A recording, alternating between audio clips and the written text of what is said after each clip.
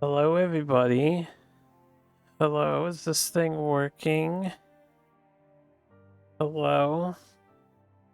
Yeah, so Comcast full on died, and I believe they reset the router on their end or something, so I had to wait for the router to reboot. But we are back. We have games to cast, and I don't want to let this incident drag my mood down, so we will continue.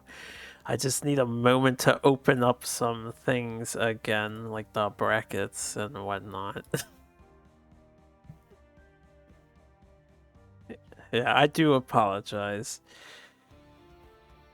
I think it's just some kinks with the new router. It's supposed to be updated and all that jazz, but we know how these corporate companies work. And, Comcast being the best I have in my area treats me like this. Okay, I think I'm good to go. Hopefully, I just need the screen. There you go, register. So, I don't know what all was caught at the end of Confirmed Harry and Cat Paw, but Cat Paw took it 2-1. And this will be a part 2 a video, I guess, of day 1 winners bracket coverage. We're gonna move on to Demi, Remy, and Poisoni. I just need a moment to find those two. Alright.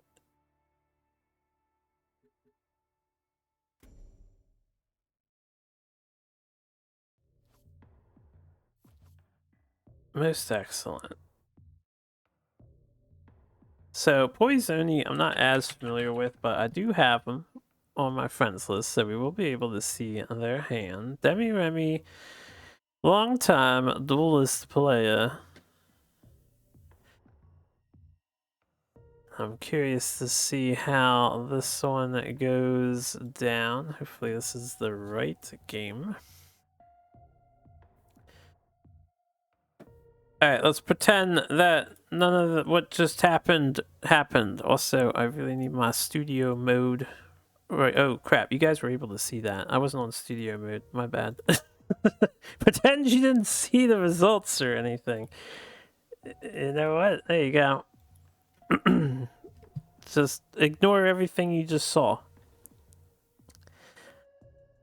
Let me make sure. I see my audio is getting detected, but let me just check a few more things. I want to make sure we're all set here with no further problems until Comcast crashes again.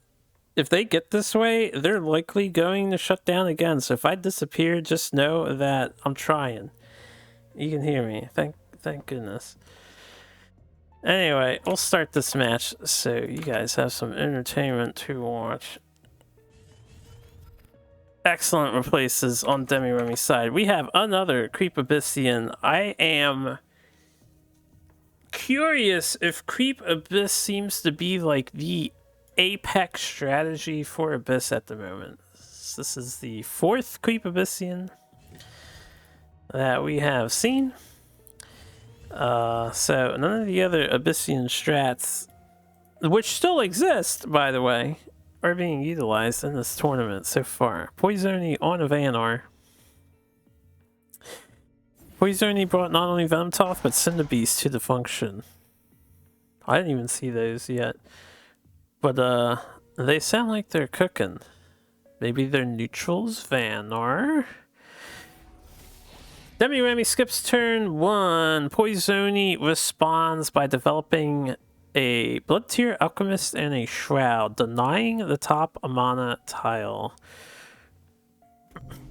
Okay, this is a little bit different from what we have been seeing. There is a Rift Walker in Demi Remy's side, and they will use it to get value here. Easy enough to clear for Poisoni. They can choose to set up their Wings of Paradise. I think a brave choice considering Abyssian and Songhai's strength and popularity right now. I feel like 3 HP minions are a little bit in trouble. So hard to benefit from something like a Wings of Paradise currently in this meta game. We are back. Hopefully Comcast remains stable. It's all just Comcast. They reset the router, lost internet or something. I don't know. Also, all the cool Lionars are playing Lasting Judgment. Yes, I know you are playing Lasting Judgment at least, and I do agree. I think Lasting Judgment has some increased value recently, considering certain red cards. Oh, there are several? Sounds like it's a catching on strategy then.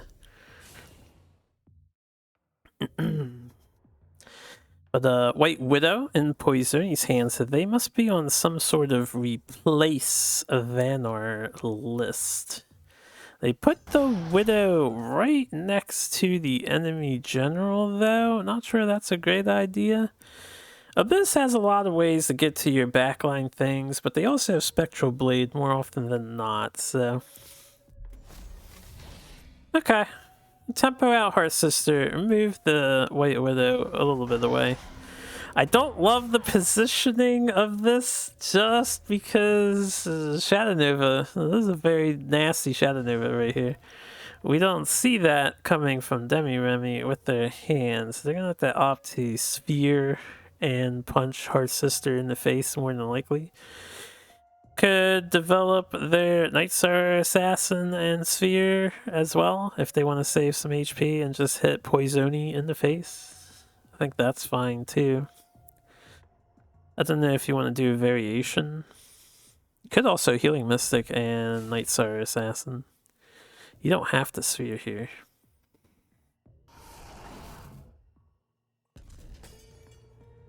They do choose the Sphere though. Hello there. Welcome on in to our friendly Duelyst cast. Cryo gets the boot. They have a Flameblood Warlock too. So it's a replace, like an aggro replace deck for Vanar here. If Poisoni could get something to remain on board, they could get some decent value out of it. But we can see Demi-Remy's hand is not going to let anything Poisoni plays stick for very long. Had the triple Dark Transform there, now they have double Revenant, and we are already on the 6 mana turn. They'll be able to use those in the coming turns. For this one, though, it's not the best Dark Transformation in the universe, but I feel like you may as well and just play Healing Mystic. They actually choose the Demonic Lore, though. Does this mean no Healing Mystic? This does mean no Healing Mystic. So they're just gonna Dark Terminus with the Demonic Lore to save some damage on their face. And they're actually choosing to back off a little bit. No, never mind. They're just walking down. They're next to the spike. I don't know if this is suggesting a Night Splitter play. Flash Trees makes for a clean clear on the Wraithling, but Poisoni doesn't have any card draw engines established at the moment. I'm not sure what sort of draw they have in their deck, so they're running a little low on gas, and there's that Venom Toth that we heard about. I think Venom Toth at the moment is probably not very good. There's not a lot of heavy minion spam strategies currently, right? I think the heaviest you would get is crab multiplying. But that would be optimistic to think you're gonna not die and get value from hitting crabs off of Venom Toth.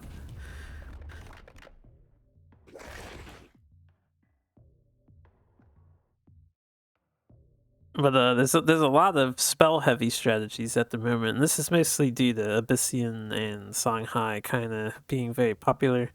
And then Magmar doesn't play a whole lot of minions, typically. Although their Twin Fang list has increased, and I think their Twin Fang list might be coming back since it was tournament time. I saw Cosmic doing some work with that last night. The Twin Fang Crab. And there's still a lot of Control Magmor lists out there, though. Anyway, Blood Tier coming down, going face. Don't know if that's the best location for the ping, but you may as well try to kill your opponent. And I guess pings is the way to go. The Demi-Remy has 8. They have 8 damage. They're 1 off lethal. They could do 3 or 4, 5, 6, 7. They could do 7 too and be 2 off lethal.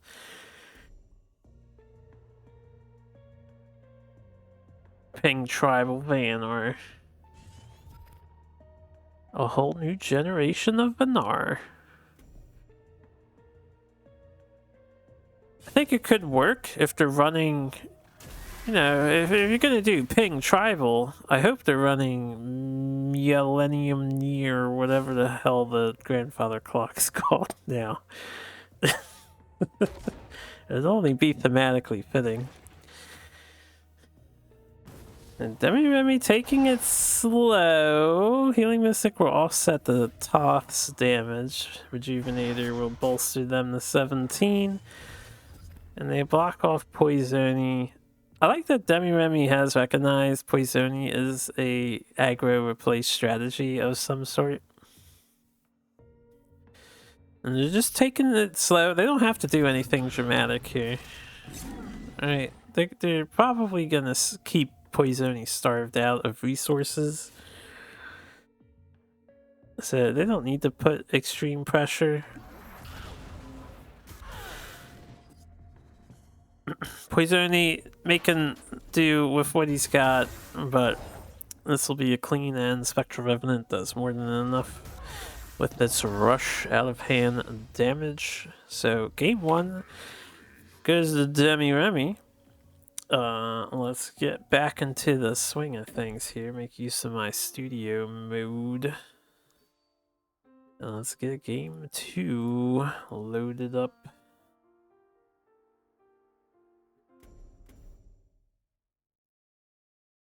Oh yeah, I should have, I can switch this, it'll be easier on me.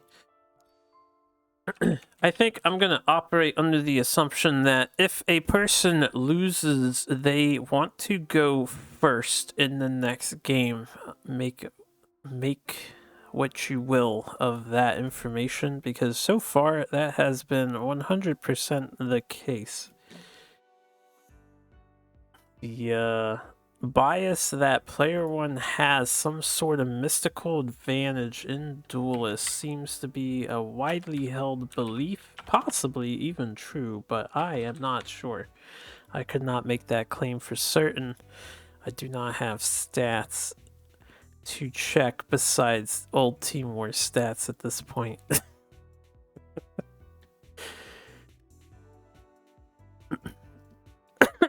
Let me get a sip of my drink and then I'll tab over.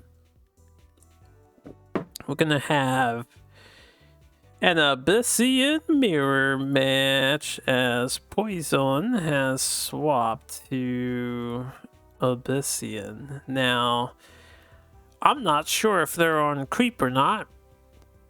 So I'm not sure if it's a creep mirror. We do see a Prophet of the White Palm in their list though. So that's an interesting choice.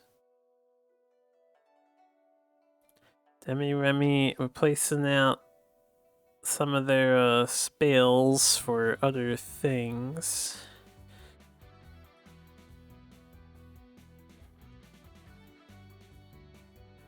Poisoni looking to chuck Shroud and set up Prophet of the White Palm.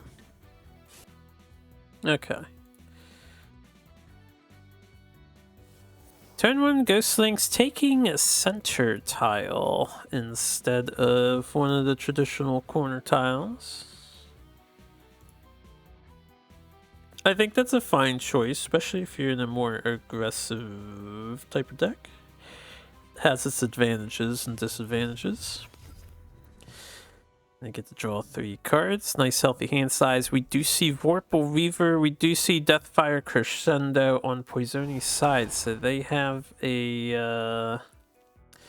they could have a sort of balanced or mixed sort of Abyssian list. Kind of like what Kitikaka, I forget their name, used to do.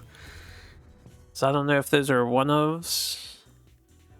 They could just be a ramping sort of list or a kill list. Not really sworn, but like a big abyss list with DFC to profit or as a payoff.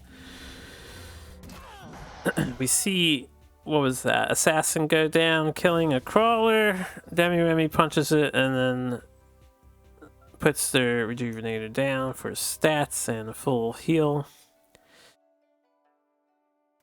Poisoni could ramp a very early Vorpal Reaver. They could do a rev. I would probably do Vorpal Reaver if it was me.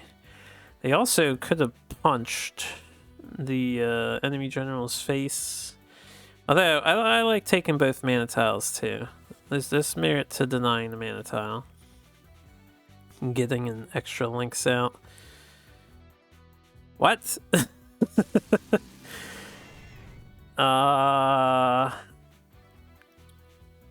Interesting decision. This is only gonna get you a +2 on your critter.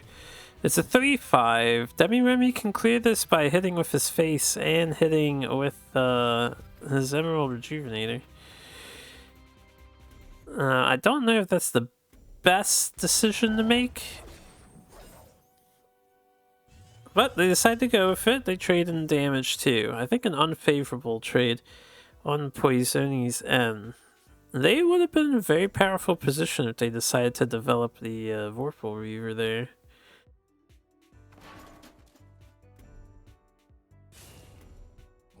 Now, I'm sure Demi-Remi won't mind this. Just take 3 damage, you get rid of a DFC threat. Opting to heal with Keeper. I think because of the game plan later, I don't know if I would have done Keeper here. I probably would have just Nova'd. I guess after the first game they played and after the play that Poisoni just did, Demi-Remi might think it's a hyper-aggressive sort of list. So I don't blame them for just going this route instead, right?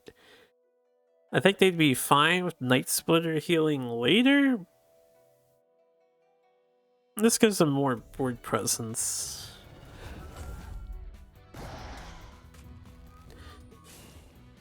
They're ramping out Revenant now on this turn thanks to the DFC. Lingering in between turns. Got a nice 2 mana discount. I would have punched the 4/1 with my face, I think, so that your Revenant doesn't die on board.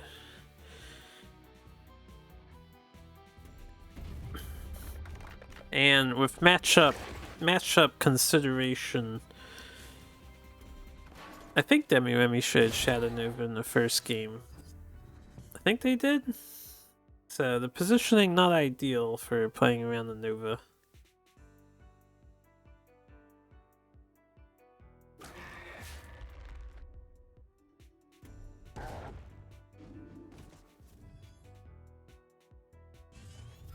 Alright, lure being used to clear the wounded Rejuvenator. Ghost Links is a nice replace. It makes this turn feel better. I would have walked away and just set up the Vorpal Reaver. Maybe creep players might want to try this. No, I guess it doesn't really work out well. I wonder if Reaver is a good tech in your creep decks, right? Because in the creep mirror match, if you drop a Reaver, they either have Dark Transform or they don't. Right? And if they do Dark Transform, you do have a bunch of bodies to play with, although some of them might die to stray creep spawns. I feel like Reaver's probably in a pretty good position at the moment. Anyway, Theorycraft aside, a nasty full clear from Demi Remy. They're healing up 6 HP too, practically at full. We have a 10 HP difference and a 5-4 on the field. Poisoni is eyeing the Revenant.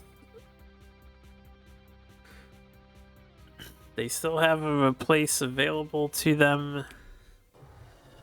We do see the Revenant go down.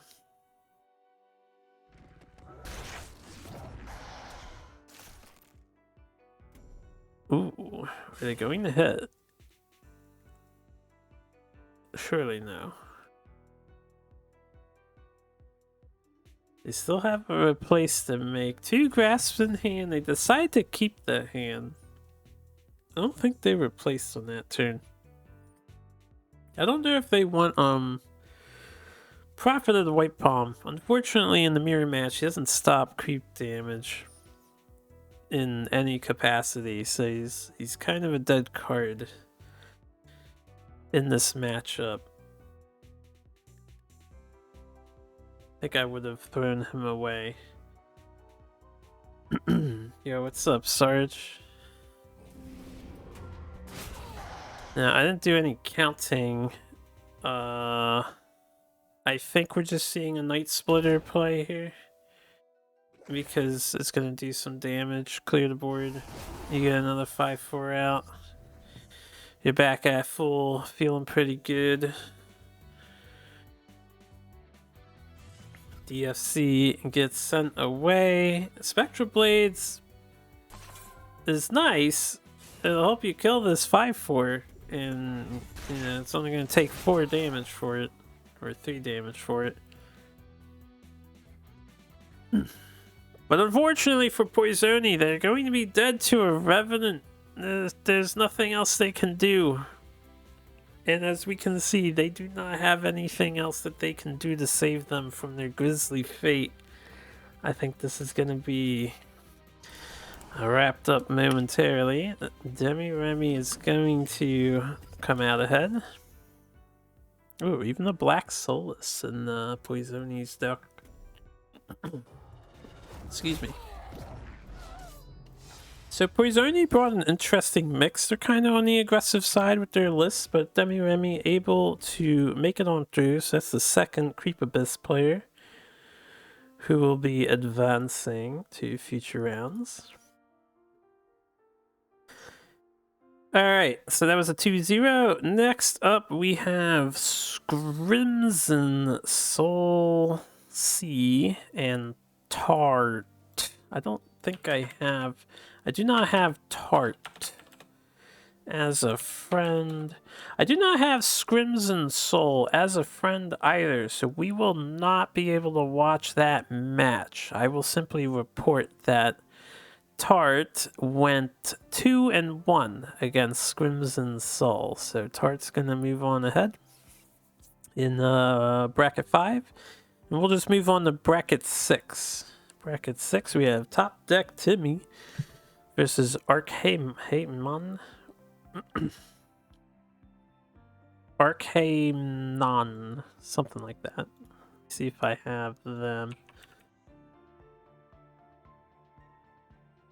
Okay, I don't have either of them on my friends list either. So we will not be watching TDT and Archaemon. Timmy went 2-0 against Archaemon. So congratulations to you, Timmy. And maybe later on we'll see Archaemon in the losers bracket. Let's move on to bracket number 7. That accelerates this a little bit. Archaeon's decks are wild. I'd like to check them out, but do not have them as a friend. If either of you two are lurking, you can add me now. We'll get back to your games if you want them shown off, or, you know, if not, that's cool. It's cool. So bracket 7, we have Fafairs against Renadave. I do have Fafairs. Do I have Renadave? Let me load up their game first.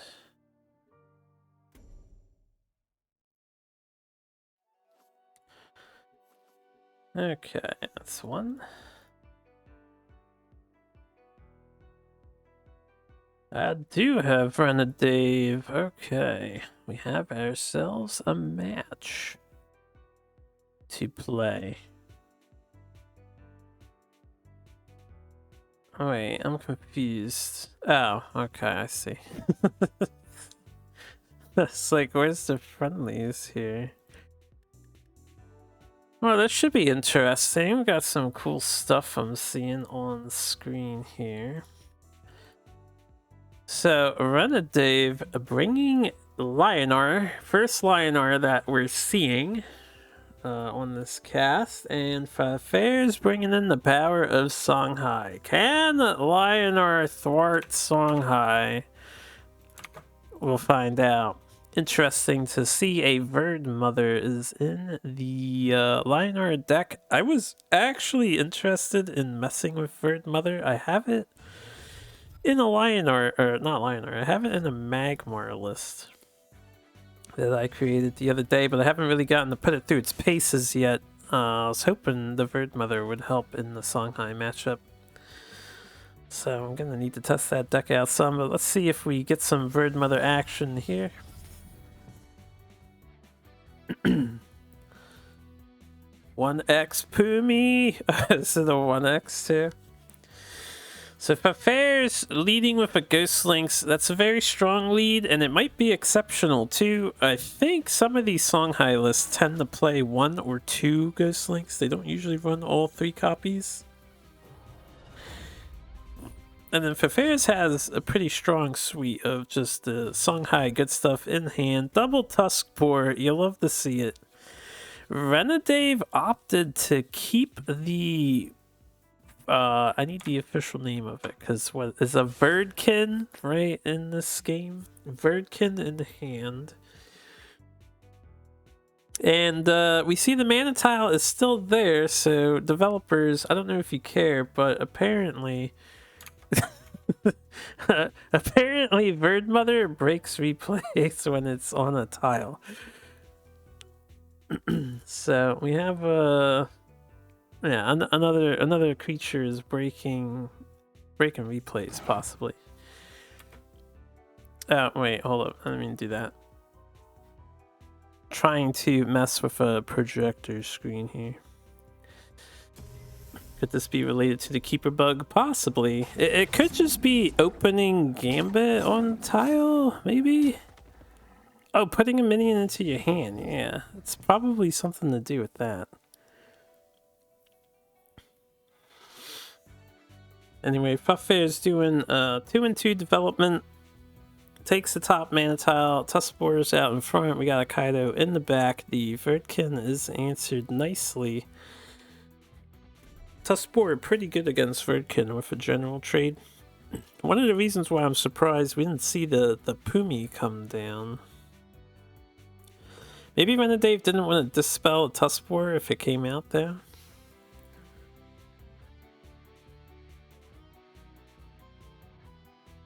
You don't think Solus breaks the replays?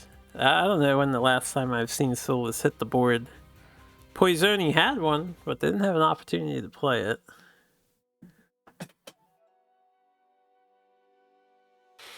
Not sure if we're considering replacing. We are considering replacing.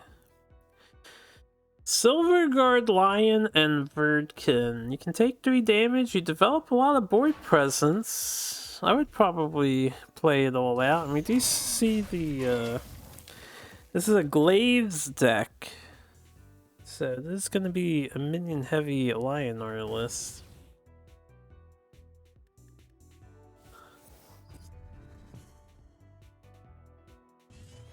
Oh, right. The 1 mana tile isn't there. The 1 mana tile is not there. It couldn't play the Lion too. So we get the 2 Provokers out and about. I don't know if I would have put the Verdkin there, because it's going to likely die for free.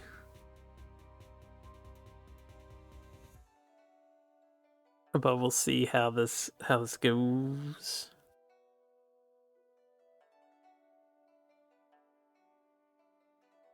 Maybe it has something to do with how new the cards are. You know, Sojourner's part of the actual original set, but Keeper was added later, right? I guess in Duelyst too, Keeper was in the beginning.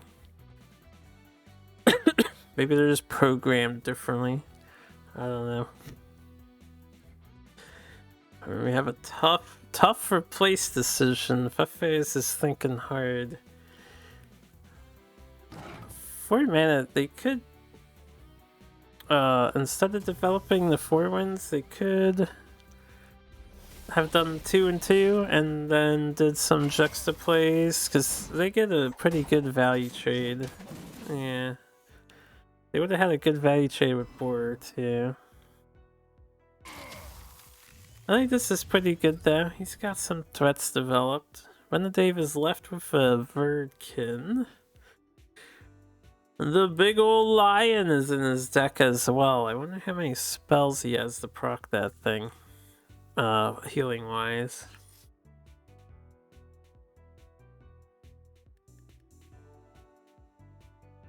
Lion gets pitched for now. You're 1 mana away from 2 and 4 to do a Holy Immo play. So I would suspect just 3 and 2. Lots of development. You do not have an answer for the 4 wins Magus though.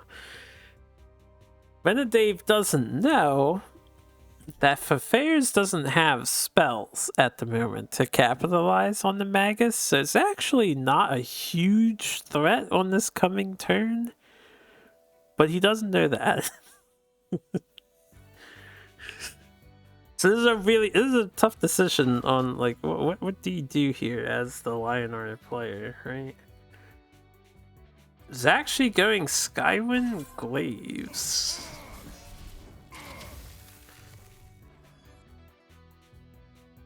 This is a risky play. This is a very risky play. So offering the lion to trade into the 4 wins. But this is Songhai we're talking about. They usually have means of dealing with stuff without making fair exchanges, right? They do their subterfuge. Guess it's not really subterfuge. They do their shady plays to try and get ahead. And if anyone's good at getting ahead, it's Songhai. Fafez has a nice replace with Phoenix Fire.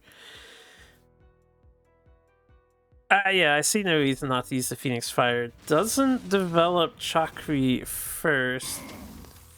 It's going for Kaido instead. You gotta keep in mind that Mana Tile is not actually there, so they only have 5 to play with, which means they can only do 2 things.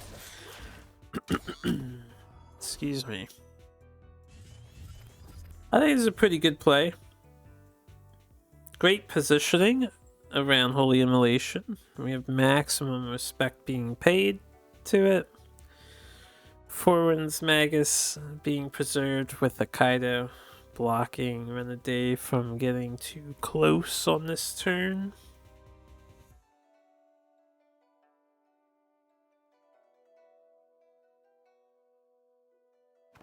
Dave can trade into the Kaido of his choice. We're gonna lose the Glaives already.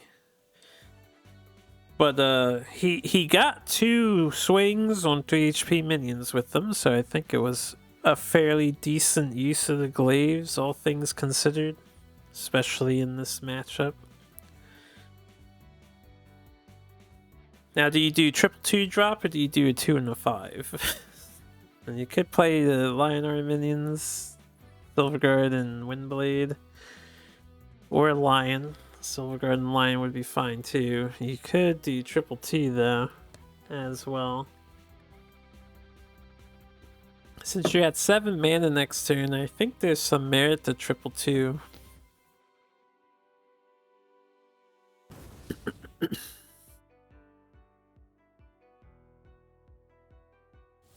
We do see 222 come down.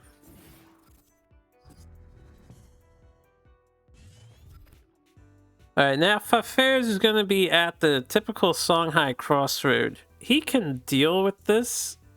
Not a problem. He can clear the whole board if he wants. It's going to cost him his boars. He could also go face really hard. We have 5, 8, 11, 13 damage, 14 damage. He is 2 off of lethal. And he can't get both Four Winds and Kaido to hit. So 2 off lethal, no matter which one ends up hitting. Actually, he might have had lethal. Hold on. Because if he brought the Four Winds in and Kaido is just in range to punch normally, it would have been 8, 11, 14, 15, 16. Yeah, it would have been 16. Fafairs actually just missed lethal. All he had to do was bring Four Winds in the punch face. And then you get 6 damage with Tusk Spores, 2 damage with the spell cast, and 2 damage with your general. So we have our first miss lethal. Oh, this is our second miss lethal of the tournament, I think. And it's all good, you know? It's all fine to miss your lethals. It's a high stakes tournament. Everyone's nerves are probably on high alert.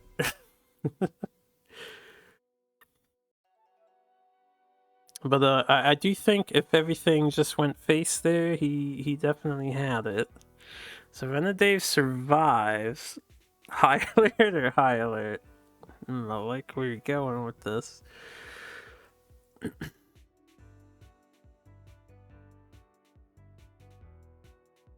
Alright, what do you do as Renadave? You can Silver Guard, Immo, and pray. Or you could Silver Guard and Verdkin and Verd Mother. Just not in that order. You could also use your Tiger to get rid of the Four Winds Magus or the Chakri Avatar, I suppose, if you think one of them is about to teleport into your face.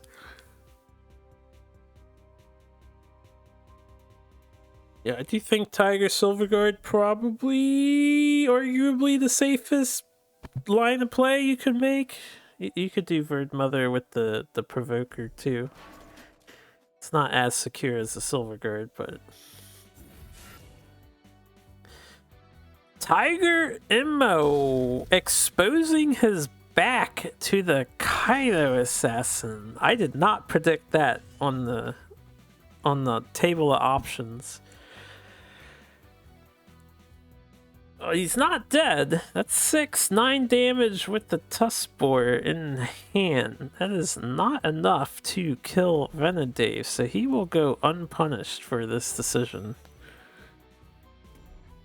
It's very brave, but he has a chance. Interesting to see Renadave is making use of the Artificer guy to replenish charges on his glaives.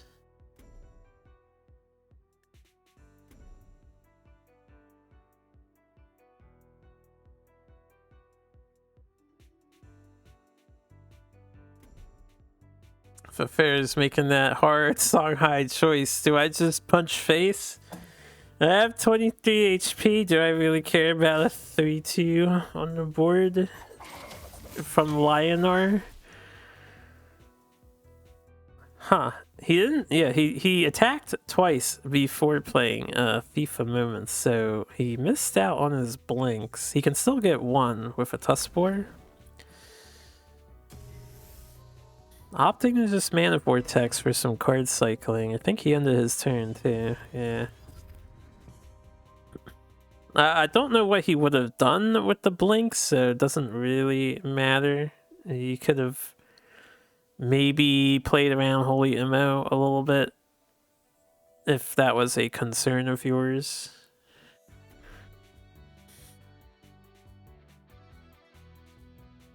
No movement cards in hand for affairs outside a thief blinks, so in provoke we trust. But can Renadave hold for another turn? I'm actually surprised he's lasted this long, honestly.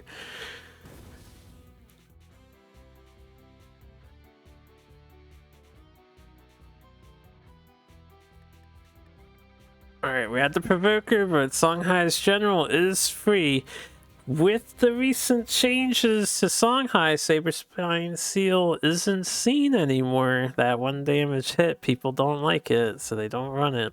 It's a little safer to leave the enemy general in range of you.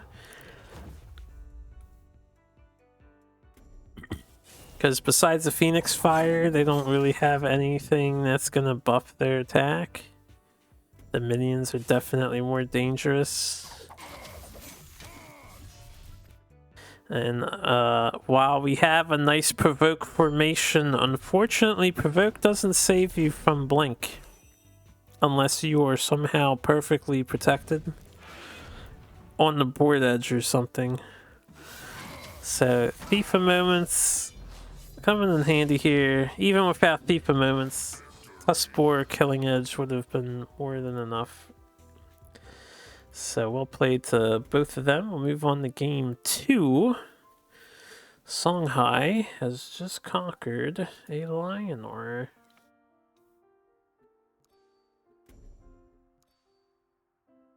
Oh, right, and now I should imagine that Lionor is going to be player 1, right?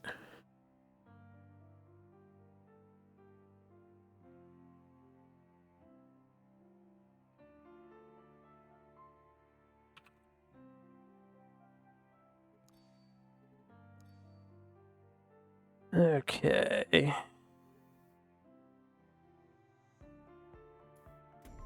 I was a little confused for a moment because we had a change and I had to remember. So in this tournament, the winner is not locked in on their deck choice. They are free to swap. They just have to announce what they pick first.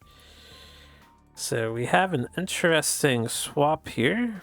Despite winning the first game, Fairs is switching to their other deck. Probably predicting that they would likely go up against the Lionor once more. They switch over to their Vitruvian list. I see the artifact in hand. We got Blood Tear and a Portal Guardian, so it could be a Dervish Vitruvian. Again, I'm not looking at the deck list. They're available, and I could, but it would take a lot of extra time for me to glance at it, so we'll just discover it together as we get in the games.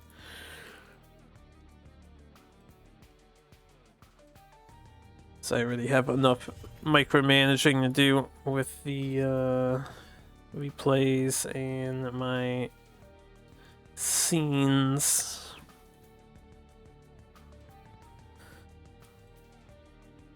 Alrighty.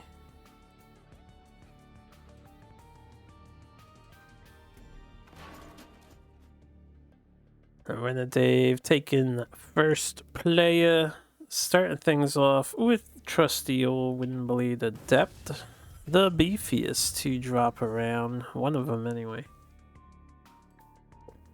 Affairs throwing the artifact away. It is a or no, what did he throw away? Threw the other thing away. Go for a Portal Guardian. And moving forward, fearless of taking 4 damage off the get-go, I think that's fine. Yeah, Renadave has Pumi in his deck. Ah, Pumi was replaced. No.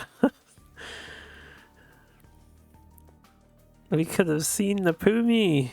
And to be fair, there's a good Verd Mother Primus Fist here. The only problem is you kind of play into Portal Guardian hitting you and the Verd Mother You could play your Verdkin and hope that the Vitruvian doesn't have a siphon.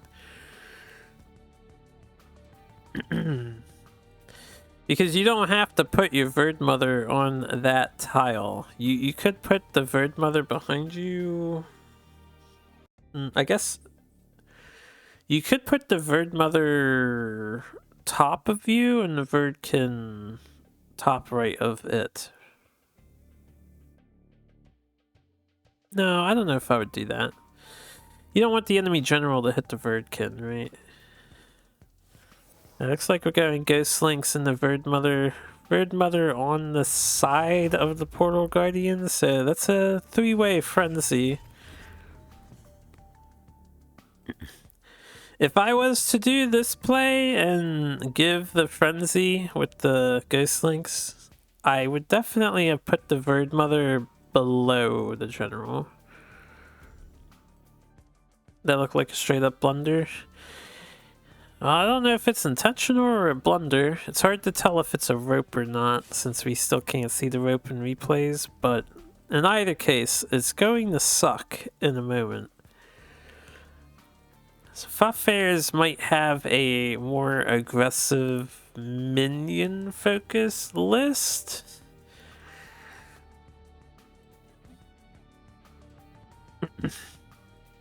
They can only play 2 minions, one of them is a Primus Fist, so Portal Guardian can get up to 4 damage, and with Blood Tier, they get a clean clear on the Verdmother.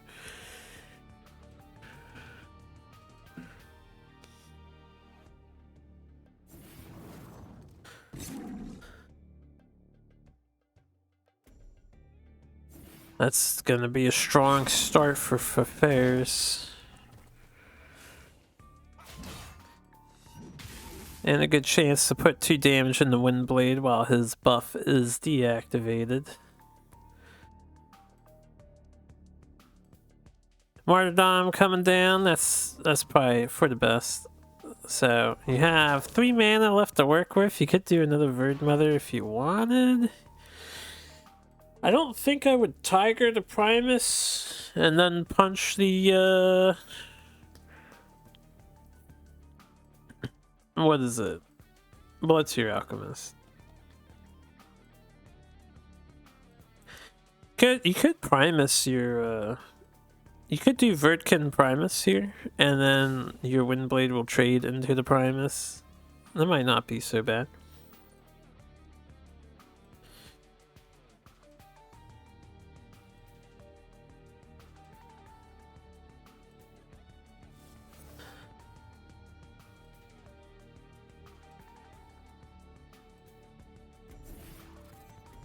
That is what we see.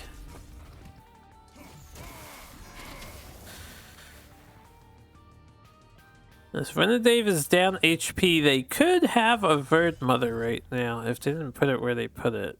Star's Fury gets pitched, probably don't need it until the end game.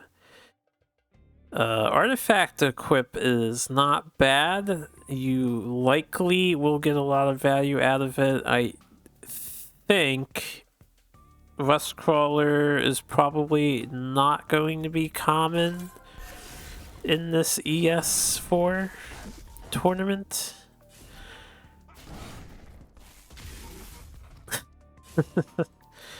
You get a nice full clear as well. So that sort of stinks for Renadave. Now, he can deny the spawns on this next turn. I actually would not have moved forward if it was me. I would have stayed back and just cleared the 2 things. The 3-1 Provoker guy wasn't doing anything to you.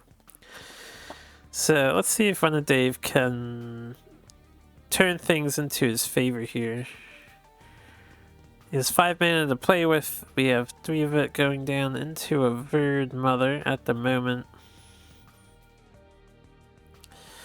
I think because of the odd cost of Verdmother, it's kind of like a pseudo 4-cost minion.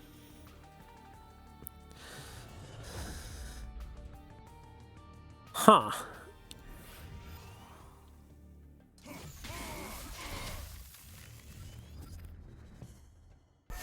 Alright, respecting a possible entropic decay, you do have to be aware of the trap that Vitruvian players can do. They actually allow Fafares to generate both dervishes. I think that's a mistake. Was there a decay on the list? Yeah, they can see each other's lists. I don't know if there's a decay. I could look real quick. Let's see if I can find Fafare's deck list. Alright, Fafare's Vitruvian. He does not have decay, so with no decay, he only has Syzygy. I would say this is a misplay then. They definitely should have blocked both of those tiles. They can see the Star's Fury though. Maybe they didn't want to get hit with the Star's Fury. It is a one of. I don't think Star's Fury would have been that bad if you denied the 2 spawns from Hourglass. So yeah, Fafares is able to make a pretty strong turn thanks to that.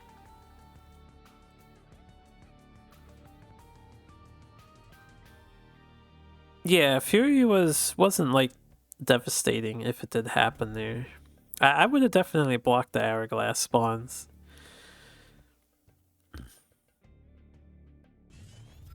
So for those who don't know, Hourglass always spawns dervishes on the front and back of the general. You can block them. People do it to me all the time. You sons of bitches, you. And it's up to the Vitruvian player to try and capitalize on the fact that you can get your spawns blocked. Now, in my opinion, I don't mind one slot getting blocked. This artifact's pretty good just spawning one dervish, let alone 2. Tiger coming down. Tempo Tiger. Going face, getting rid of the artifact, a good idea, I'd say. And Verdkin covering the rear, also a good idea. Ancestral Vessel does not want to hit a Verdkin. Fafares could do a lot of damage if they wanted to. They could do 8. They could take out half of Renedade's HP. He doesn't actually have a board that's hugely terrifying. He could actually do more than that.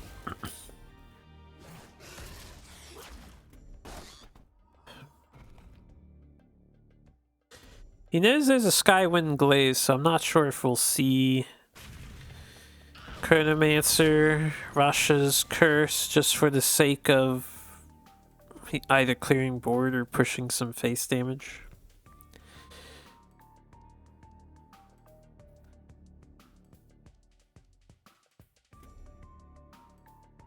He could move his general to the side and get a nice Primus Fist off, though, if he wants to. Or like move the general down left or something so you don't block your spawns. Or you could do this. This works too.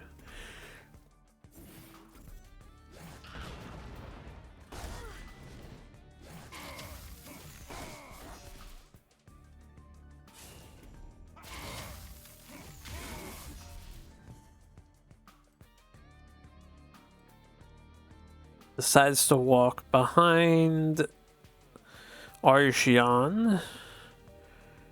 This closes off one of his spawns if Renedade wants to stay put.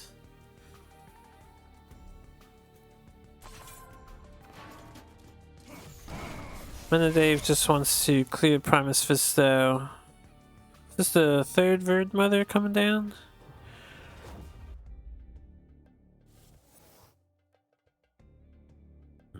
Alright, once again, we have an opportunity. He could block the dervish spawns, but he chooses not to. He's making a straight line instead. Maybe Renedade didn't look at the list? I'm not sure. Because imagine you did this exact play, but you denied those 2 spawns. You'd be in a very much better position right now.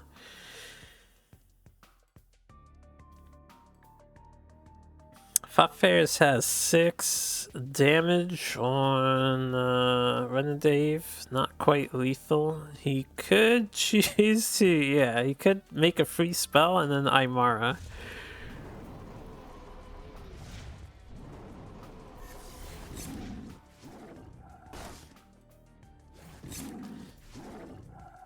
Well, this is going to be rough for Renadave to deal with. So, not sure if he has Dispel in his list. But you don't exactly want to Martyrdom Aymara.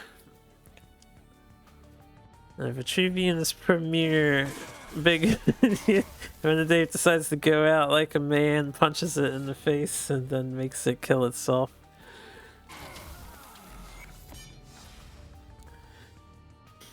I would say situations like that, Aymara actually can shine. It can be a very good closer. Alright, so that was 2-0. So, good games to the two of them. Congrats to Fafairs. He is moving on to the next round. Next up, we're going to have... I don't know if we're going to watch these games because I don't know if I have them as my friends. So, Fainir? I do not have Fainir. And Citizen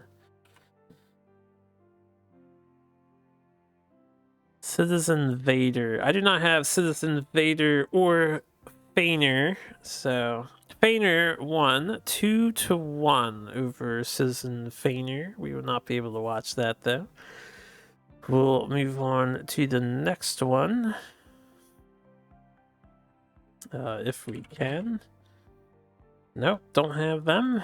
Well, I don't have Utrak. Utrak Just Z. I'm not sure how to say their name. Utrak Just Z. And Mad Wiffery. I'm not familiar with them, so I don't think I have them. No. Alright, we will not watch that match. Utrak won 2-1 over Mad Wiffery, so GG to them.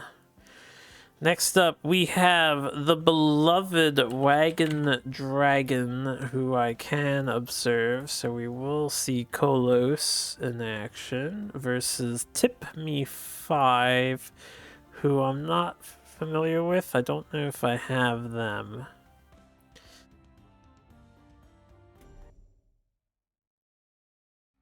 Dual track, just what? Did I say dual track? I don't think I said dual track, did I? I said Utrak, just see. Alright, let me see if I have Tip Me 5 on my friends list here. I do not have Tip Me 5, so we will only see this from Kolos's perspective. We will have to guesstimate what our opponent is doing. Oh, right, and I have to... This isn't the right game, hold up. I remember Kolos was talking about some sort of problem. They had to like get into a legacy game to fix the issue first. So I just loaded up the legacy game. Alright, here's their actual match.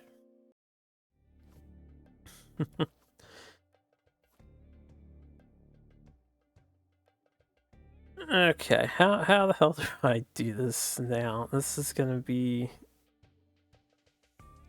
We don't need all the extra fancy shit, so I guess I'm just gonna hide that. We have Kolos' perspective.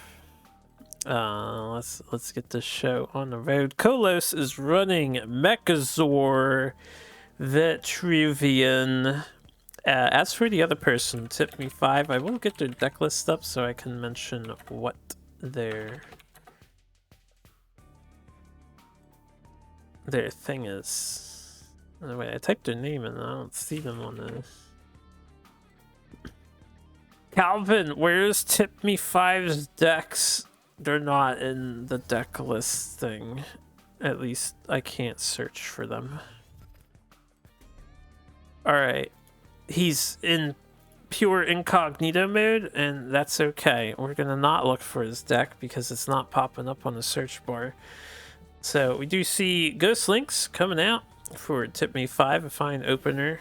Duelyst is going Portal Guardian after Helm of Mechazor because he doesn't want the Portal Guardian to be forward. I think this is fine. You're trying to preserve your Portal Guardian for later. You don't need to have that one attack for ordering them backwards.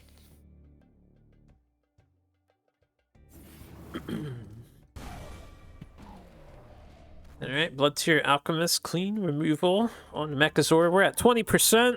Let's see if we get to see a mech today. Another Verd Mother coming down. He had 2 mana tiles, right? Yeah, that's 5. I couldn't afford to play the Verdkin. Duelyst can do a double Jaxi, clearing the Verd Mother if they so desire.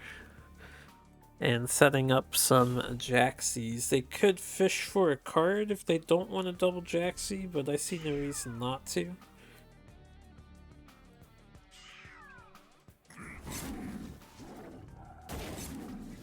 Playing them mostly defensive. The one Jaxi is offering the trade with the Ghost Links. Would be a favorable trade for Kolos, I think.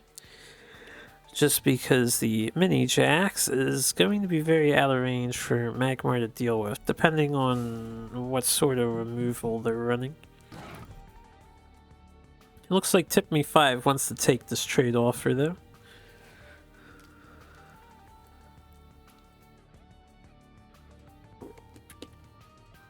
So MagVet games can go long. There's a chance we could see Mechazor be developed. Duelyst does have their draw cards in hands, so they're not going to remain gassed out for long. We see the Dispel suite coming out from Tip Me here. That might be a little annoying for Duelyst. The Verd Mother could be punched by Siphoron though, so it's not in the best of position. I don't know if Duelyst is aware that the Verdkin dispels. I'm not sure. I know he was getting back in the Duelyst too recently.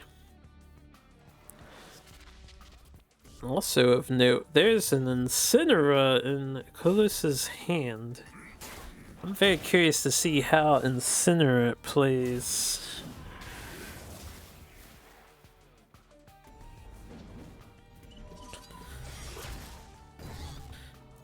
Alright, he lets his mini Jaxi get dispelled. And I agree, he did replace he replaced the second wish.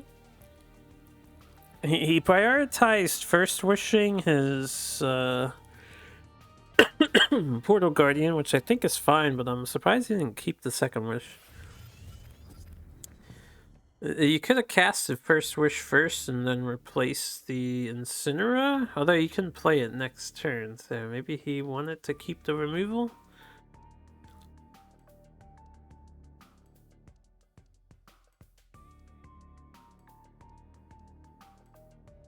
It's hard to tell how Tip Me 5 will respond to the situation.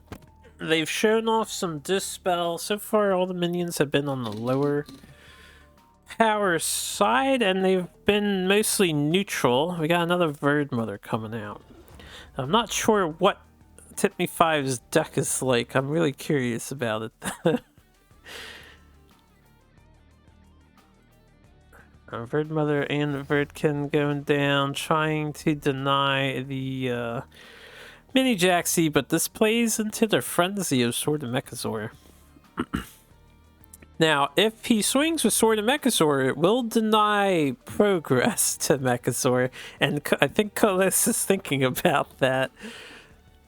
He's about to just mash that frenzy so hard, so fast, but then he's like, wait a minute. I think I want my mech pieces to make a mech. Yeah, Duelyst on that full greed. He's got Mana Forge in his list too. Alright, you see it here first, folks. We've got Screaming Banshee, or what is this thing? Fusion Banshee. And Kolos does opt to dispel his sword. He does get a value trade for it. And it's some pretty decent damage. You get 20%, right? So I don't know if we'll see a Mechazor currently. If Tip Me 5 doesn't have some kind of ping or another dispel, I suppose, this Fusion Banshee could get some value. That's 5 damage clearing your board every single turn. Alright, we got a Healing Mystic towards Banshee. And here comes another Shroud. I think I'm gonna lovingly call this deck Dispel Magmar because that's all we've seen is Birdkins and Shrouds.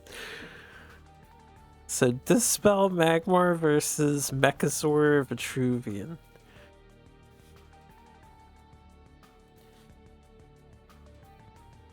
Yeah, there was a Blood Tier turn one, that's true.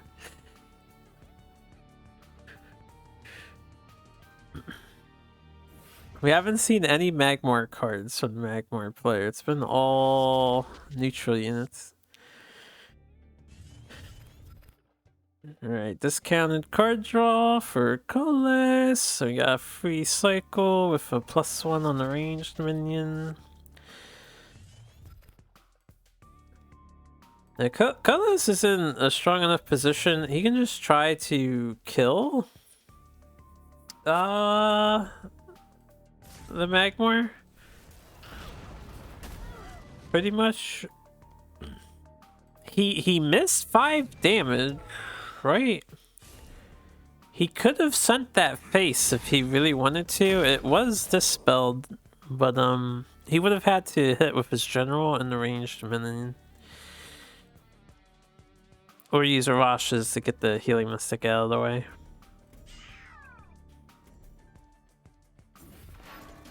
So I guess it's fine. He used it just to clear the Healing Mystic. Taking 2 steps away from Tip Me 5, and Tip Me 5's like, come here, daddy.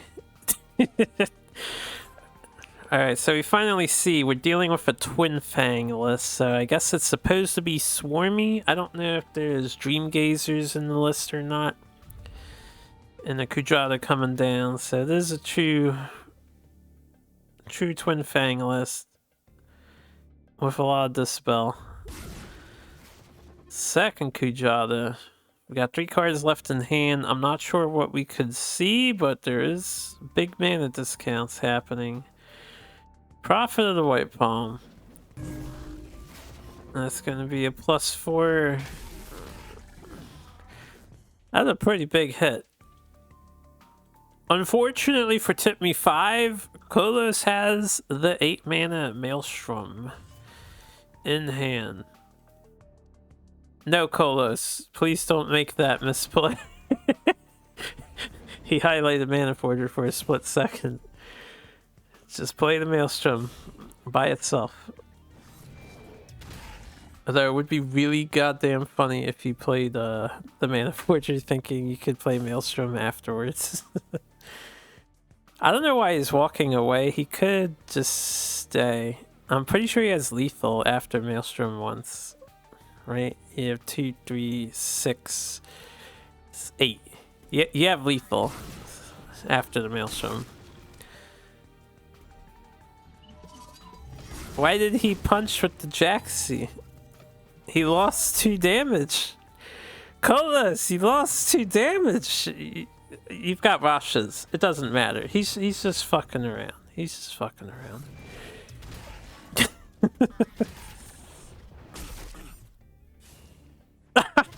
Going out with style. We're playing Aymara and Entropic Decay. Cute combo. Yeah, he has Decay Aymara. He has Rashes. It's all good. It's all good. He knows what he's doing. He's just teasing a bit. Alright, so game 1 goes to Kolos. Let's hide the screens so you guys aren't spoiled. And let's find game number 2 between Tip Me 5 and Kolos. I assume Kolos' other deck is Abyssian. I didn't actually look at their deck list because I didn't play them. And it looks like Tip Me 5 brought Vitruvian as well. So we know Kolos is on Mech Vet. Don't know what Tip Me 5 is on yet, but they switched off of the Magmar Twin Fang list. We'll have to wait and see how things develop from here. There seems to be some think-knocking going on. Do you play Mana Forger or do you play Jaxi?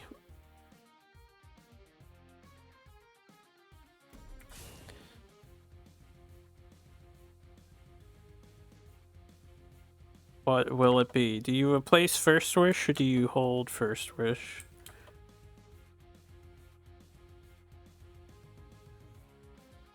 Actually replaced Mana Forger, so Jaxi it is. Probably the better thing to start with, considering the matchup.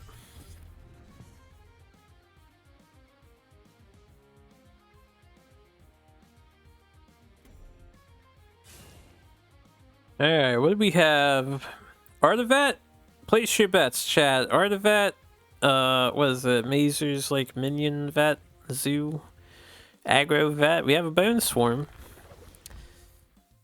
That could be Artivet, could be aggro too. Leaves a Jaxi for Kolos to play with, or a mini Jax. Kolos actually sends it forward. He favors the ramp on this turn. He could have left it back if he wanted to. Gonna ramp out Mana Forger and tempo the Sword of Mechazor though. I think this is an okay decision to make.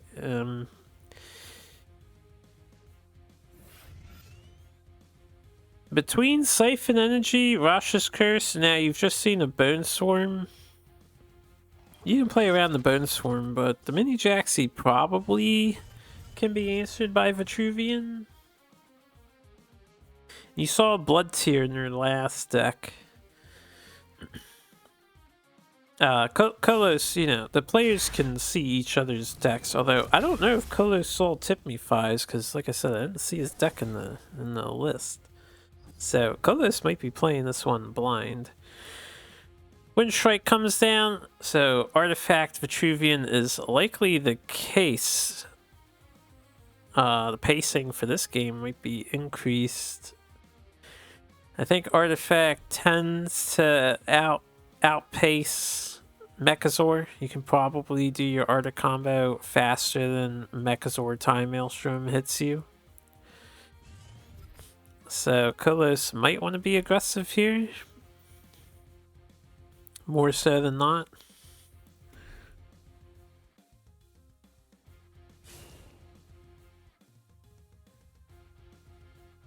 Yeah, he has a really good turn. You can Dispel the Strike, you can set up Portal Guardian, you can draw 2 cards, and you can do that first to see your other options. Excuse me. And draw another card.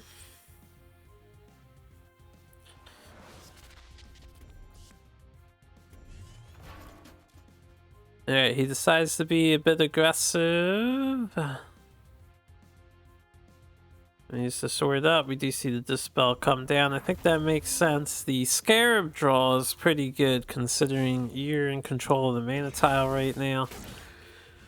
Unless Tip Me 5 ninjas that, you're probably ramping into Scarab on the next turn. And Tip Me 5 has to deal with Portal Guardian and a Mana Forger that's already set up. As well as the Sword of Mechazor, there's a lot of stuff to concern yourself with here.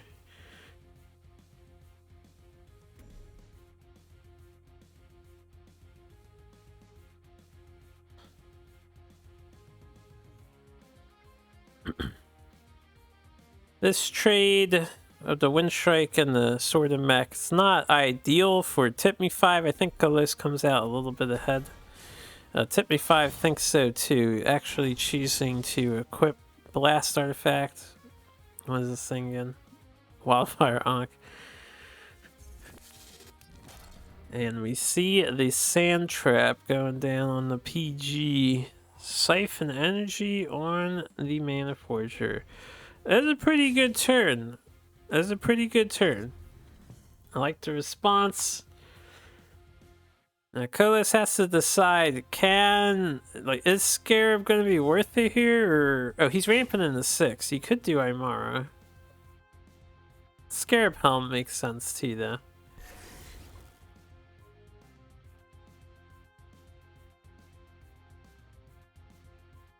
Put Scarab centered to Tip Me 5.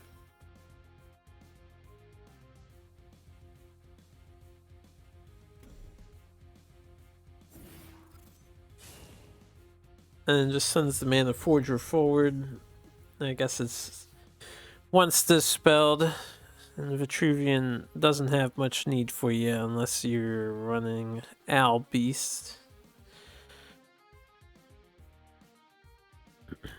I don't know if I would have sent the Forger forward just because Shrike gets a really free clear here. Yeah, it's not like I had anything else to do. Another Sand Trap coming down. Not ideal removal on a Starfire Scarab. It can still shoot the Rose with Blast, but it can't move. And we have the Hexblade coming down, bringing the general health pool a little closer to each other. Incinerate, a dead card at the moment, so Duelyst can probably replace that. You're dealing with Artifact Vet. I don't know if you really care about Incinerate whatsoever in this matchup. And then you probably play Aymara, but you could play something else. Duelyst actually replaces Mechazord piece. Maybe thinking he's not going to have the chance to develop Mechazords, so he doesn't really care about them.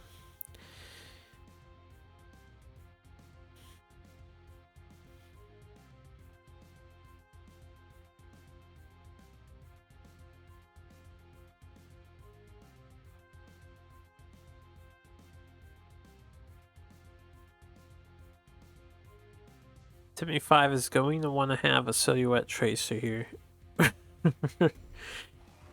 Third Wish. How does this work? It nullifies 3 damage 1 time or 2 times? It nullifies it.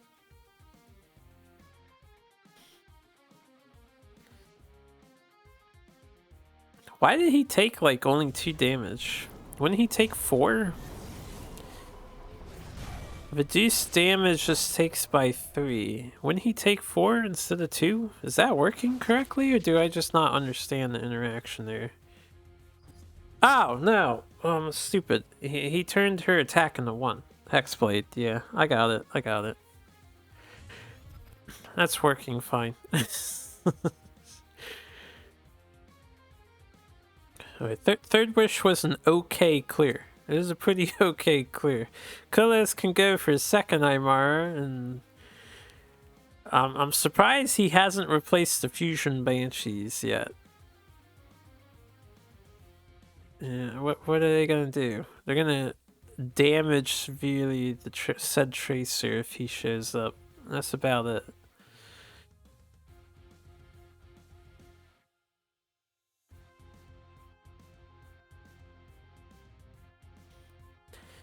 And 7 mana, making the turn slightly awkward. You can either do 2 Mechazords. We do see the 2 Mechazords. Otherwise, you do another Aymara and hope it goes better than the first one.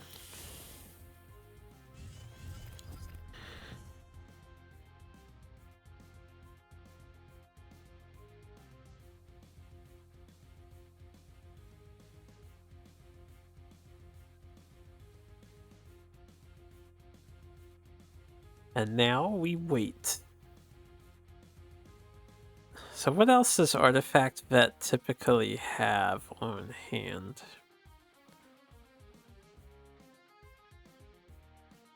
I imagine they don't play the new one, Hourglass, because it wouldn't really fit well with a Hexblade on your curve, right?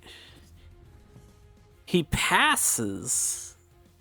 He accidentally passed his turn, and he's in the row with Starfire Scarab.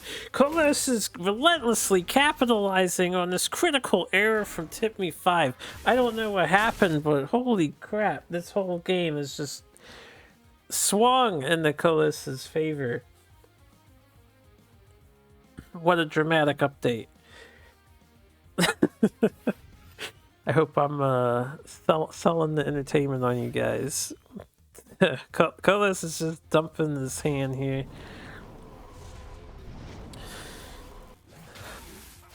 I feel like I would have just played Aymara because Aymara kind of guarantees you win if it doesn't get answered. Instead of all the other bullshit. So Tip Me 5 gets out of the Starfire Scarab row. He realizes, I don't like being roasted. I thought it might be nice, but it was too hot for me. Gets the Aymara lockdown. But Kolos has a Mechazor, and he has a Time Maelstrom. And he just instantly keyed that in, so we can wait for the animations to run here.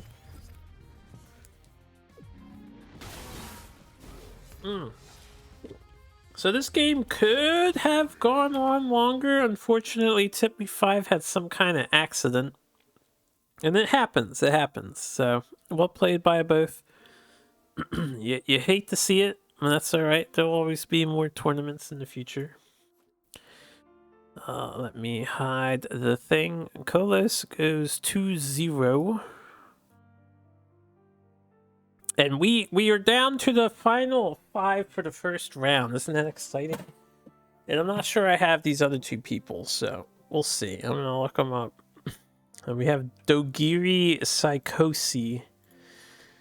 I'm like almost positive of, yeah, I've never heard of them before. And Pasty. Do I have Pasty? Let me see here. No, this is a different Pasty. I have a Pasty Wadakin, but not Pasty. So I cannot show off Dogiri Psychosi and Pasty. Dogiri Psychosi 2-1 over Pasty. So in the bracket 12, we have Shattered Glass, and Chibi Nero. Can't be bothered to log in. You got Artifact GG. You're playing creep. Oh, thank you for letting us know. It's all good. It's all good.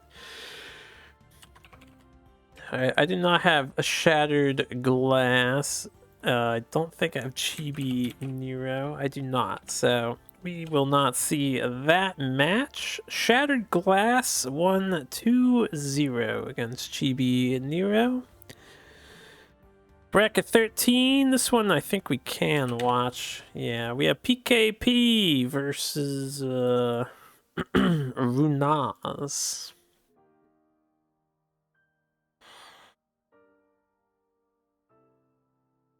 Okay. I don't know if I have Runaz, but we'll find out in a moment.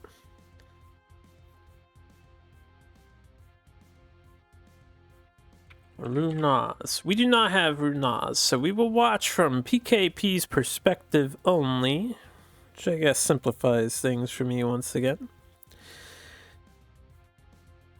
Alright, I will look for their decks in a moment. Let's get the game started though. PKP seems to be on some sort of Zoo Vitruvian list, as we do see a... Or it could be... what do you call it? Arcanist. We see Interasis, we saw a Cosmic Flesh, so... Could be Zoo, could be Arcanist. I'm thinking it's Zoo because Riftwalker is there. Runaz passes turn 1 as a Songhai. Let me see if I can find Runaz's deck list. I do see their deck list. So Runaz is on a, I would call this a mid-range high. They have 3 Keshrai, 3 Lightbenders, 2, what's his name? Yeah, that guy, Celestial Phantom. I was just looking at the picture. And they have a couple of Spellbinder Archons as well. Phantom gameplay? I'm not as familiar with Runaz, so I'm not sure what kind of playstyle they have or how they play and whatnot.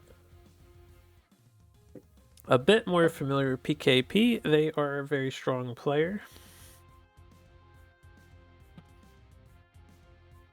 They went digging for a card. They can get a nice tempo play here. We do see the Chronomancer coming down with the Cosmic Flesh tech. I'm really curious to see how this does. It's not against the Spell High list, so I would be more curious to see it in the, I guess, the mainstream matchup, but it should come in handy here. Interesting. So Runaz decided to... well, that makes sense. They denied the mana tiles and just used the Jux play to kill the Portal Guardian. A pretty good turn for them, I think. Cosmic Flesh signature PKP card. Well, it's always nice to see a signature card from someone, right? But pretty good turn from Runaz. They're able to get a full clear.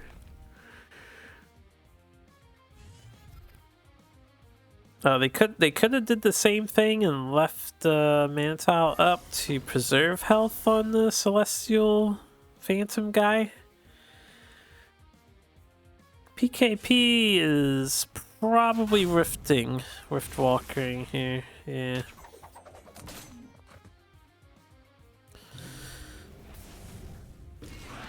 So going for the full clear. Alternative play, they could have punched Celestial Phantom, left up Lightbender, and did an Oasis turn. Cycle through the deck a bit more, and you get 3 5 HP minions. Or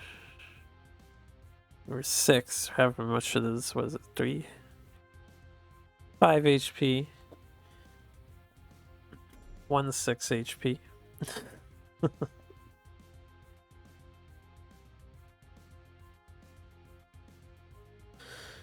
So Runaz, they likely will want to develop something. They do have 2 Flame Wreaths, and they have, yeah, Riftwalker. So they have out-of-hand removal. Their removal is entirely minion-based. There's no Phoenix Fires unless they make it with a Lantern Fox. And they have, Deathstrike Seals and a couple Mist Dragon Seals. They are packing 2 Spiral Techniques, though. Whoa, we got Black Locust. Oh man, Black Locust actions going down. You know, PKP came in here cooking. Another pretty good turn. 6 mana, you get a Chronomancer free spell to lock down and protect your Locust. Tuskboard died because Runaz's hand was full. They decided to just drop an Archon. Time Maelstrom promptly replaced as a result of the Archon. I can't really play Time Maelstrom ever, and PKP's gonna need a way to deal with that Archon before they can.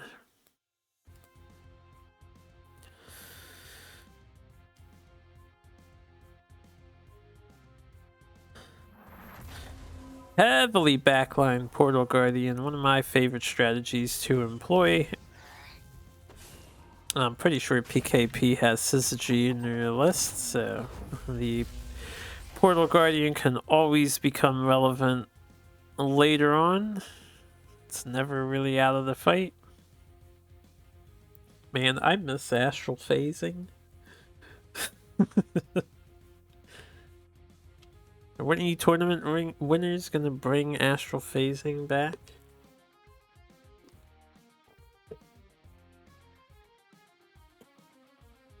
I wonder if that would be an option. I would have asked if I was in the top 3. I would have asked if I could make one of my changes to just bring that back. Hold the fuck up. What are you seeing right now? You are seeing Locust Swarm be developed and a pretty nice Mist Dragon Seal. Renas has decided that face is the place, as most Songhai players do.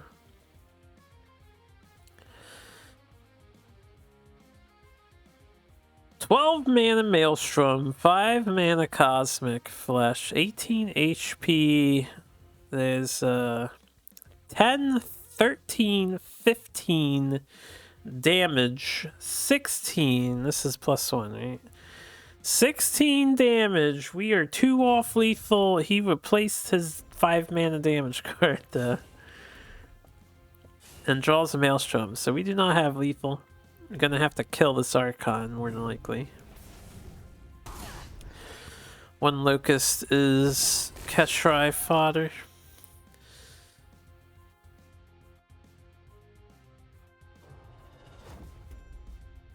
The Birdkin bringing Portal Guardian's attack up to just the right position. Interesting.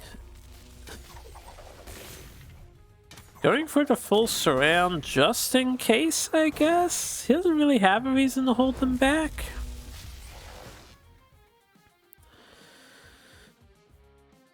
An amazing full clear from PKP. This is a commanding position to be in.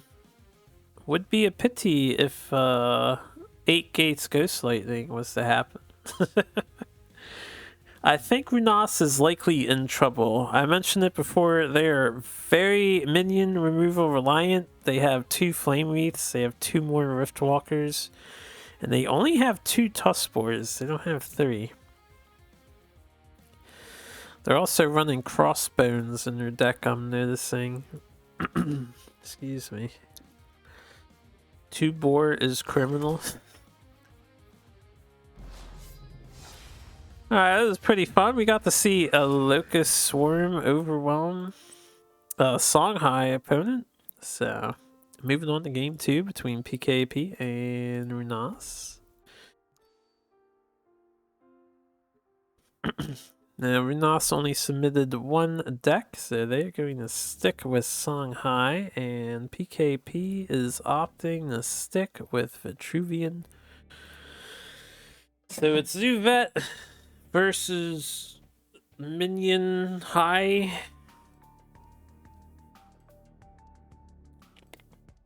I think depending on some draws, Runas has the tools to deal with Zuvet. You get like Death Strike Seal on a good Flame Wreath play with some teleporting, and you can definitely clear what PKP is doing with his strategy.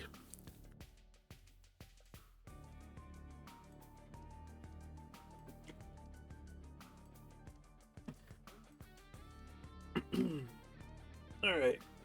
I'm gonna stretch. We're gonna replace First Wish. We get Orb Weaver. Oh, I feel like I haven't seen this opener in a while. He placed both in center. This can I guess if you do an Orb Weaver opener against Songhai, it's a little awkward because you gotta consider the Tuskspore on the corner tile. Oh, Riftwalker, right. This plays around Riftwalker. That makes a lot of sense. This makes a lot of sense. is a good consideration to have. Unas just play Celestial Phantom forward. Denies the double ramp. I actually think this is a good idea.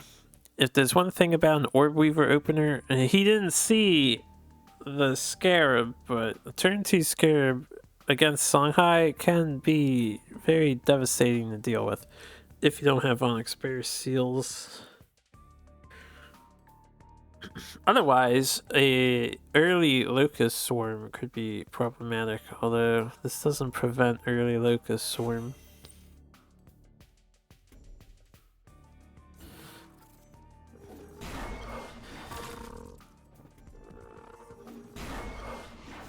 Yeah, I used to be one of those vet players too. I would definitely Orb Weaver and the Scarab all the time, and then Riftwalker happened. You don't do that anymore when Riftwalker happened. The PKP opting to just get rid of the Phantom. An early Keshrai. This can be okay. Vet has Chronomancer at their disposal. They have a lot of early cheats for their spells, so I think early Keshrai is fine. It just slows them down a little bit. It's not like the optimal thing to develop, but you can do worse than a 5-4. I'm thinking we see a Verd Mother come out here, but PKP could also heavily backline Portal Guardian. The only thing about Portal Guardian is if there's a Jux play that happens, the Portal Guardian is probably going to get shreked by the 5-4. So I feel like Verd Mother is more worth. Portal Guardian is more of a liability, I guess. You could do both though, since you have both mana tiles. This makes sense too. It's nice to see Verd Mother's getting some usage in the tournament. There's quite a few decks packing it.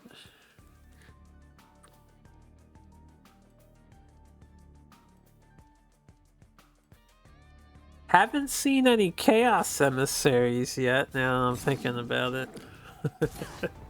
Don't know if we will either. Maybe later. As Chaos Emissary was fixed in the patch, it was unbanned for the tournament. It is legal to use. Lightbender takes out Portal Guardian's ability. Keshrai gets a pretty good clear on Verd Mother.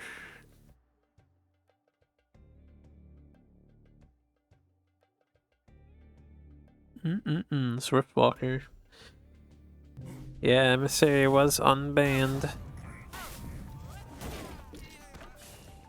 I thought for sure we would see somebody playing with it by now.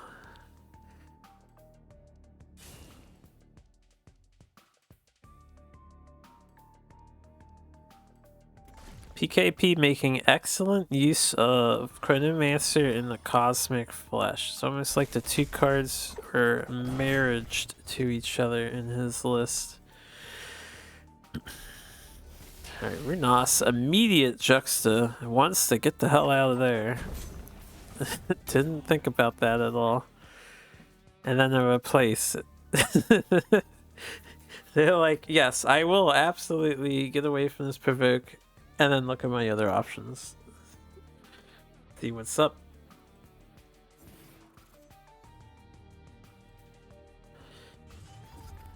Keshrai number 2, and there's our first crossbones.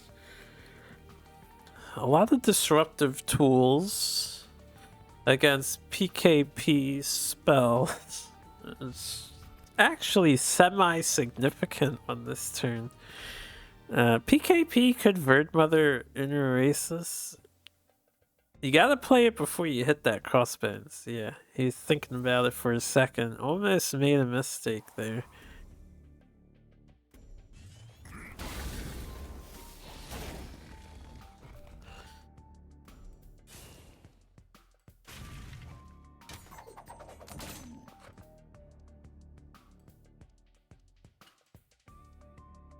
Do you move closer or do you stay away from your minions in fear of another Jux? You know you're up against the minion high. He doesn't have as much damage output as a spell high variant. Decides to play it safe though. So PKP's away from his group. If Runas can somehow clear this stuff, and he could, if he gets a Flame Wreath and a Death Strike seal, he could clear most of this pretty easily.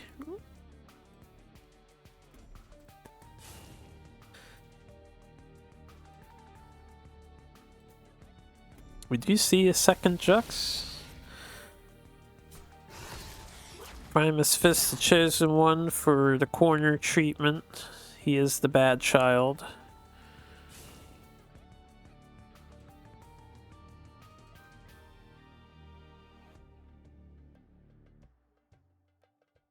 Third Keshrai.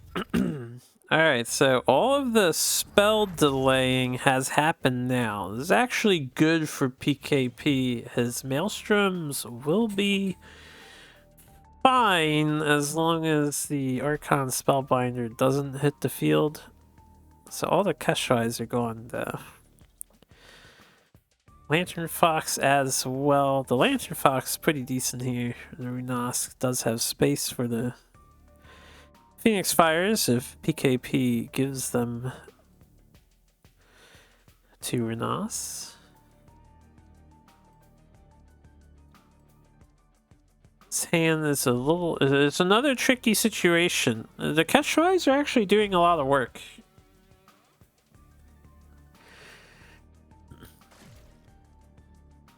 Is that a graphical glitch? Or no? No. That should be accurate, right? Because I know he had the crossbones on too. The crossbones got paid for. Currently, they're discounted back to normal. There we go. All right, it's all working as intended. Double Chronomancer allows Oasis to be played for just 1 mana. Poor Keshrai getting hard countered by Chronomancers in vet.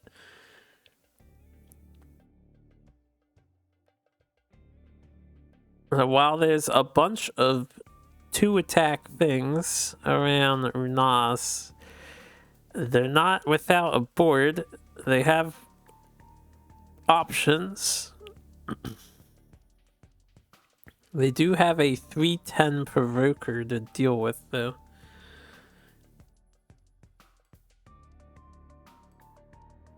They're a little low on health, too.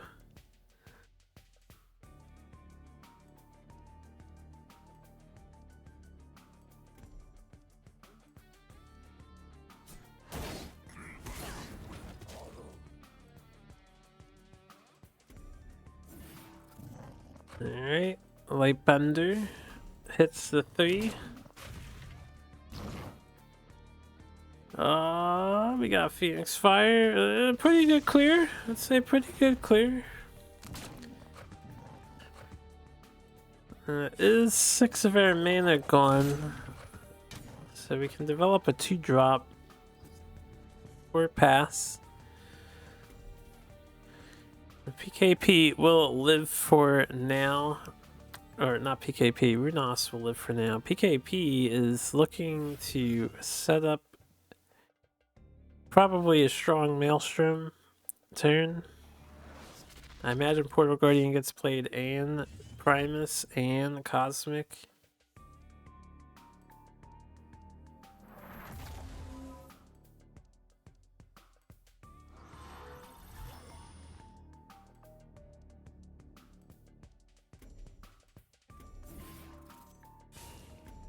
Going in for the clear on the Lantern Fox as well. So Runas has at least 3 damage that they can use.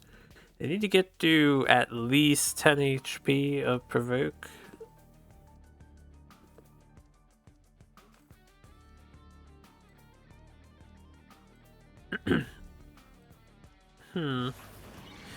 Prioritizing the Mana Forger. It's normally a good idea. We're at the 9 mana turn though, so it's not going to save you from the Maelstrom. Ooh, Keeper on Lightbender. Not too bad. Phoenix Fire Face, that might be a mistake. I mean, you have to try and kill your opponent, but now we're hoping that Maelstrom doesn't chain into Maelstrom here. PKP probably wants to replace the First Wish. He did not replace the First Wish. He just drew Time Maelstrom. See, there was a chance that he didn't draw a Time Maelstrom there. Maybe he wanted to keep the First Wish for just digging.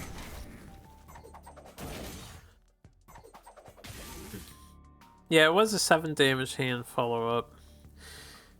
I don't think it mattered. It probably didn't matter in the end.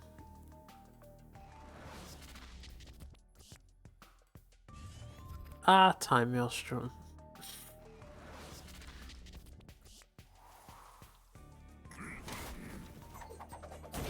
Ripperoni Runas. Well played by both players. PKP comes out ahead. Runas, interesting Songhai list, but PKP's Zuvet was a little too much. Who do we have next? Wait, where does this thing split? Actually, oh, we have a lot left. I forgot. There's so many people that played.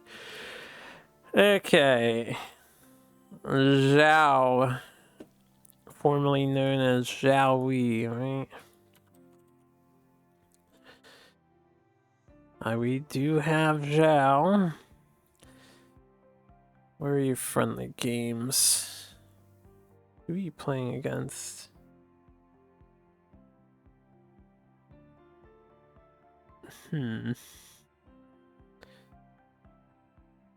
Probably go to bed before you see your match. That would be understandable. We're going to be here for a fair period of time. Oh, I'm on the other thing. I don't think I have the other player, so we will see this from Zhaoi's perspective. I need to double check though. Zhaoi versus Project 2L. I'm not familiar with Project 2L.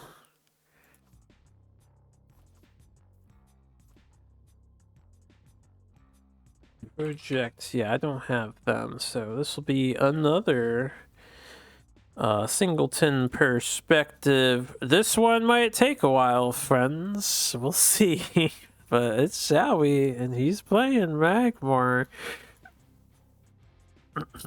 3 guesses what kind of Magmar list this is. I will look for Projects 2L's deck list here. I do see the deck list. So this Abyssian is Sarlacc.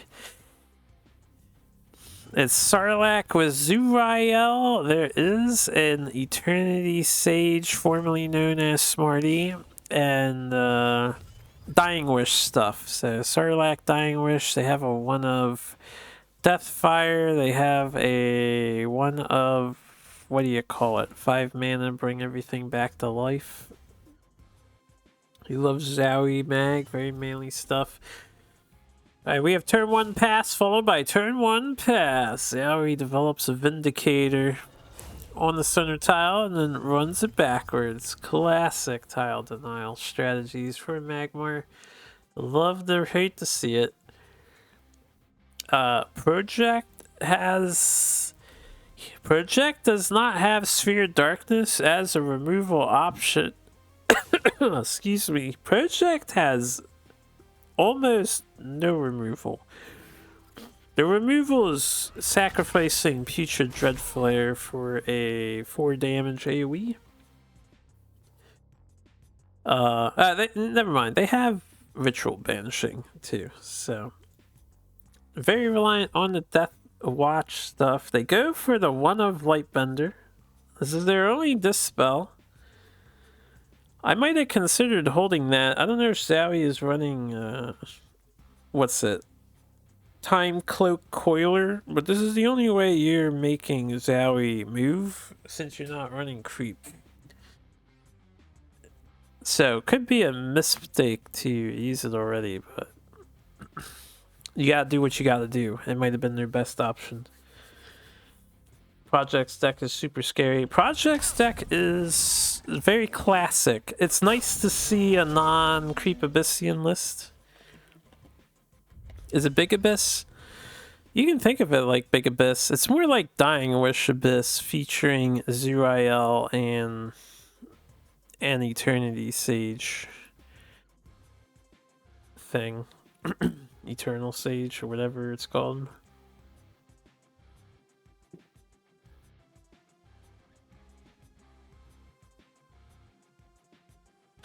So how we trading stuff in, he gets a young Silithar. He's pretty happy. As Yath stares lovingly in the Lilith's eyes. Man, the skin is great. I do not have the Magmor. I know there's an egg one. I haven't added it. You can get like Yoshi eggs instead. I think Calvin has that mod. I do not. But anyway, we have a swath of removal in Zhoui's hand. He is here to play the long con. Now, Project's deck with the Sarlacc can be problematic for Magmar to deal with. Interesting decision. Equip up the blade, move up, do not hit. They're not in a rush either. They have a very late game deck themselves.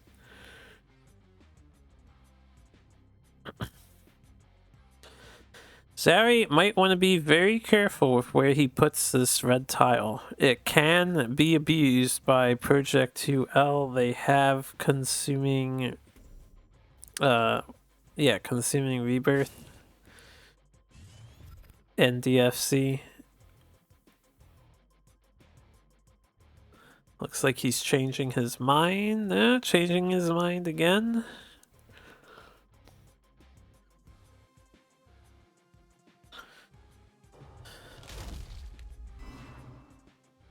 Alright, we have red on Vath, a ruby on Vath, emerald on Sarlacc will make it unable to die. Blue on enemy general.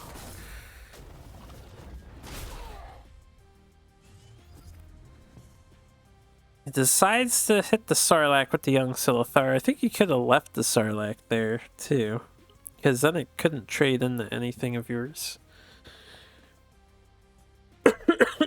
Excuse me. Alright, we got Putrid Dreadflare, Darkfire Sacrifice. It looked like it hit Sarlacc. It did hit Sarlacc. So, not looking to sack the Dreadflare. Ah, but we have Deja Vu Engineer. Nice. Very nice. Alright, you're not off of the blue tile, but you got Zowie down to 15 HP, and you have some board presence. Are emotes allowed? Yeah. Yeah. Do you mean in the tournament or in my chat?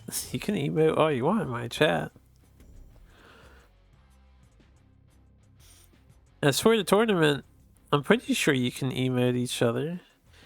Most people don't. This poor Mecantor will die when he frenzies here, but it's a very juicy frenzy. All the same. It's a free 5 damage. You get to break the artifact. Probably worth it. Probably worth it. Emo spam in 3, 2, 1. Yeah, knock your socks off. It'll make me look like we're happening stream.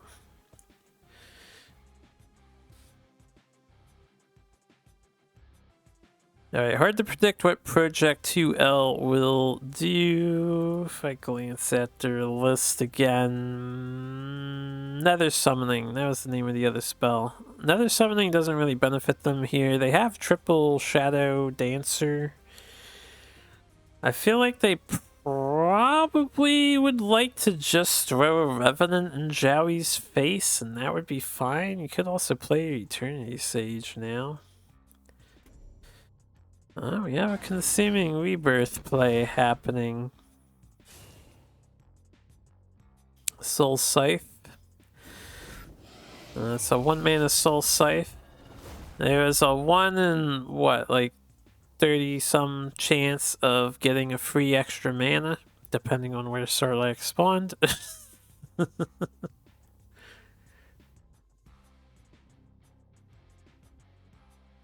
45. 1 in 45 chance. I guess -3. 1 in 42 chance. Alright, Deja Vu Engineer. It's also discounted by 1, and a Healing Mystic. Alright, Jerry, how do you deal with that? There's a board all of a sudden.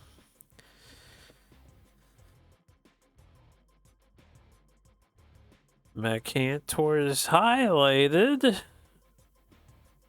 Send in the War Beast. Magmar only solves problem with face damage.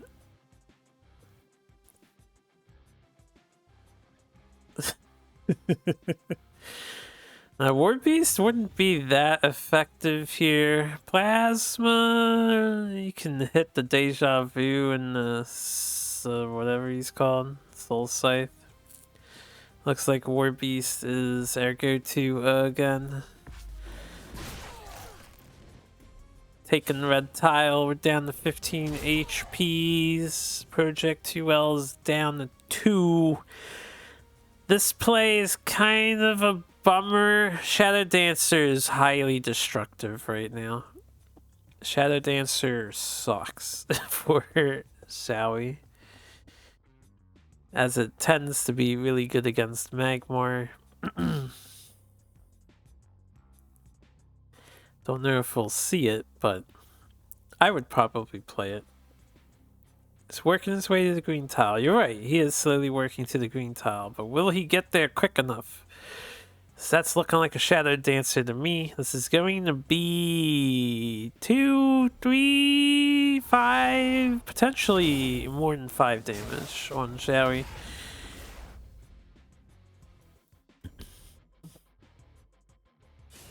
And 5 healing. This is at least a 10 HP swing.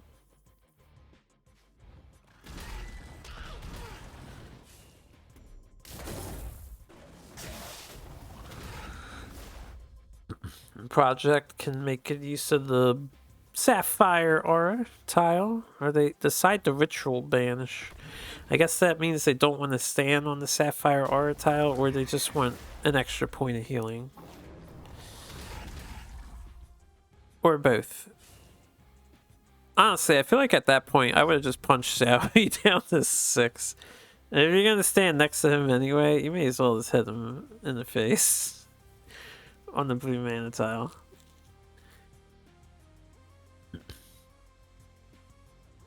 Alright, so we're at 8 mana. We could do meta into Nat Select. You could just stand on the green tile and ignore the healing that your opponent is getting and heal yourself, which we do see the heal.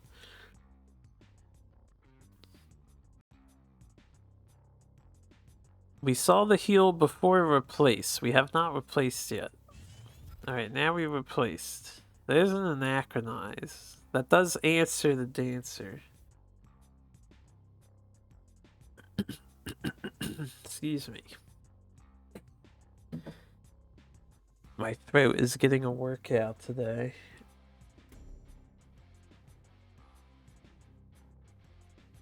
Moving to the right. So does this mean Anachronize is the play? Why did he... I don't know. He decided to take 2 damage.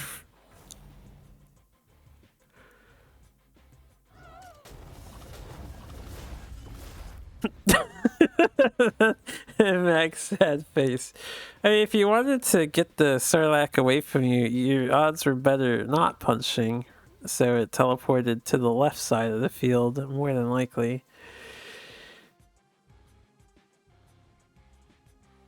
16 to 16 in before Zuriel. Oh, Zuriel is in Project 2L's list, so very possible that we see it here. I also wonder why not green tile. Green tile would make sure the Sarlaccs can't hit you. It does suck to have their general in red, but I think it would have been worth maybe. We see the Eternity Sage coming down. Damn, those are some good Sarlacc spawns. Project 2L is going to be happy with this. Alright, we got the meta. Do we see the plasma? Plasma kind of sucks. It only hits T things. Good positioning from Project 2L. I guess he could anachronize.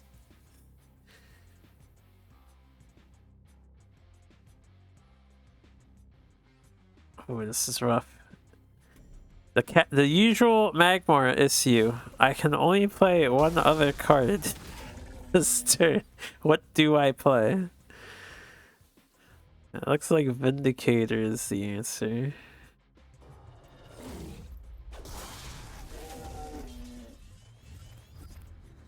And his badge just breaks Eternity Core.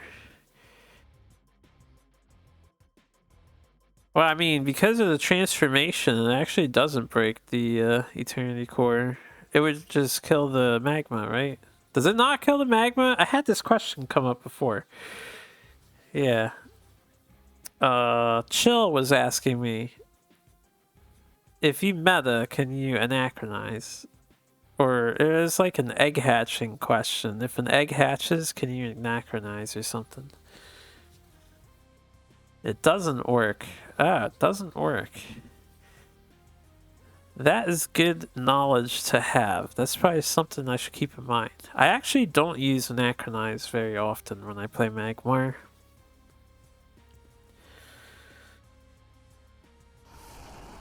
Second Shadow Dancer coming down.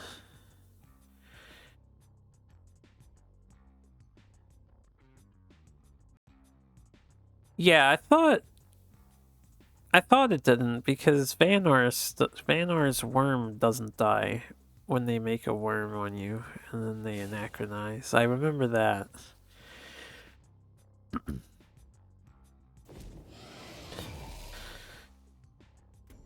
Yeah, looks like another ritual banishing went off. It did. Yeah, all the aspects don't.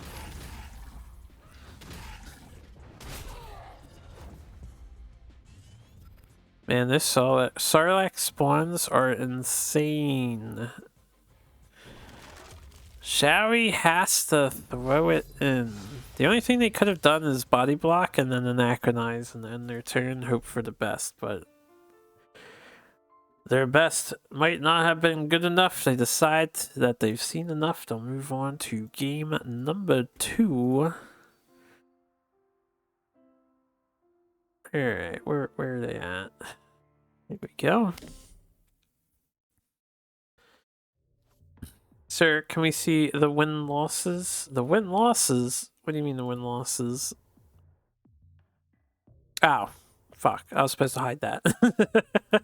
You guys weren't supposed to see. I'm sorry, I missed it. It's okay. Just pretend you didn't see that.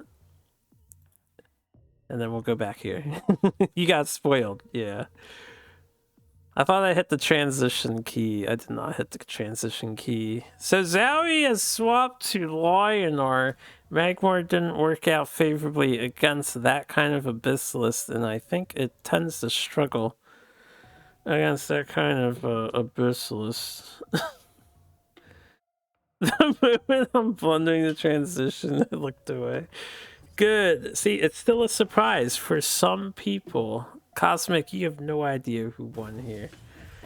Your intuition is strong, but there's no way you'll figure it out. There's a 50-50. No way. Anyway, Zhaoui is packing quite the traditional Lionar hand here. I'm not sure what kind of Lionar list they have yet. Could be on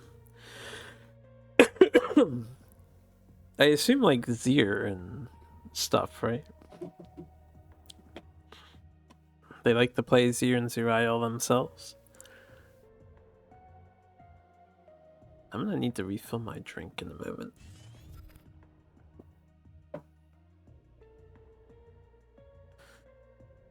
Could just be a Helionor list. We do see the orange juice of the Lionor faction. Their favorite drink. The lemonade.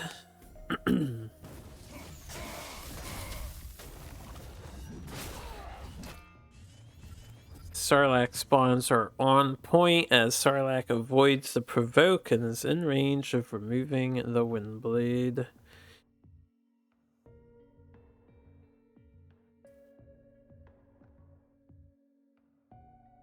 So, Project 2, well, if I had to make a prediction... If you're against Lionor and they don't have Sunbloom, it could be a good idea to do Sarlacc spam, so you might want to just leave the Silverguard alone and Deja Vu, start making the Sarlacc army after you trade.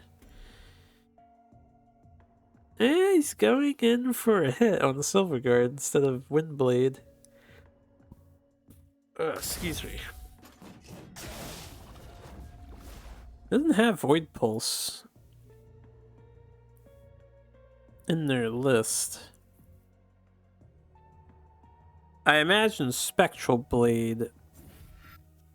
Oh no, it's just Putrid Dreadflare, Darkfire Sack. That makes sense too.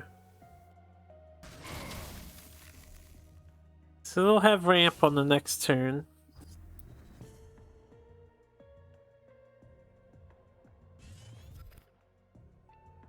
We get the Regalia replaced for Zhaoui.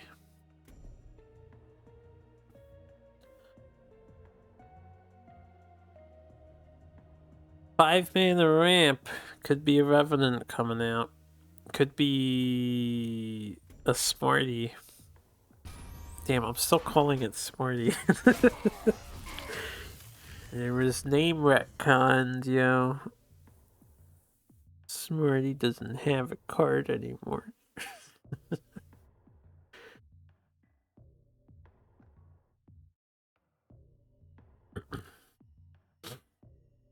I don't know if you want to Revenant Raw into an Arclight Regalia. I feel like the Eternity Sage still fine play, unless you're trying to ramp a bunch of your little things. You could do that.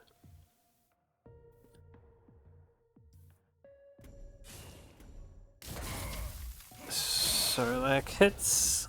Since that happened first, not Eternity Sage coming.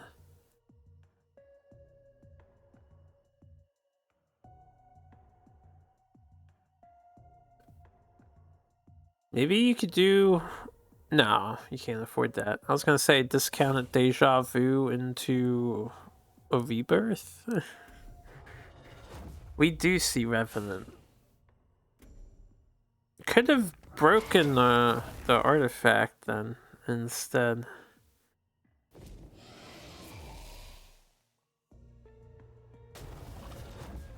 Another amazing Sarlacc spawn.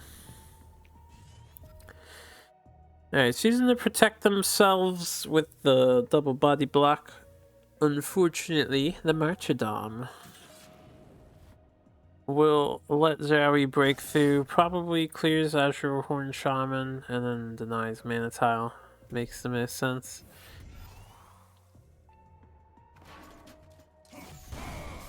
I do think that's a significant... it might be a mistake. You would be down 4 HP, but you could have broke the Regalia if you hit Revenant first and then Sarlacc and your face.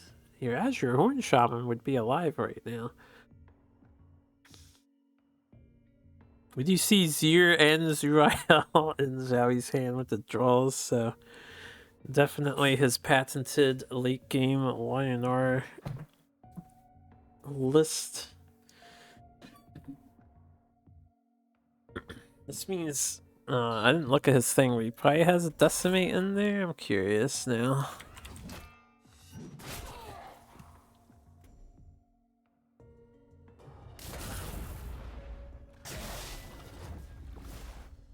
Damn, his deck list doesn't pop up in the search. I wish Duelyst's search was superior. Oh wait, it's Zal. That's why I can't find it, because there's no I. Is Zowie here, or does anyone know the story? Why did the I drop out of the name? I'm just curious. I've been curious for a while. What happened to the I?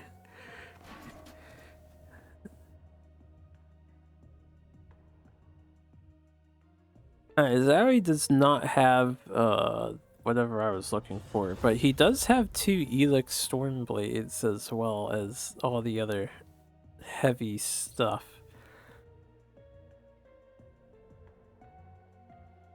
That is a lot of Zir in hand. So he doesn't have any Dispel. Project 2L knows this. If they prioritize the Sarlacc army plan, I think Project 2L comes out ahead in this matchup. We'll have to see how it all plays out though.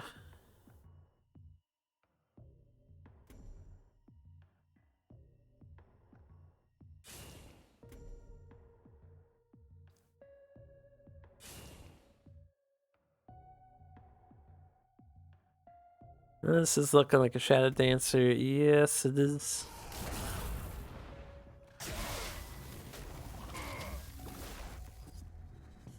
And Shadow Dancer pass. Nothing fancier than that. What do you do, Zhao? What do you do? He has lots of Grandmasters. 1 Archon remains established on the field.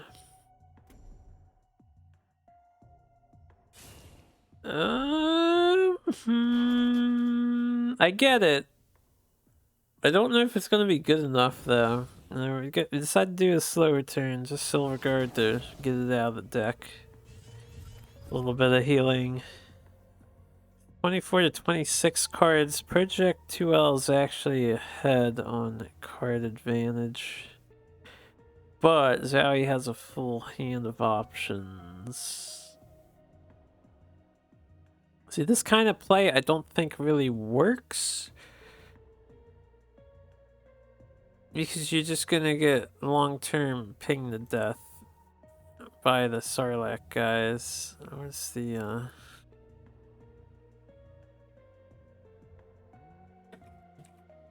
I feel like Zowie might have wanted to be more aggressive in his positioning.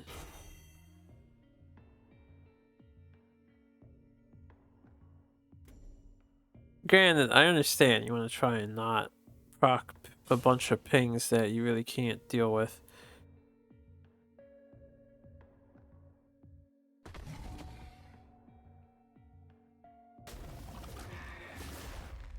There goes Archon. And Arclight Regalia.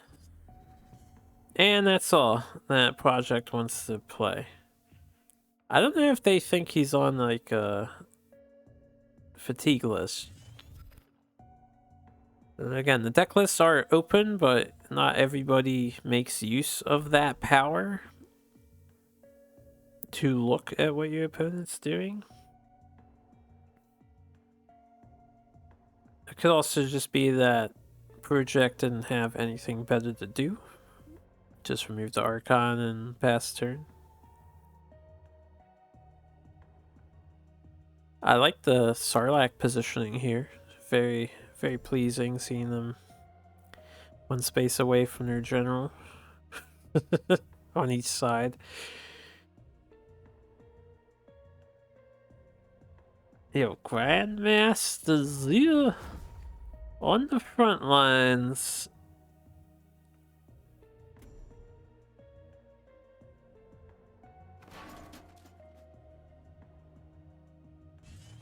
Silverguard moves up. I suppose back from his perspective.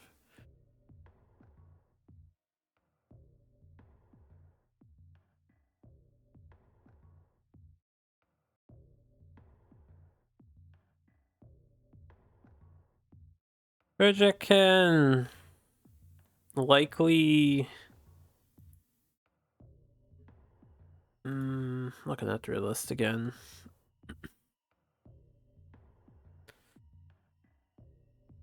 They only have 2 Revenants, so they have 1 left, because they already summoned one this match, right?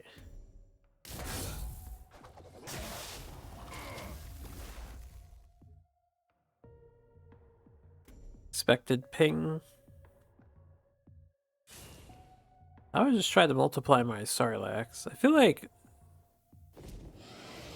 they likely have the Nether summoning in their hand. I just have that feeling. Or Zuriel. This is the beginning of the end here. Zowie does not have Decimate. That was the card I was looking for earlier. He has 3 Holy Image, 3 Martyrdoms. That is, I guess, 3 Sunrisers for his removal.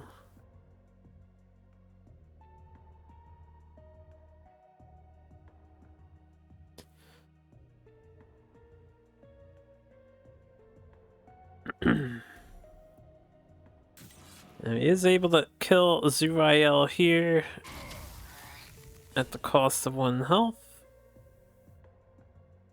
Projects back to full.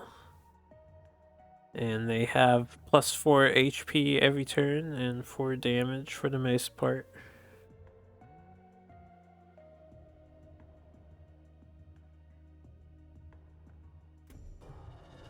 Opts to summon Zir number 2, an inch closer still.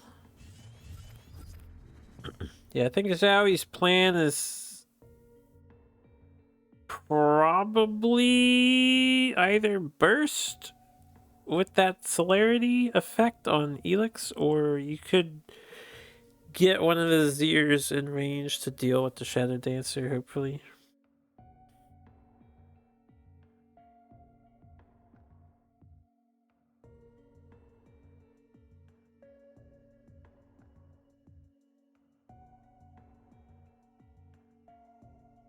Now, Project's looking at the lists. They don't have to fear Divine Bond. And they have so much healing at the moment. Wow, I'm surprised to see that. Unless it's Zuriel play. Or another summoning play.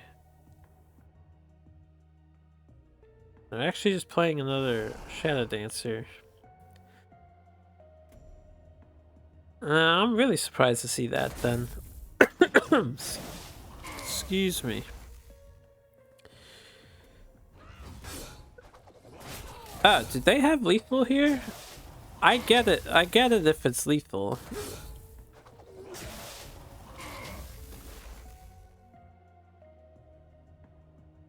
A deja vu.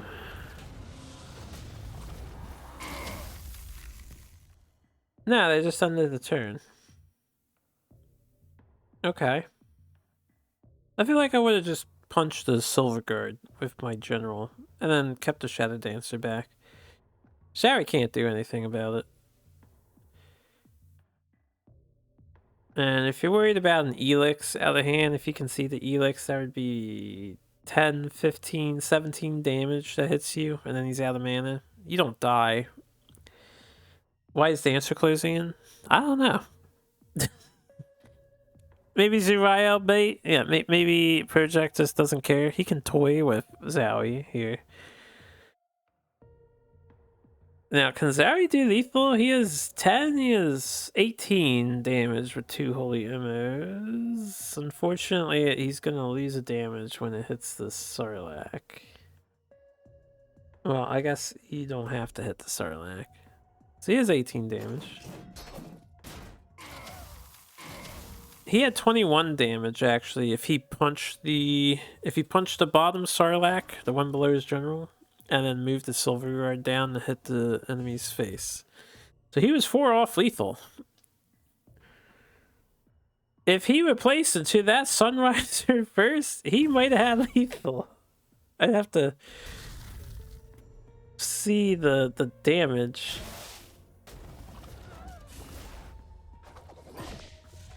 He's looking straight fork, no stick, no knife.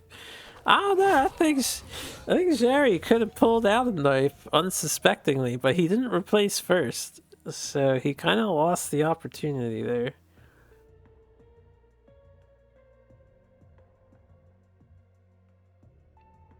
Never mind. He would have died to pings if he did the other thing I was thinking of with Sunriser. He had to do what he did. And there's the second Zuiel. I mean, he didn't have to. He could have gone into a Zir.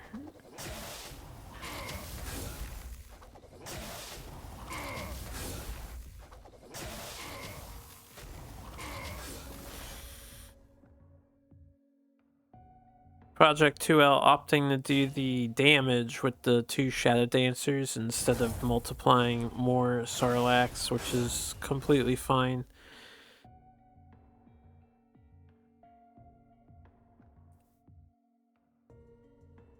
Good lord, that's a lot of damage. Yeah, it is.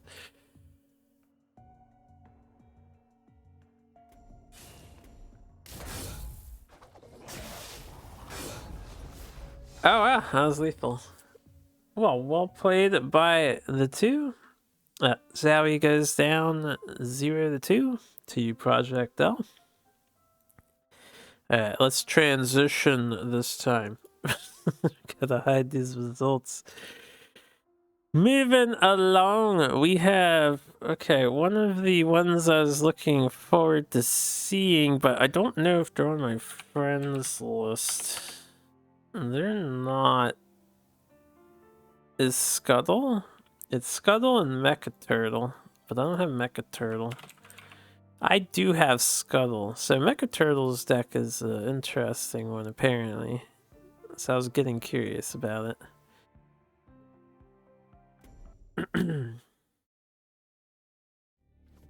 So we will be watching this from Scuttle's perspective. You've been wondering about Mecha Turtle? Me too. I guess since I don't have their side of things, I will get their list up if I can. They spell their name weird. It's like Mecha O Turtle. Okay, I have their lists. Alright. I see what we're doing here. I see what we doing. Let's get to this so you can see what we doing here. We have Vet v Vet. Scuttle, you're in chat. Feel free to share any details you desire. I have to look at your list too. Mecha Turtle is on Artifact Vitruvian. They have only one of the pendant, Mercurian pendant, but are otherwise Artifact Vitruvian with Osirix. 2 Osirix in their list. And Scuttle. Scuttle here seems to be Dragall be Ballin's the name of their deck. They seem to be on a zoo style list of some sort with Windstrike in the mid range, and then some tech options. I see a 1 of Sloth. We have a 1 of Mirage Master. Play some dank decks. Been complaining about draw and replaces are against him a lot. I feel like there's some coding reasons to the bad luck. You talking about Mecha Turtle? Is this Mecha Turtle?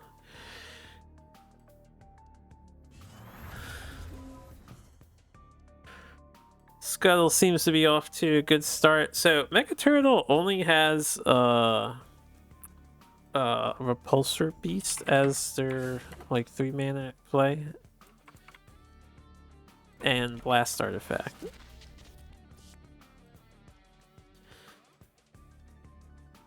They're a little slower to get started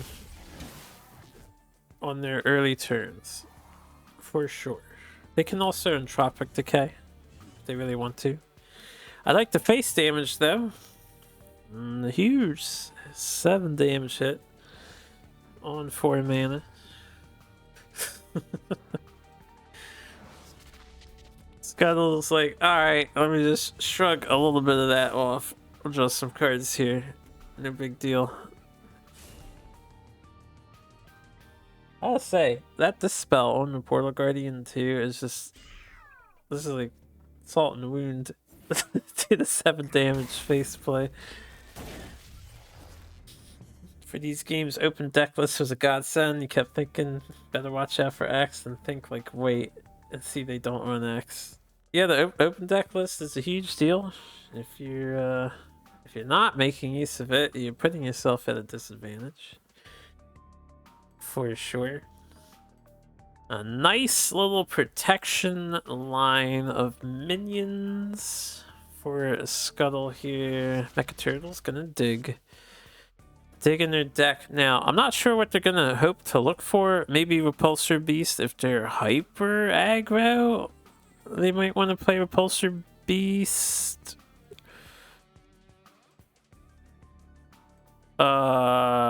Their other options don't really help with the like minion situation that's going on.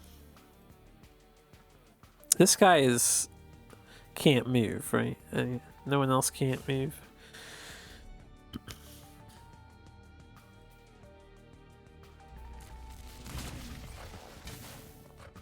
Bone Swarm would be pretty solid here. But Mecha Turtle doesn't have Bone Swarm. They have 2 Entropics, 3 Rashas Curse, and 2 Sand Traps. This is the second Sand Trap now. And for my sake, because I didn't see it, yeah, I assumed there was a Jaxi. That makes the most sense.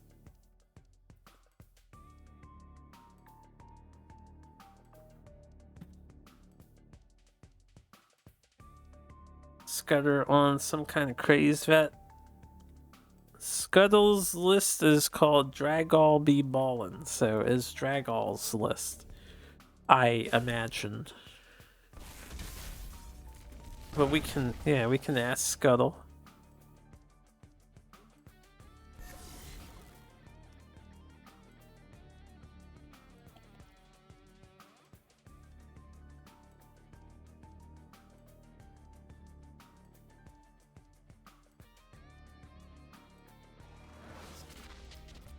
Alright, Windstrike placed down next to Mecha Turtle. I like it. If it gets dispelled, it'll be useful to you still. If you're looking at the list, you know that both Sand Traps are just played. So you don't have to worry about Sand Trap anymore. Now, HP values are surprisingly close here.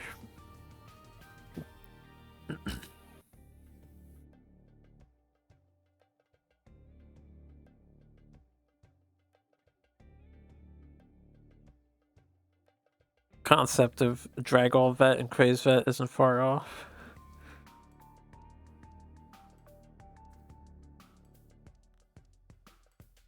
You know, I'm not sure I know what Crazed Vet looks like. Does Crazed play Vet? I don't know if I've seen him play Vet.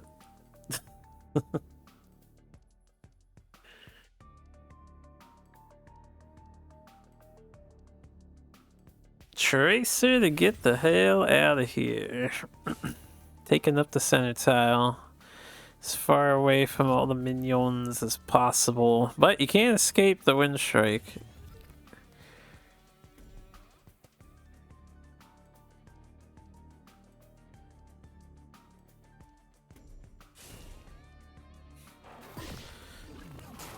Right, Scuttle respecting the minion. Could have pushed face damage if you wanted to, but just developing more stuff on the board. I like it. I like it.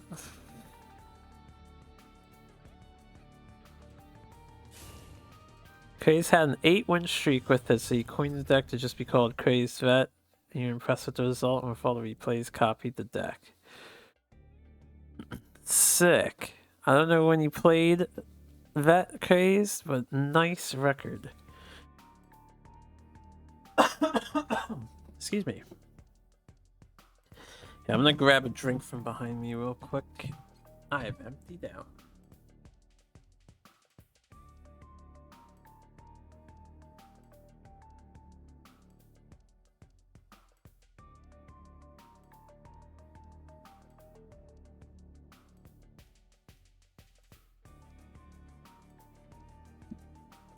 Alright, back to the Vitruvian action on display here. I kind of wish I could see Mecha Turtle's hand. You're playing Artifact Vitruvian, so there's a lot of interesting decision making you have to do, right?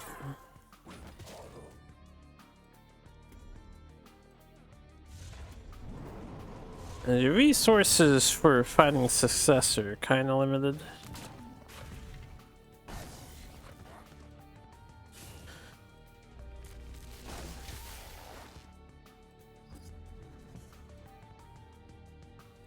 It seems like currently Mecha Turtle is respecting the overwhelming board presence that Scuttle has, so they're not going out of their way to just do raw face damage.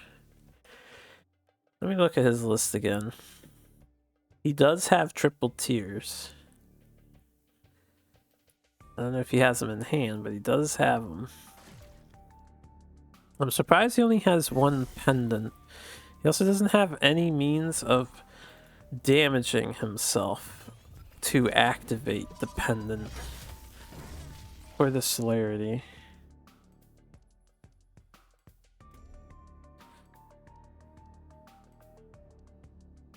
Yeah, blasting a stuck Jaxie would definitely not be the best idea.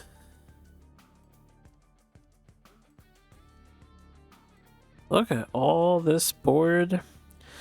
So how do you all feel about Chronomancer? I think he has definitely shown powerful potential as the go-to new Vitruvian card to utilize in this ES4.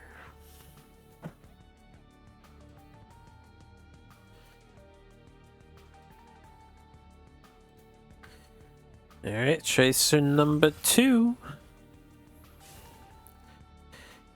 Wildfire Ankh. Siphon Energy. Alright, 2 face damage, right? There's the pendant. Scuttle will have to remove that in full. You don't want to just damage it and leave it up. And they can do that very easily. They have no problems in doing that with a double tiger. What do you have? 8-10? I think it's fair to respect. They actually had 11, 12, 13. 3 damage off lethal. I think it's fair to respect the potential, the burst potential of your opponent's deck. So I would walk away too, instead of staying near him. There's a lot of damage though.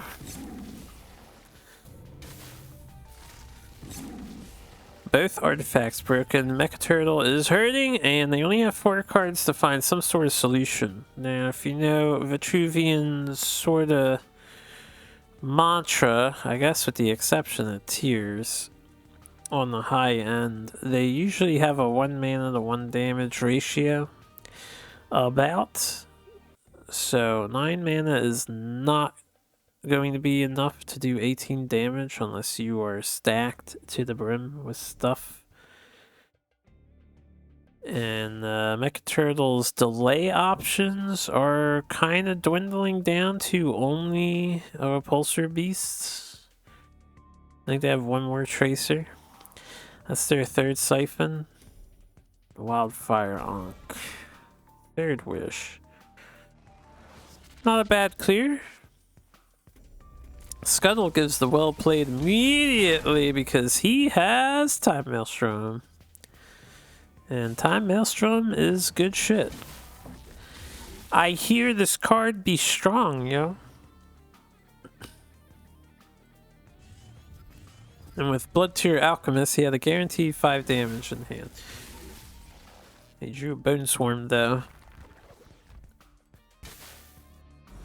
Alright, well played. Let's see if game 2 we revisit the match. Or if anybody switches up their strategies.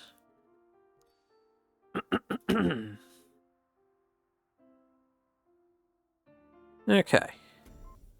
We do have a changed up strategy. That's a Decayer bust. Looks like a bust. He used the 1 decay. He only has 2 decays in the deck. And he didn't draw extra cards, so odds were decent he doesn't find it. Oh, interesting. So both players swapped to their secondary factions. I think this is the first time we've seen both players switch. So Scuttle's now on Songhai and Mecha Turtle is on Magmar. Since Scuttle won, he had to announce that he's on Songhai. I am really surprised Mecha Turtle decided to go Magmar in the Songhai. They have a history of being very bad against Songhai. Let me see if I can see Mecha Turtle's Magmar list here. Eggs, he calls it. He has a Silithar-focused mid-range Magmar list. He's got a couple of Krays in there, some Chrysalis bursts too. It is an egg list. We got Eggmorph. You have 3 of the, what do you call it? The new 3/2 guy. This is a pretty cool looking skin for Chaos Elemental. I don't know if I've seen this black and white one. Nice Chaos Elemental tech for Scuttle. Someone else had Chaos Elemental in their list, actually. I think Incog has a couple. Is him or Astari? Because I was looking at it before I played one of them. So Chaos Elemental making a bit of a splash in the Songhai list for the tournament. Strap in, game 2 is a doozy. Oh boy.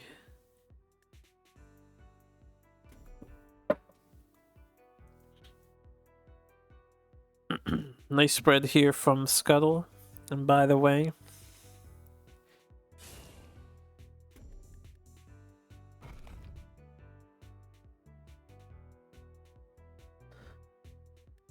Mecha Turtle doesn't have anything like, what do you call it?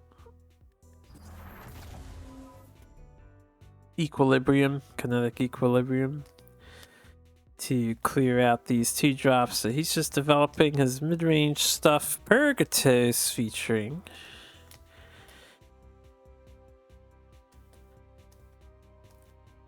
Purgatos, I think, generally perceived on the, he could be good, but Night Sorrow exists. Realm or Spectrum and Zenrui exists.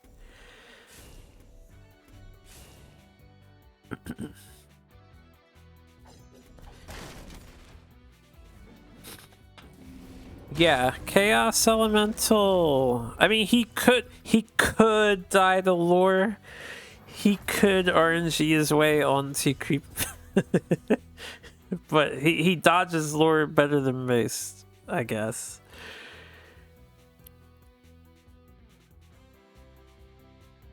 He is a pretty good anti-Abyssian card.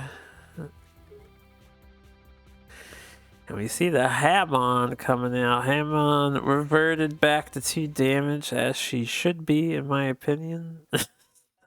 Don't know why she was buffed.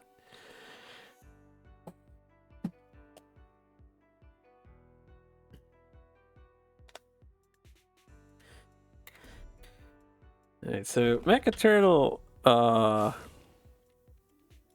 this is like a classic not good situation. Magmor, besides Anachronize now, I guess, doesn't really have a way of dealing with a backlined Hammond. Now, on the flip side, Scuttle doesn't really have a way of getting it into his face yet. He can kill Percatus, though. It's gonna cost him some HP.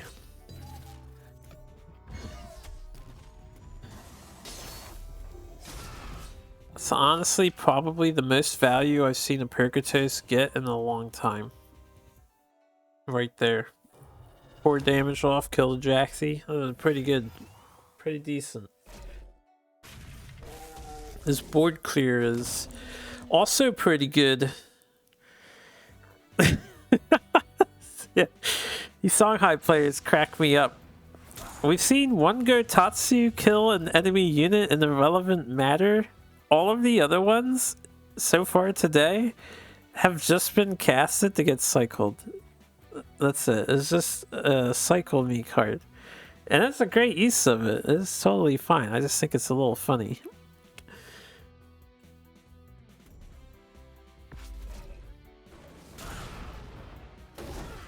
The Songhais are basically playing a 37 card deck.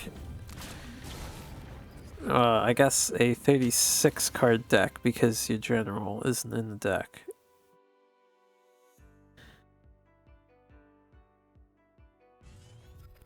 Mac Daddy coming out for Mecha Turtle. Or Mech Chow Turtle. I'm not sure. Due to the O.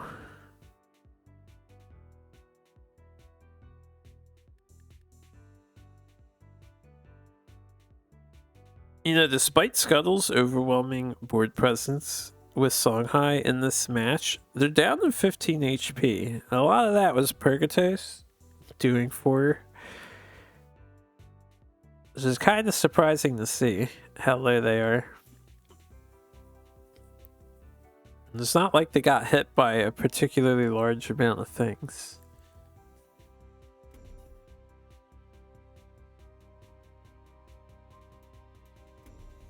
There's a handful of different plays you could do here. If you think the Magmar is too slow for you, I would actually consider developing the Archon Spellbinder.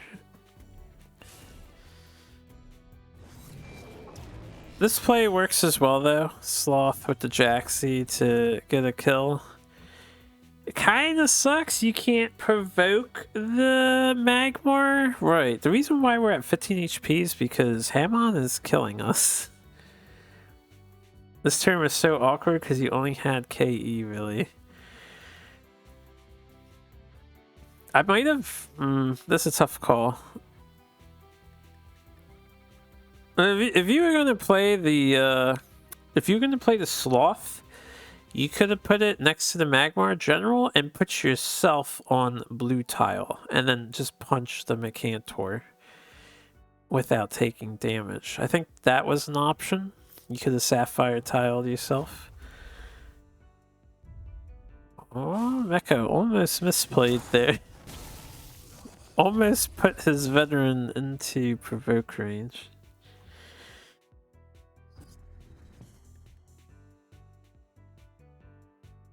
Yeah, I can see Archon being scary on removal. I like the Sloth play because it helps your HP out.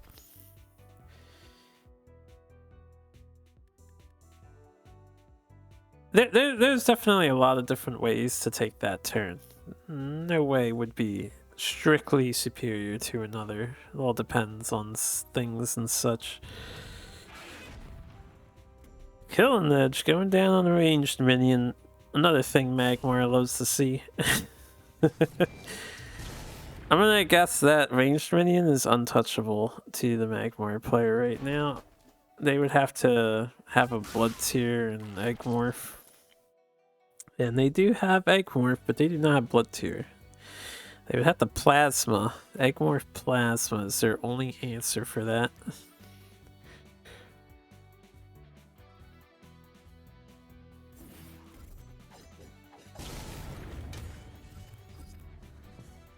Alright, that is potentially life-threatening. You can see their deck, though. It's fine. If they happen to have the 7-mana spell, I would have not punched there, but we can see their deck list. You know they don't have it. Bounded Life Force. Bounded and Immortal Resolve would have killed you. Or no, I guess it wouldn't have killed you. You would have been okay. The Vindicator can't touch you.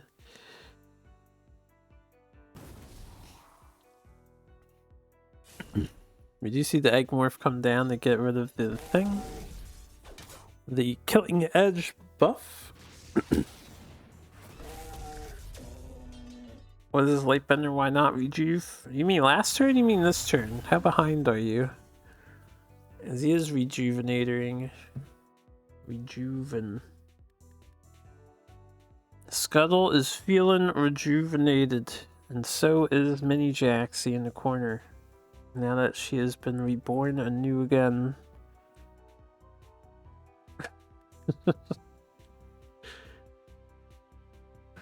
And as Starhorn raises his twin fangs into the air, or whatever his staff is, I forget. It's not the twin fangs.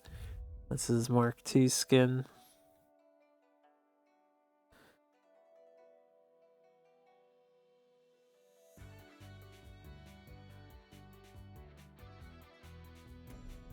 Yeah, the Vindicator was utilized. I see the question for ZX. The Vindicator rushed the veteran Silithar out. And there's no engineers in this list to concern yourself with.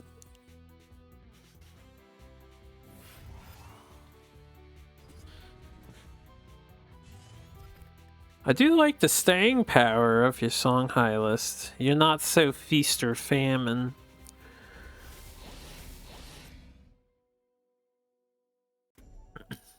Poor Phalanx are banished into oblivion. He's basically as good as dead for the rest of the game. You can do 16 damage. 17 damage. That's pretty good.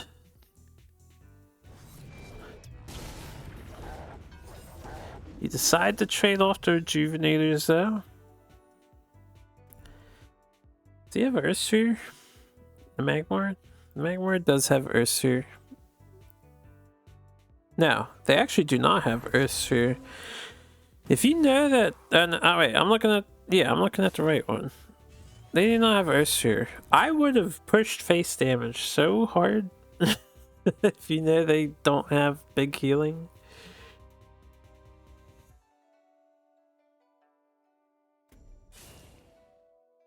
Hammond setup is nice too, though. Nothing wrong with setting up Hammond. I like the little anti-Mecantor block we've got going on. You don't get to see it too often. Oh, Necronize. Well, it is what it is. Probably a reason why I definitely would have pushed damage on the previous turn. He would be dead right now.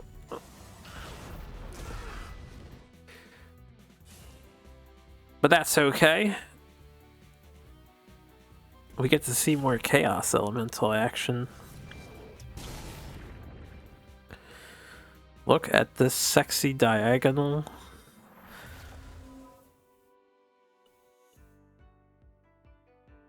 Oh yeah. A complete row. 5 full minions.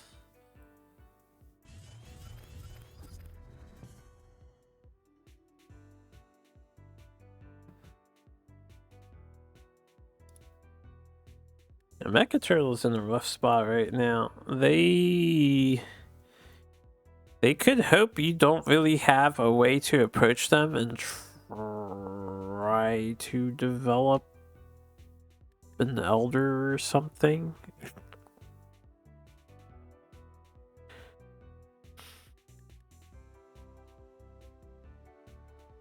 I think that would be a losing play. They don't have Spirit Harvester. They also don't have Flash Reincarnation in this list, so they can't really cheat out any extravagant plays. They're kind of playing Fairmar. Their best move might be a Meta Plasma or something.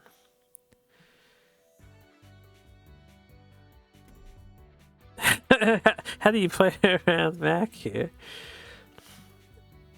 You could have done a square.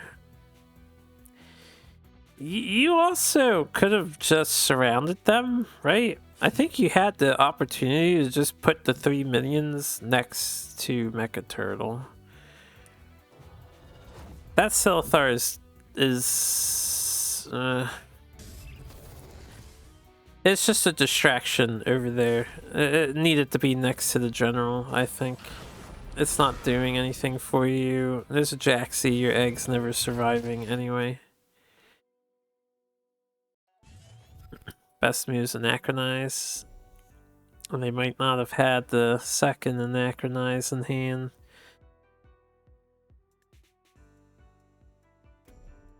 I think developing Elder in this situation, this is like your last opportunity to do it, so I don't mind playing the Elder, but your Magmar, your Elder's not getting in the battle if it's like 80 miles away. Granted, we just saw Juxta from Scuttle, so it would probably get sent to Narnia anyway. Well, I'm just saying, I don't know why it's not next to you.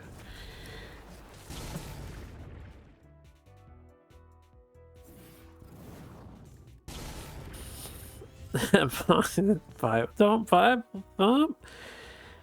Lizards are bad and should be burned to the ground, right? Toasty roasty lizard tail.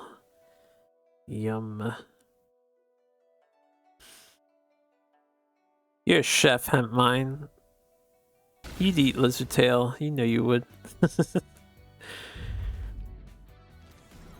Catch try chains, make sure these minions don't die.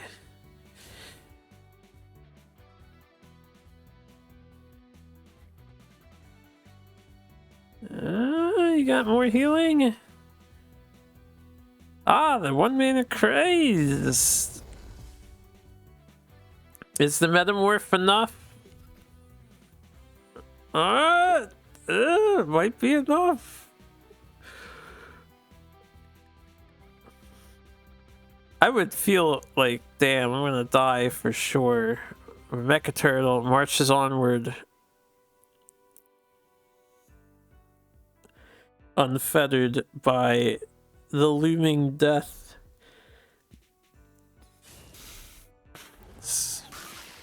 Scuttle has plenty of HP. They can take it slow if they want to on this turn.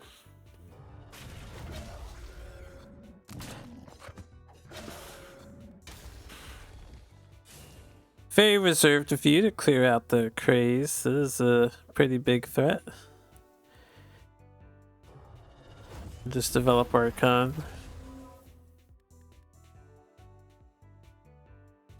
Boy, this is a problem.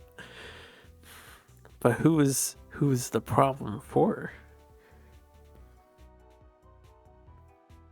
Chaos went face instead of twiddling his thumbs, he'd have won.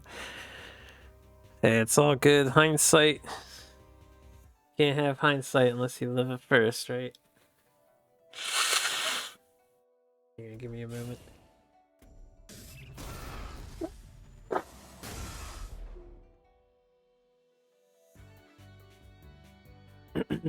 Getting that nighttime stuffiness. I've been talking non-stop for, besides a little internet hiccup, the past 3 hours.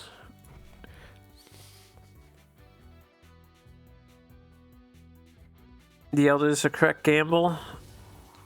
I still think it would have gotten more use if it was next to the General at first. But it's doing some things. Are they game-changing things? Perhaps, perhaps, perhaps. Hey, the second Gotatsu with some value to it.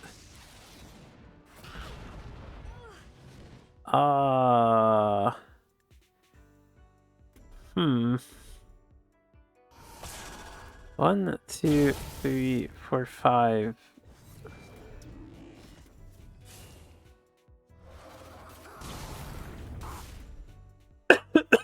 Excuse me. You miss lethal, I think. What did you go Tatsu? Couldn't you have go Tatsu to your flame weave to get it out of the way, and then you could punch and blood tier? After flame weave punches?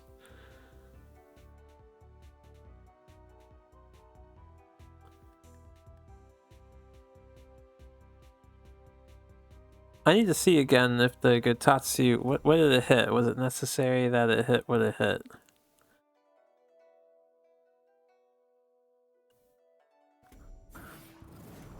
Uh-oh. Uh-oh. We're leaving the Elder Egg up. We're all in.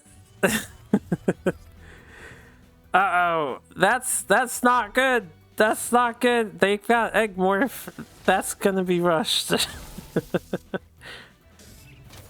Oh, Gotatsu was needed to clear. Damn, that was really close. Generation Scribe. Holy shit, Mecha Turtle pulled through. Quite the offensive from Scuttle, and hey, results are results, I gotta say. The Elder Silithar was the correct play. Where it was positioned. Masterfully played. Alright, so we're gonna move on to a game 3. Let's see if our players switch sides again. No, that's the wrong thing. We're gonna switch factions again.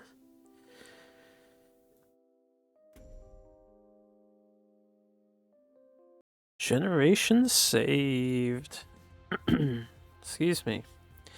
Hey, yeah, another interesting thing about that game, which I didn't point out, but Mecha Turtle had the choice of first or second, and they chose second.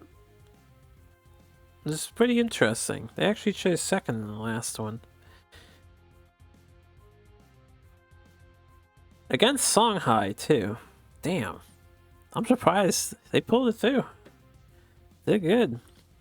Alright, Scuttle's back on Vet, and Mecha Turtle is sticking with Magmar. It worked once, maybe it'll work again. Let's see how this goes. Yeah, poor Phalixar. He was juxted like twice over, that guy.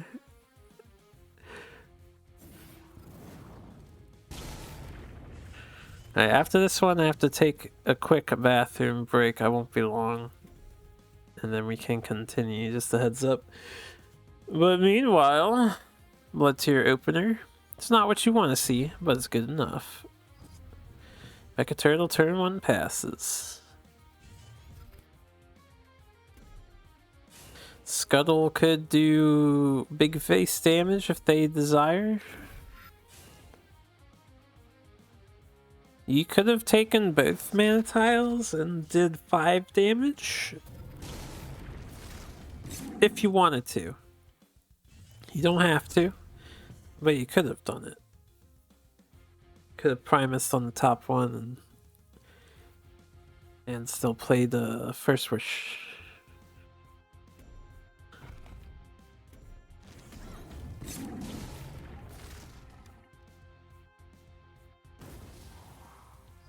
Unfettered by the early aggro, Mecha Turtle takes out the beast with his hands or claws. And then plays Rejuvenator to offset the damage.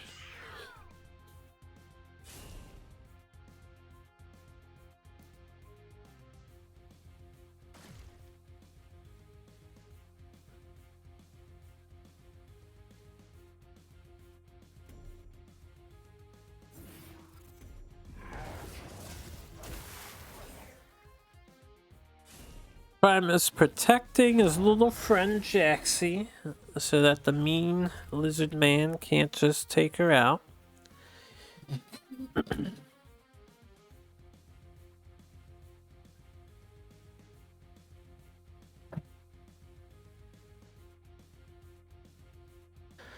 The five mana with this sort of Magmar list. If they're worried about losing tempo, they could do a Vindy play with a 2-drop. Otherwise, maybe just develop, a couple of 2s or try to get one of your mid-range guys online now.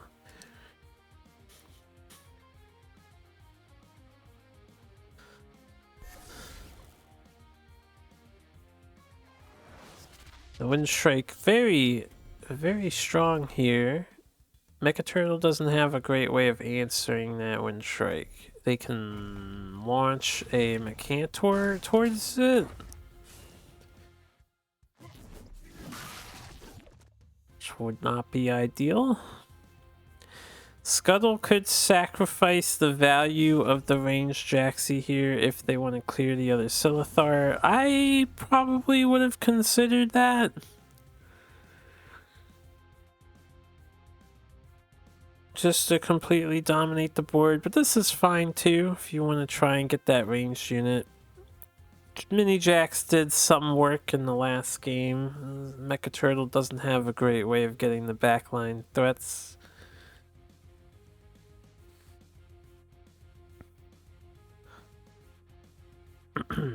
The wish cards have different parity on their blips. I mean, like their blinking effect. Do they?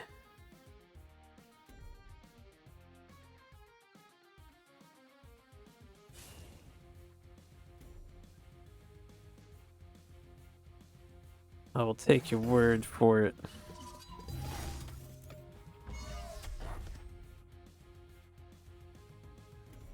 Ooh, Generation Scribe plays.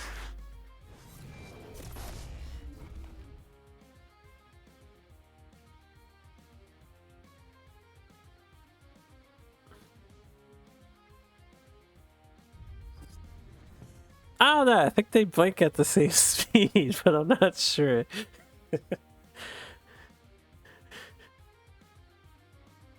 I would need to see them like side by side in the animation.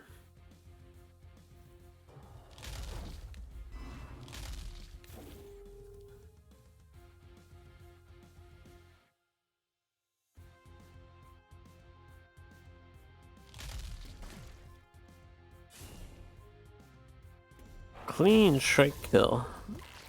Ooh, red tile on egg. Ah. Oh, jeez. That is a nice turn from Scuttle right there. That was clean.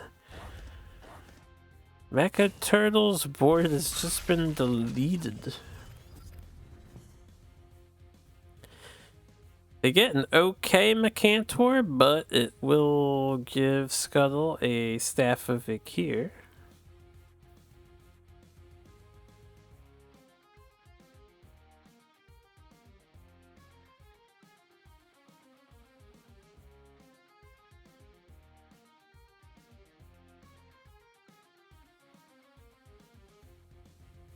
Opting for the meta.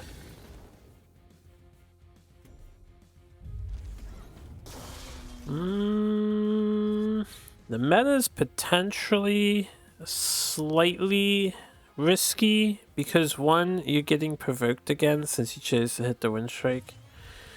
And two, while Scuttle just replaced it, Mecha Turtle only has 2 metas and 2 Egg-Morphs, so they don't actually have great answers to Aymara in the long run, or just rapid production of threats. I think the Aymara would have actually been a pretty decent play. But you can also surround Vath with swarmy things, is very good too. And you can draw 2 cards for free with Chronomancer's ability. I would definitely go this route too. Opting to get some free damage in with the blue mana tile.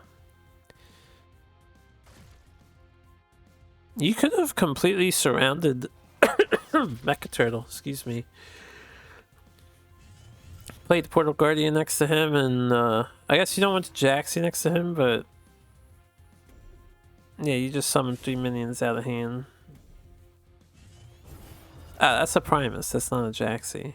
Then yeah, you could have surrounded Mecha Turtle. And they're provoked. And they don't have, or they have 2 plasma. If they don't have it in their hand, or the other meta, they would be screwed. Don't at least the plasma.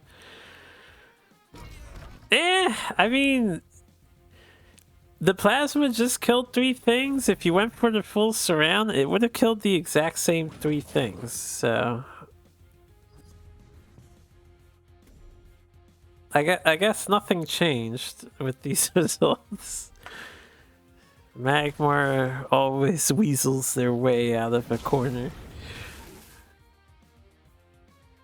Maybe not always, but often.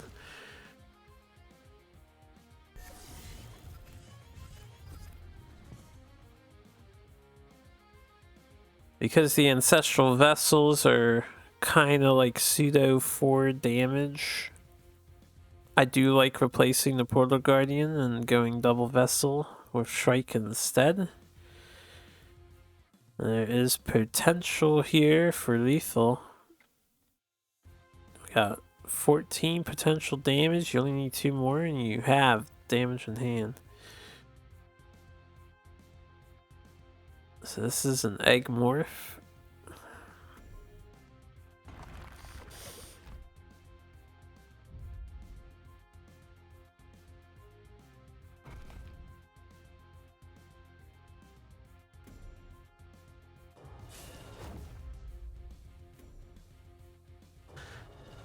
Ooh.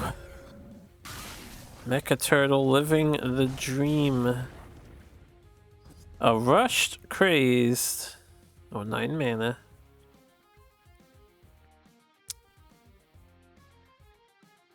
You could go for the game if you want to play the casino. I would play the casino. You have a Time Maelstrom. Looks like we're holding back on Time Maelstrom though. Just gonna copy that rush minion. I mean, you could have done this after Time Maelstrom.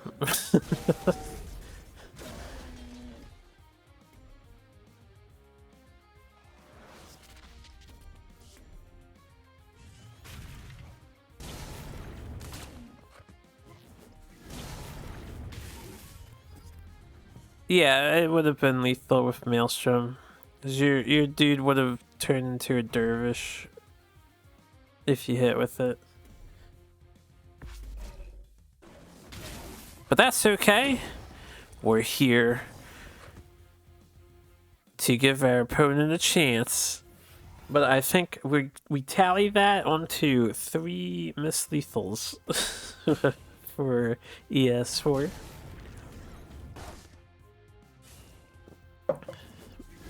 It was a cool play. No, you get an opportunity to steal a Rushed Craze. You take that opportunity to steal the Rushed Craze. And he tidied up things afterwards. So that concludes Scuttle's set. It is 2-1 in Scuttle's favor. We have Rockin' coming up next with Troz or Troz, not sure which way that's pronounced. Do have Rockin'. Troz.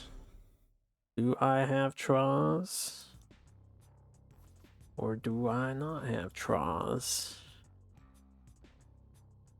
I do not have Troz, so we will watch Rockin's perspective here. Alright, I need to, I'm gonna let this play. I just have to pee real quick. I shan't be long. But this is Troz versus Rockin. I do want to introduce the decks, though. So let's see what Troz brought to the foray. Troz is on Creepabyssian. It's Creepabyssian. Pretty much Creepabyssian. They have one Darkspine Elemental, but otherwise, mostly things you would expect in the list for Rockin'.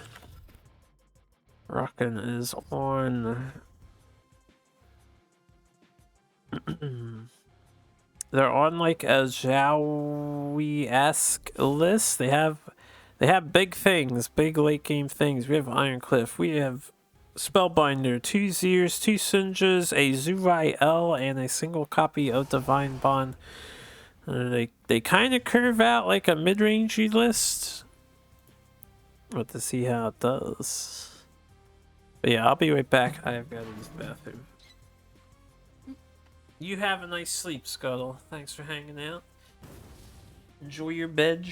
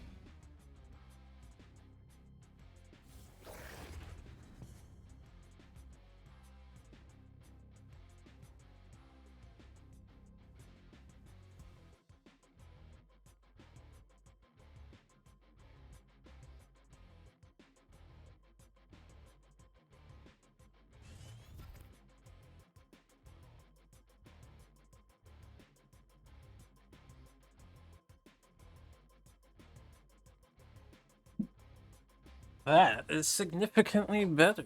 Alright.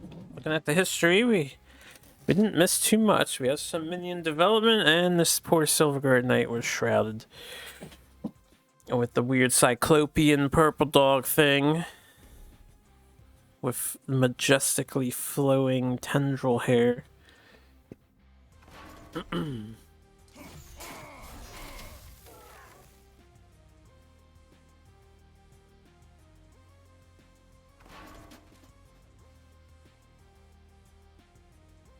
Looking at Rockin's hand, you just take out the one thing you can. You could have chosen the Gislinks as well. Going for Provoke.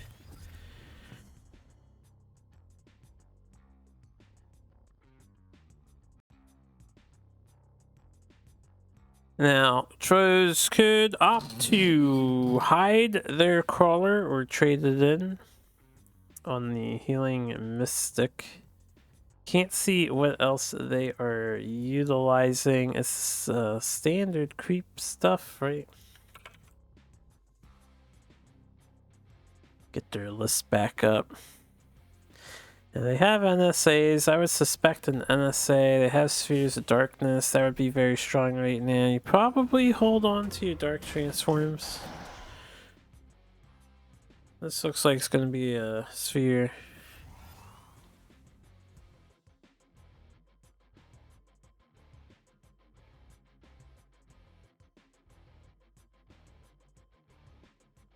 Maybe not.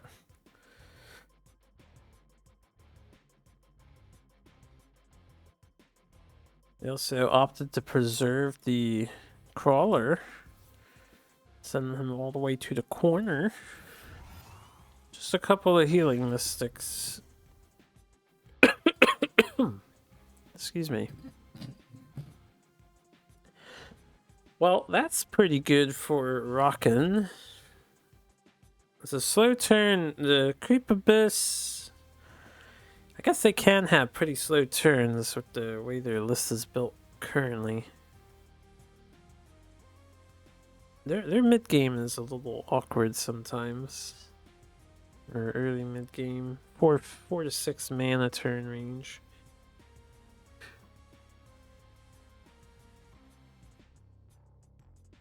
Duelyst goes by really fast, doesn't it?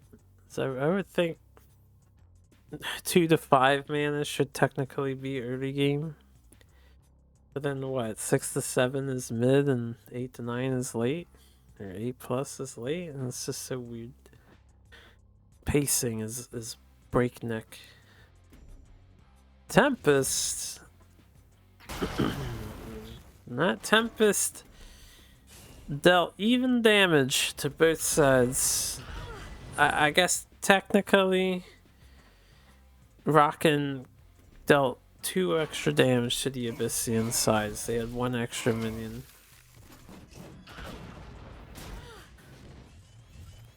That's one way to clean the board out. Tempest Pass.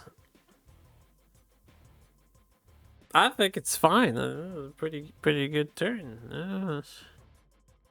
All them healing mystics are deleted now. We had healing mystics of various colors and magical attributes. I don't know what you would call it. All removed. Argion does not approve.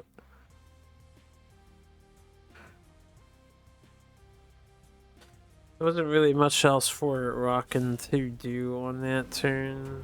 You could have developed. I think they had the Rejuvenator, or did they draw that? They had the Lightbender. Didn't really have anything to Lightbend. Shadow Nova.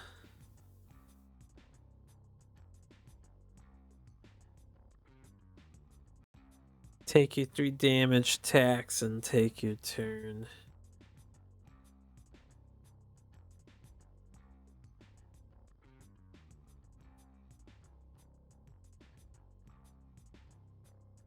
Is this guy the dispelled one or no? He is not.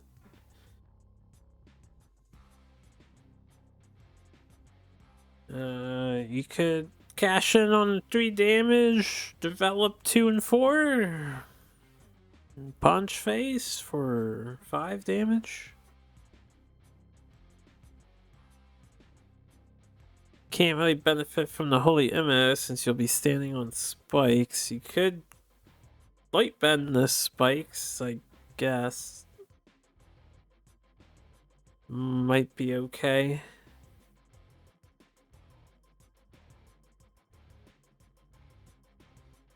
Or light bending the spikes.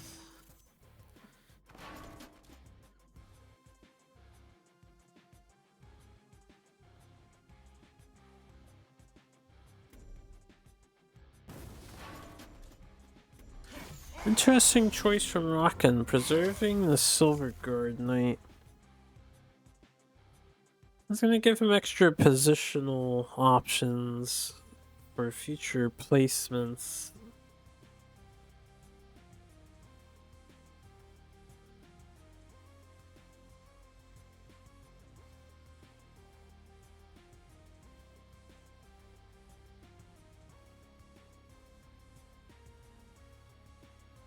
Alright, once again, it's hard to tell what Troes will want to do, so this is the 6 mana turn. You don't expect a Night Splitter play, can't do Revenant yet, so they just have weird things to develop and then removal. And they don't want to spend their Dark Transforms on any of this.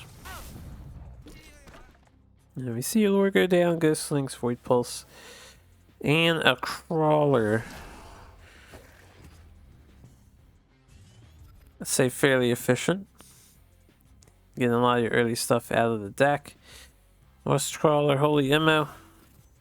There are no artifacts in this Abyssalist, right? There are none, so that West Crawler is getting all the value it's going to get.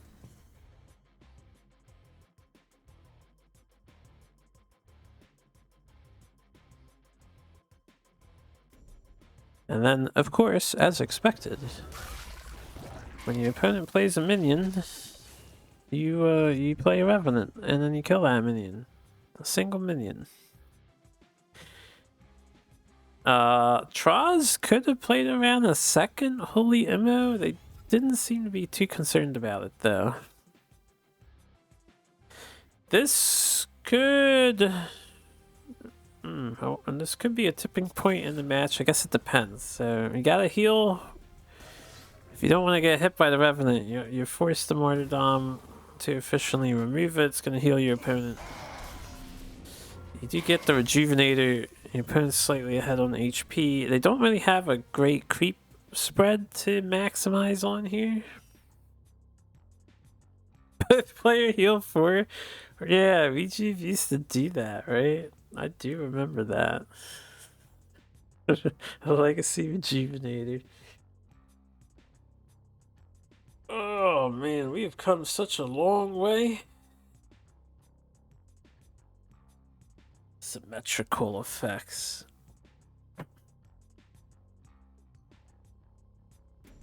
Revenant number 2.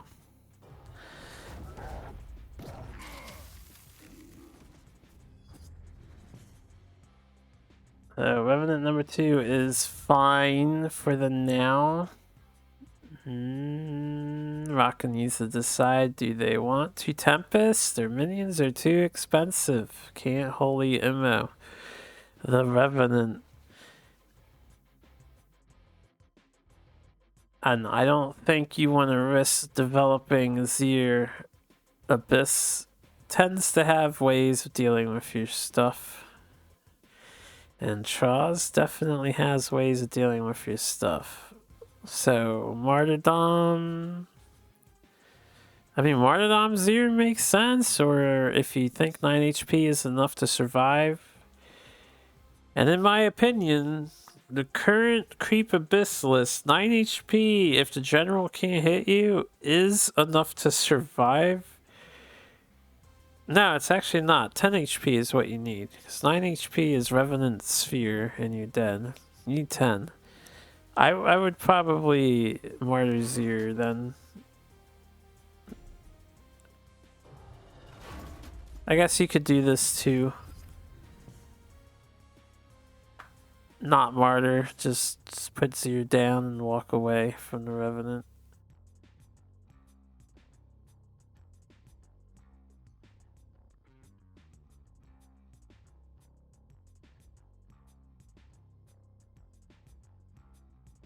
Now, if Troz has a DT, this isn't a big deal for them.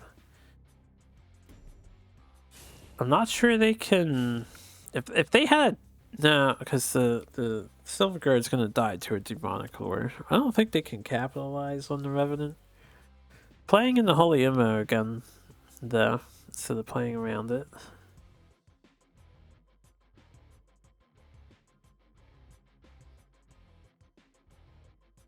Surely this isn't a Night Splitter.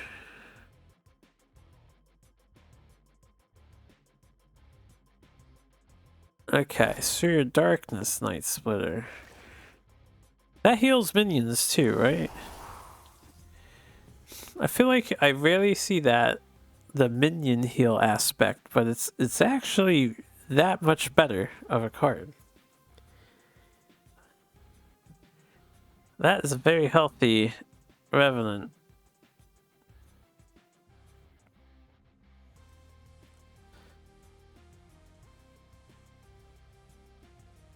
You could put all your faith into Zir not getting answered and then punch the Revenant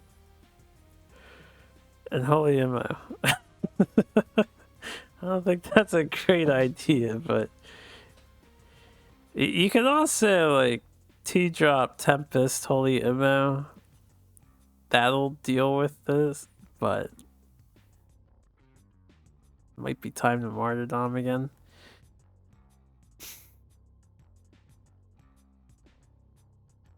This is both Breath of the Unborn and Night Splitter, 2 cards that can mass heal minions.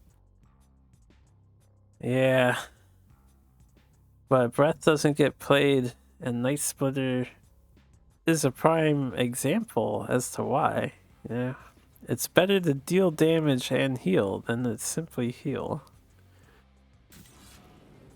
Deal face damage and heal than to not deal face damage and heal. That's what I should say.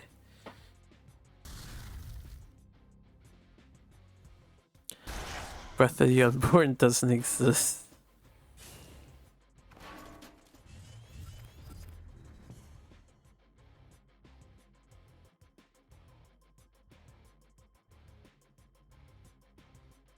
Arakan stayed in range of general hitting, so they're not too concerned on that front.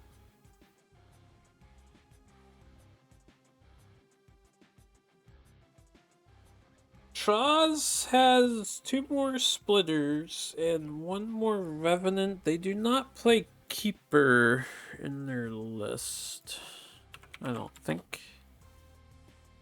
They do play keeper in their list. They have 2 keepers.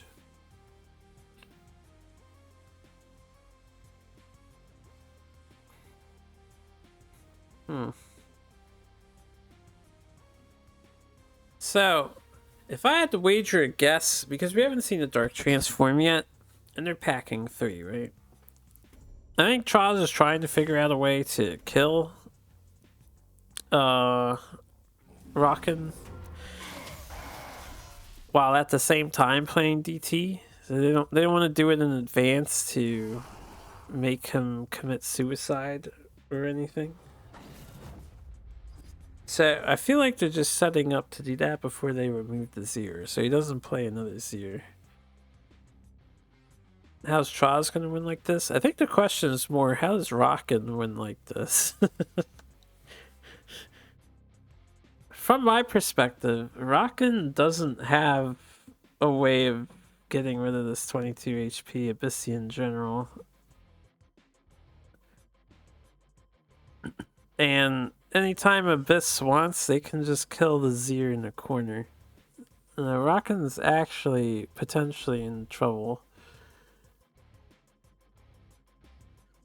Unless he can commit suicide, I would try to commit suicide here. But I don't know how you do that. I don't think you can do that.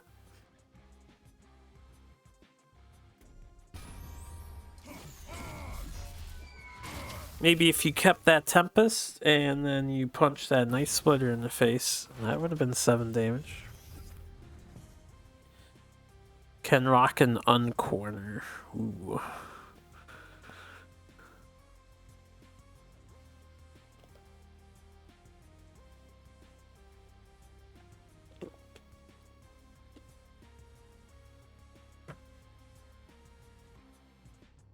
Maybe Rockin' wants to remain in the corner. Maybe they feel comfortable there. The DT goes down along with a Nova.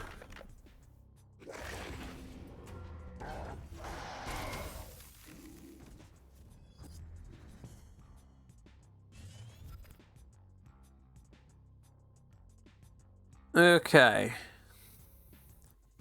You absolutely cannot walk to the right. You know that they have a 1-mana Night Splitter. I guess if you dispel first, then you can.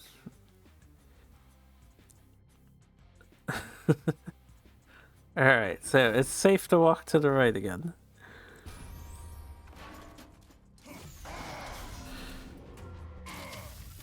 Rockin's bringing it back. If Troz has Revenant Sphere, they win.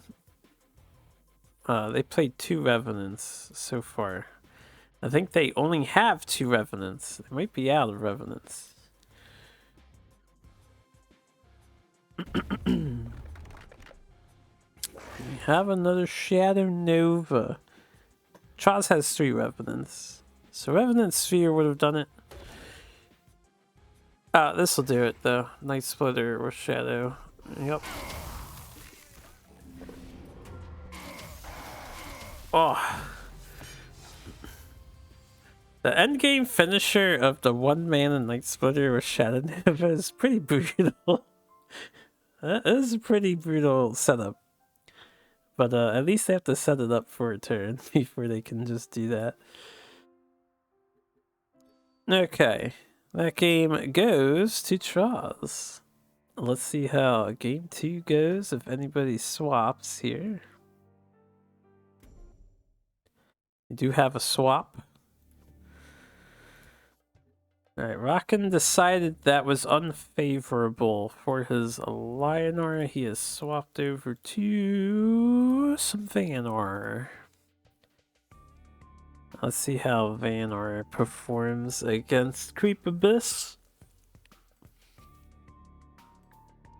So I haven't been keeping track entirely. We've had about 7-ish Creep Abyssian lists so far. That's just what we've seen. Ooh, we have some Embla ramp. Rockin came prepared to hate on artifacts today. Rust crawlers present in both lists.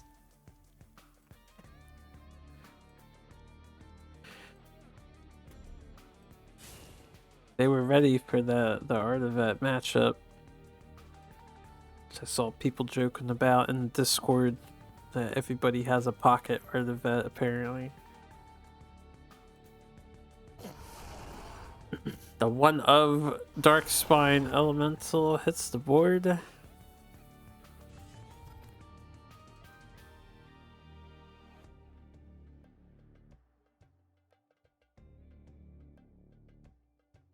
I don't think either of those things are necessarily worth that chromatic hold, but there's no juggernauts to hit with the chromatic hold. So besides like finishing off a Revenant, that Darkspine Elemental probably is the best thing to hit, or you could hit that too.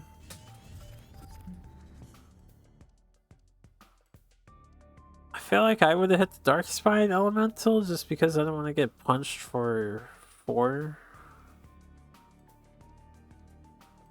or 5, depending on if the shield is popped or not.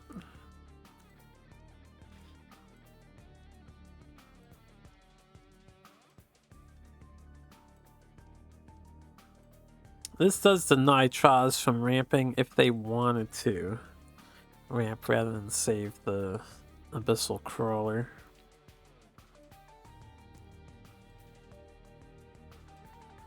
But nah, yeah, I guess if you want to deny the Shadow Nova play, this is what I figured would likely occur.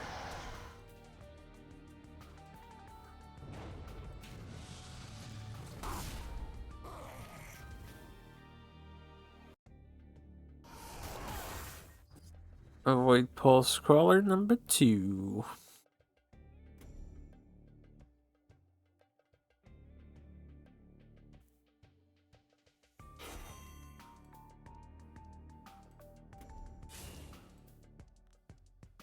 Oh, we ramping.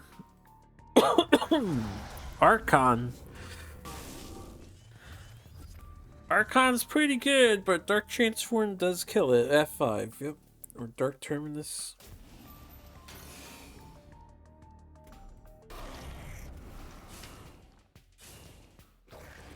Rockin' is ramped to 6 mana. Maybe they can replace into a second Archon and do it again? No, no search for replace, just clearing out some creep, getting the crawler disabled of its ability, and another crispy wispy. Because you can never be too crispy unless you play your wispies.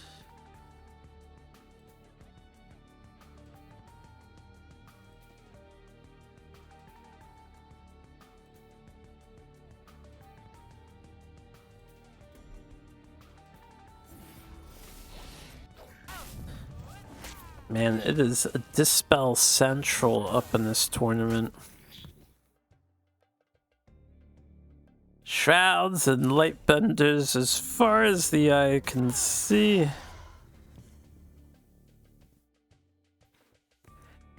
I don't know if the difference between... Alright, Traz probably didn't have anything better to do on this turn. But I don't know if the difference between 7 to 8 mana is significant enough to care about dispelling that. And there's probably something juicier to hit, like a Fenrir. Maybe this tree that's about to show up.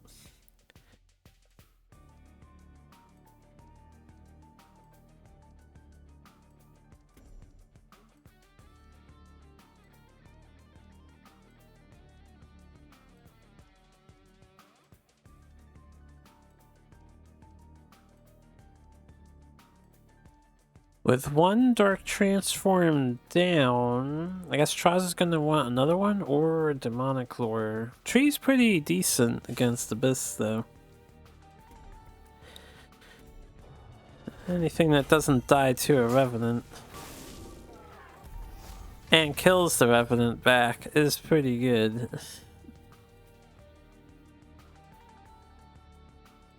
Ancient Grove. Hits the field. Alright, the poor, honestly, I forget what that thing is called.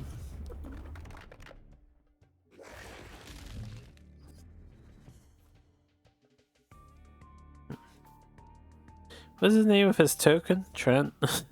It's just Trent? It is Trent. Okay. What? Oh, right. So Sloth sometimes has janitorial rules. He can clean the nasty creep off the ground. Although he is still standing on creep himself. He isn't the best at cleaning everything. That's some pretty good pressure though. Sloth and Fenrir making use of the ramp that Rockin developed earlier. Traz gonna have to do something good here. I'm guessing Demonic Lore, Dark Terminus, that works too. That's actually kind of significant. Don't forget Dark Terminus, because it creates a Wraithling, is destroying the Trent. That, once again, the tree does turn into, because I know I'm the only one on this side of the fence, and I'm on this side of the fence, not because I think it's too strong, but I just want the game to make sense. I talked about this before. The tree's opening gambit, because opening gambit happens before they hit the field. I don't think it should turn itself into a Trent, because that doesn't make any sense. So this is Duelyst though. We don't have consistency here. We only have screw the rules, I have money sort of mentality. Nothing but a bunch of kaibas.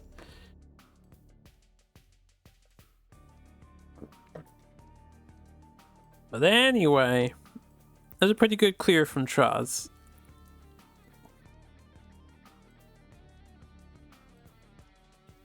Yeah, it does, which also doesn't make any sense.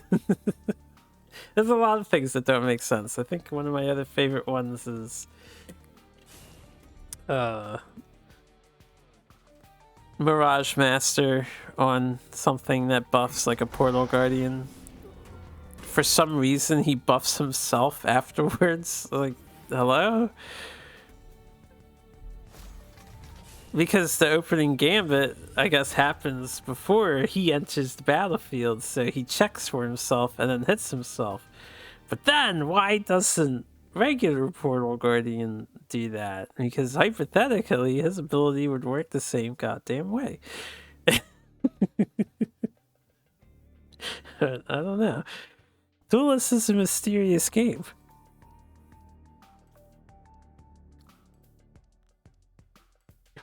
One Tyrant Gauntlet, 5 Frenzy Albies to 20 HP, over 20 HP. Gauntlet would be the place to do it.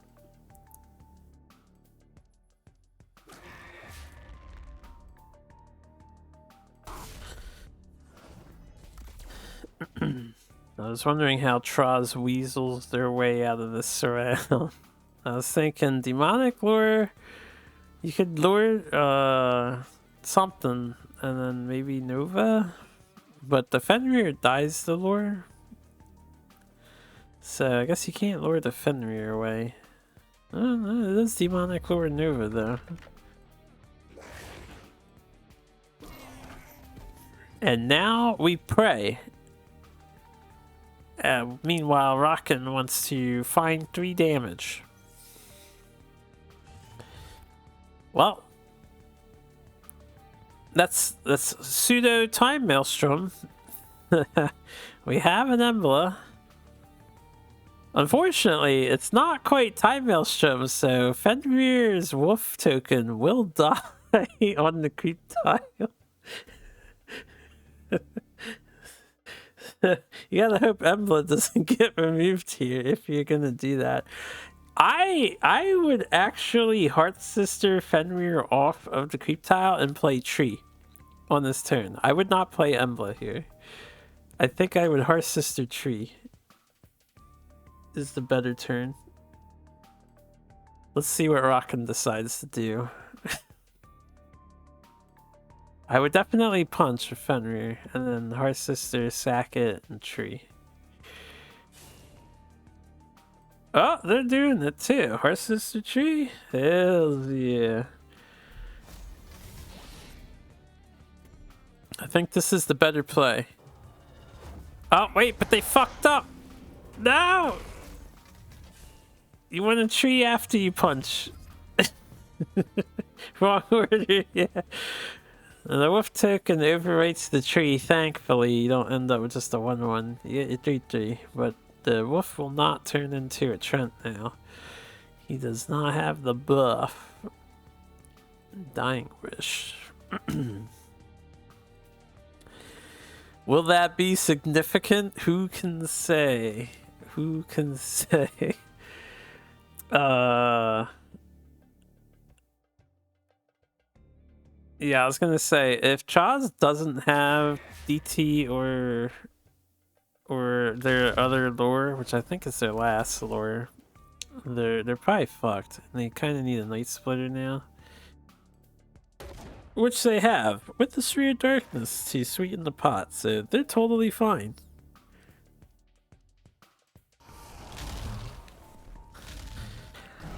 I suppose, considering the total order of operations, they would have killed both of the tokens regardless, so it doesn't matter. In the end, it doesn't really matter.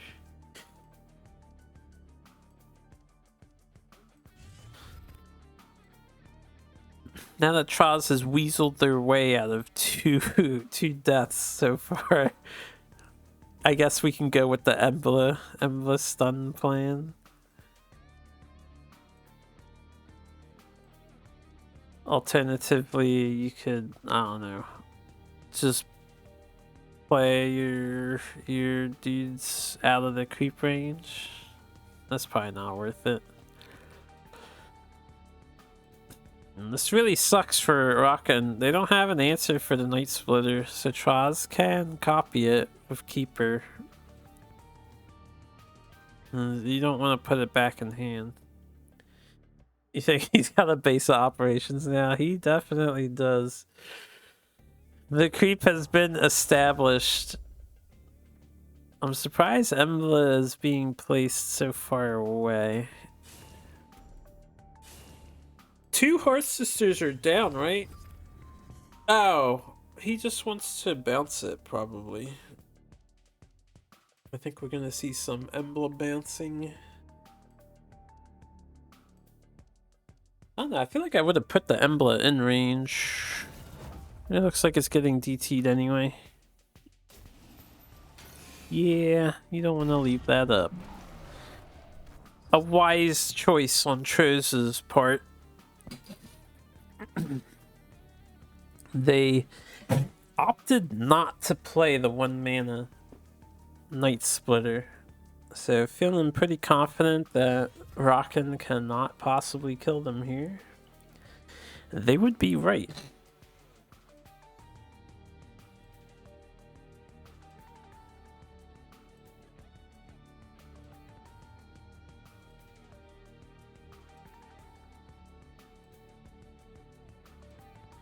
Get some Hailstone Prison value though, where you can make use of your shield to clear the Night Splitter.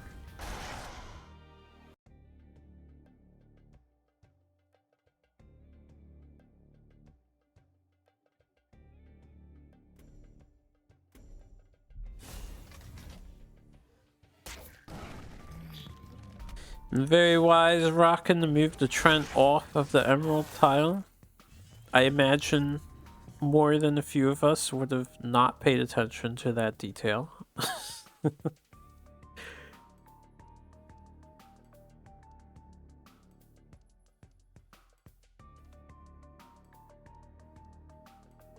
This has actually been a pretty long game. I think it's been longer than the Magmar one.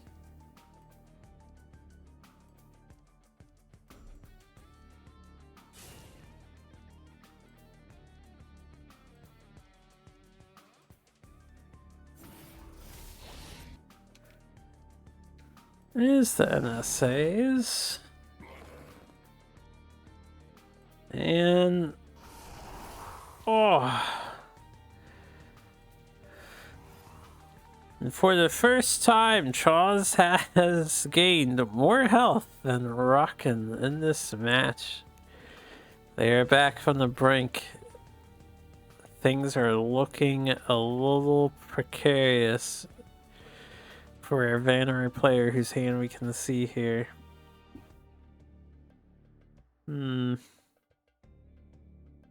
don't know if it would be worth it, but Rockin could copy the Riftwalker and clear a couple things using it.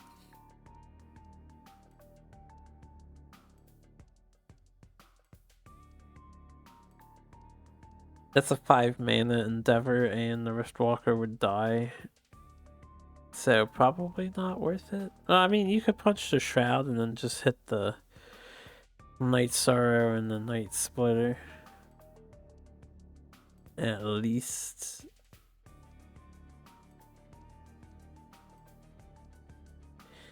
Could go big, but Traz still has 2 Dark Transforms, I believe. Most of his removal was Demonic Lure.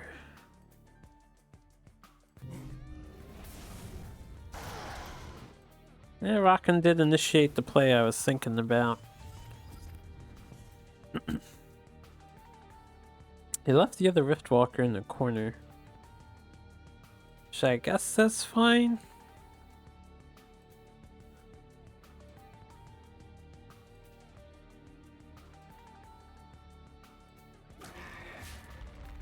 Okay, that has to be the last Demonic Lure. 4 damage. 2 mana removal. Pretty good. NSA going face. Jaws is free and on the offensive. Oh, we got no Shadow. That explains that. And suddenly we have a tied game. 13 to 13 health. Rockin' probably wants to move up 2 spaces to avoid getting trapped by creep tiles.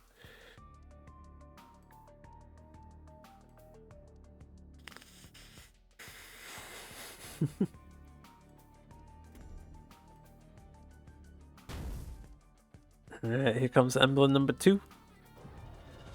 I think there is a third.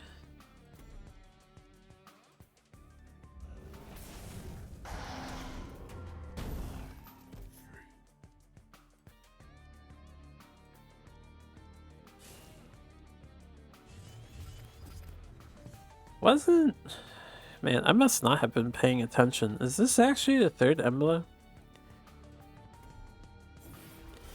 So I'm just noticing Rockin is at 12 mana.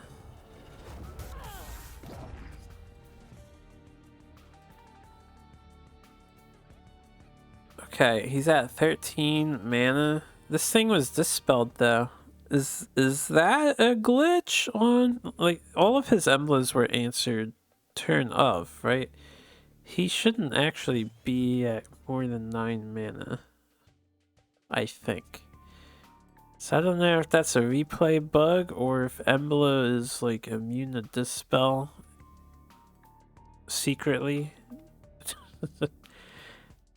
I don't think he's not playing cards as though he has more than 9 mana, so I think that's a replay bug.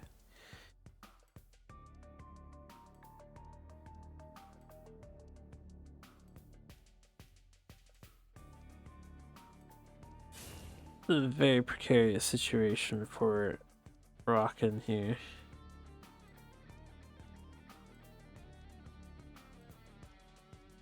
Force the Chromatic Cold. The Fearsome Revenant. Heal up back to 11. Trade in Embla.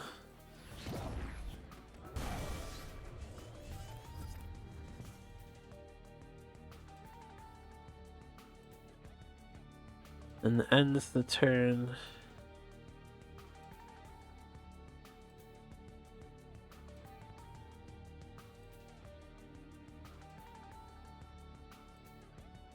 So Rockin' is down to 10 cards, Traz 12. We are running dry. I think Traz still has a Night Splitter left. Oh, they're going for the kill though. But they're going for entrapment. That is the third Revy, right? Ghosty on green.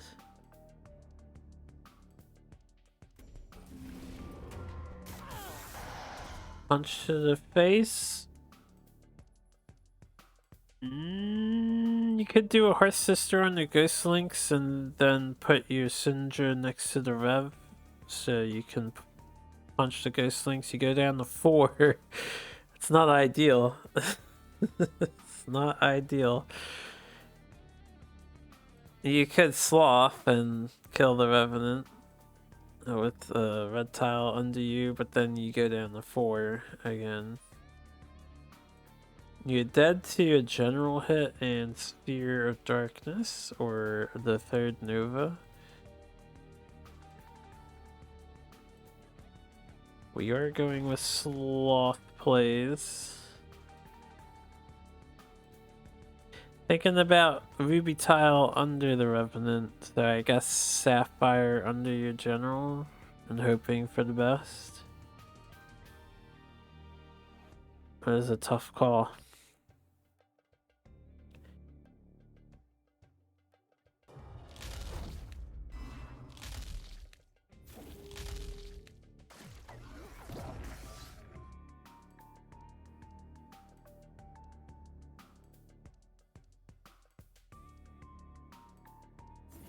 Tempo Rusty.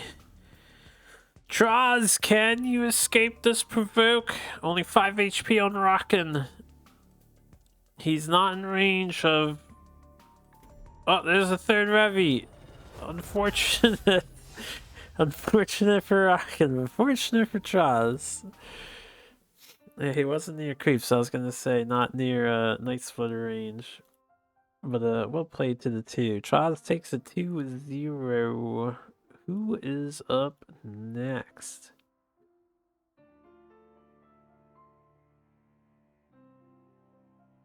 Dragall and Tree of Life. Do I have a Tree of Life? I do not. Do I have Dragall? I do. What even beats creep? Just high? So, my Vitruvian deck does pretty good against Shadow Creep.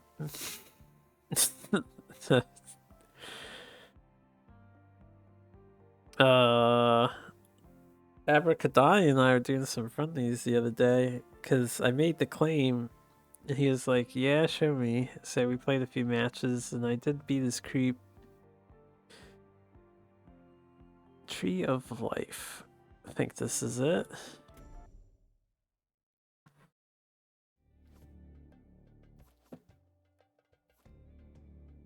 Okay. Dragall! Very crafty deck builder.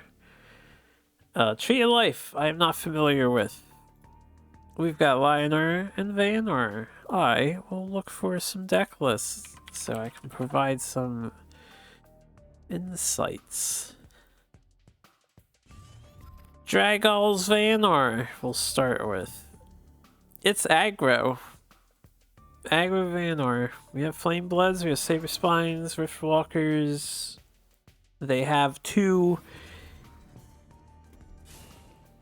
Millennium Nears or whatever they're called. Yeah, this thing.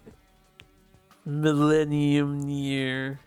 I'm just gonna call it Millennium from here on without being cute with the pronunciation. So we have an aggro Vanar list for Tree of Life on Lionar.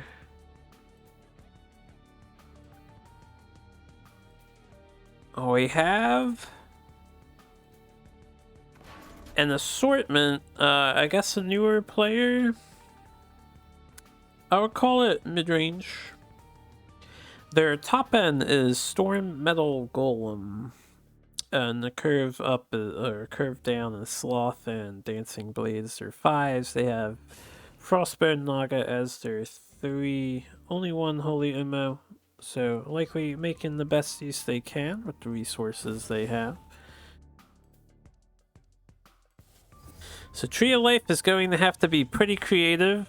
Tournament seeding is in effect, so strong players tend to be matched with lower MMR players because tournament courtesies are that you want the best possible final showing. So if anyone ever wondered why tournament seeding is a thing, you want the weak players taken out early. Apparently, it's a humanity thing, and you want the stronger players to make it to the finals.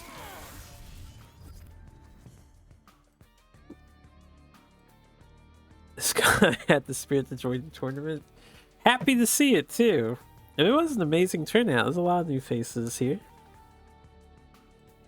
Maybe in the future we'll see some of these names pop up more often. You know?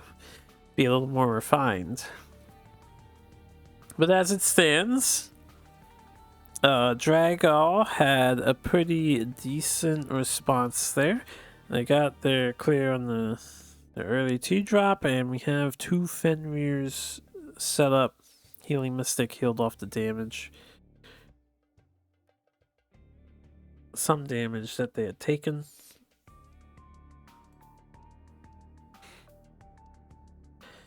I'm not sure what Tree of Life has to deal with Fenrir value. They might just have to muscle their way through the tokens. And they do have Shroud.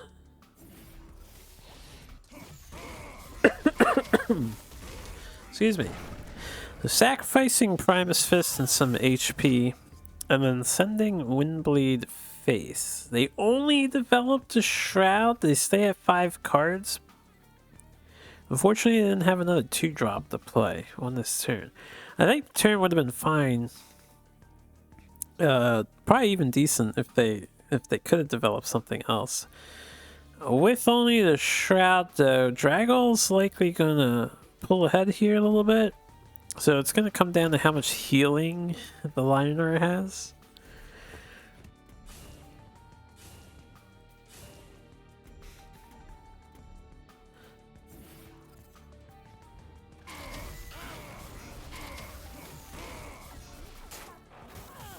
That's some pretty damage right there. 7 damage. Tree of Life is down to 13 on turn 3.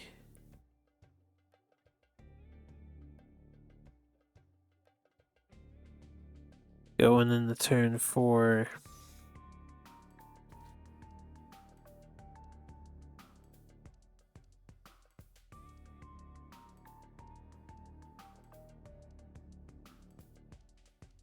Unfortunately, I can't really predict what sort of play they will try to do. They're in a difficult position here. In a hilarious twist, I suppose, because Dragall can see our opponent's list. He has flawlessly played around Dancing Blades. Flawlessly played around it. So, without Dancing Blades, Tree of Life has Frostbone Naga, which is going to hurt you for 2 more and not be good enough. I don't know what else they would want to do here. Sloth Guard is okay.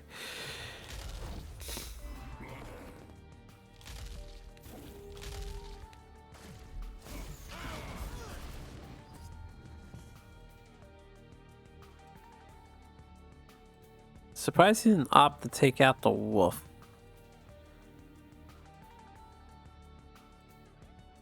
Nice. How much damage do we have, Draggle? Oh, Hearth Sister replace. It's too much. I think he has lethal. He has 7, 9, 11. He is 1 mana off lethal. He could not summon the Riftwalker and Flameblood and Hearth Sister. That is a pity. So I guess yeah, he's just gonna develop the Mystic, send the Sloth away, and you know, he could have had it if I don't know if this was a next level play of Tree of Life, but because he doesn't kill, he couldn't split damage on the red tile. So he actually saved his own life by standing on blue.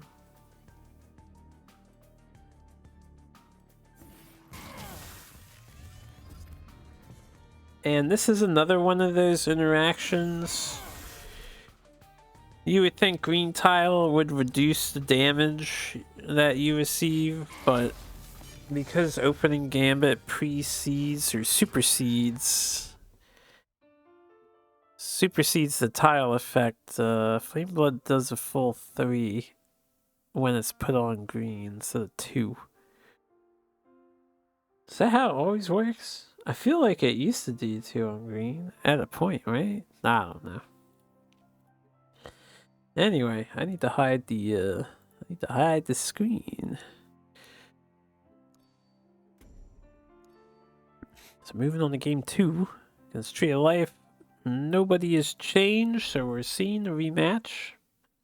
There is 2 decks for both players. I think. Let me double check.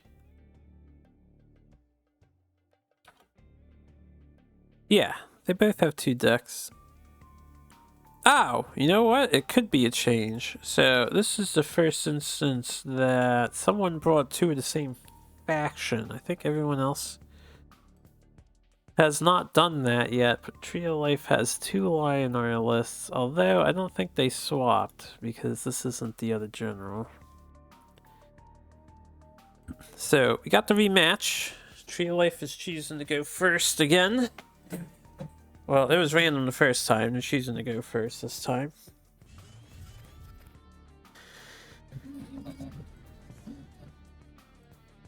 Let's see if Tree can manage to survive the burst that Dragall Vanar is capable of dishing out.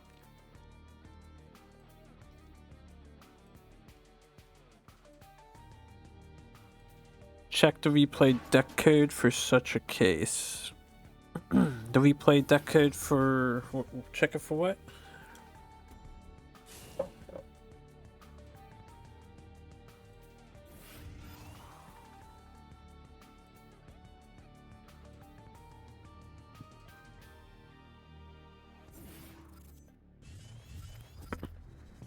Oh, you can check it on the match history? Ah, right, the deck code. The rules say you need to be a different general, so I assume it's the same. I see what you're saying now. His other deck has Ziran as the general. We'll know if I'll know if it's different based on the cards that are played. I think it's the same list.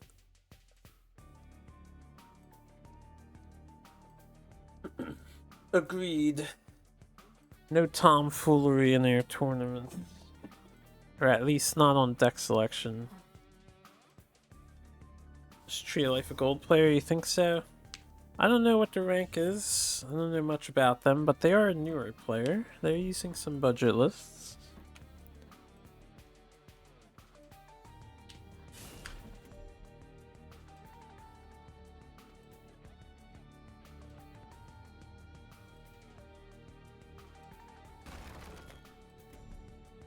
Okay, Cryo going down on the Lion And I assume, yeah, Snow Chaser is the pickup.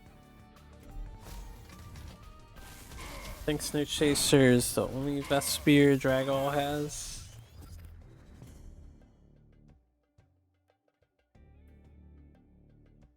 Immediately against a world-class player. That's how tournament seeding works sometimes.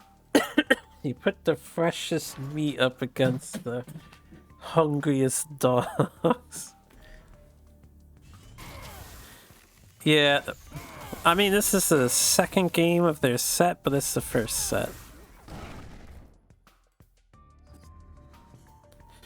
We're still on round one of the winner's bracket. That's just how many games there were to witness.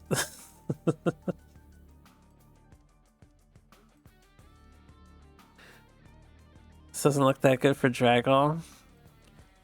Tree of Life had some nice clear there, but I think Dragall's still in a situation where he's gonna come out ahead.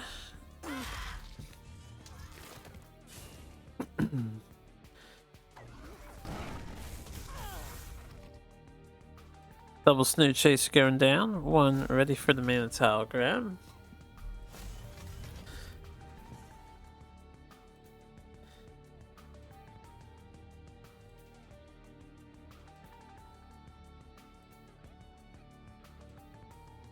I would hope for a Sloth if I was Tree, possibly.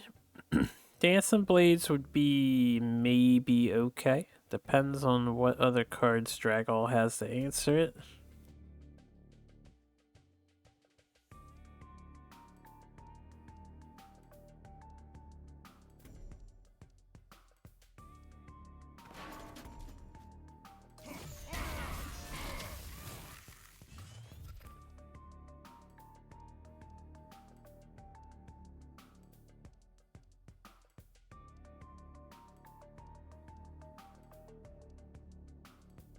Just bash the Snow Chaser over the head and hope it goes away and stays dead. Alright, Blitzteer taking out the second one permanently. Interesting Silver Guard placement. Putting it next to the tile.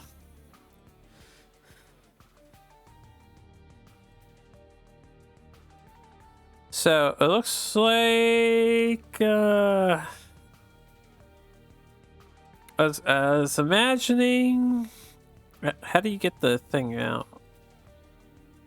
1, 2, 2, 3, 3, 5, 7. You can't really do that.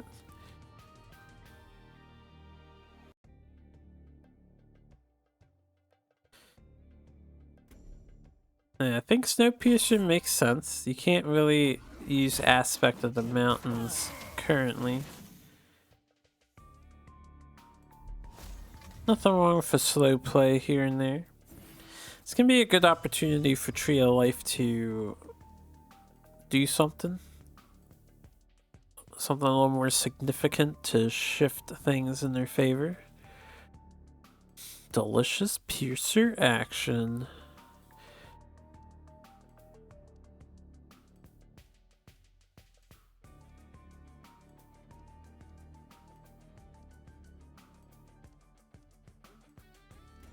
I'm gonna root for Tree to have a brilliant plan and a wonderful display of card gaming prowess. It's just to cause Draggle some trouble. His Draggle's packing some heat in his hand. He's got 8 out of hand damage and 5 on the field. I don't know what it is with being one-off lethal, but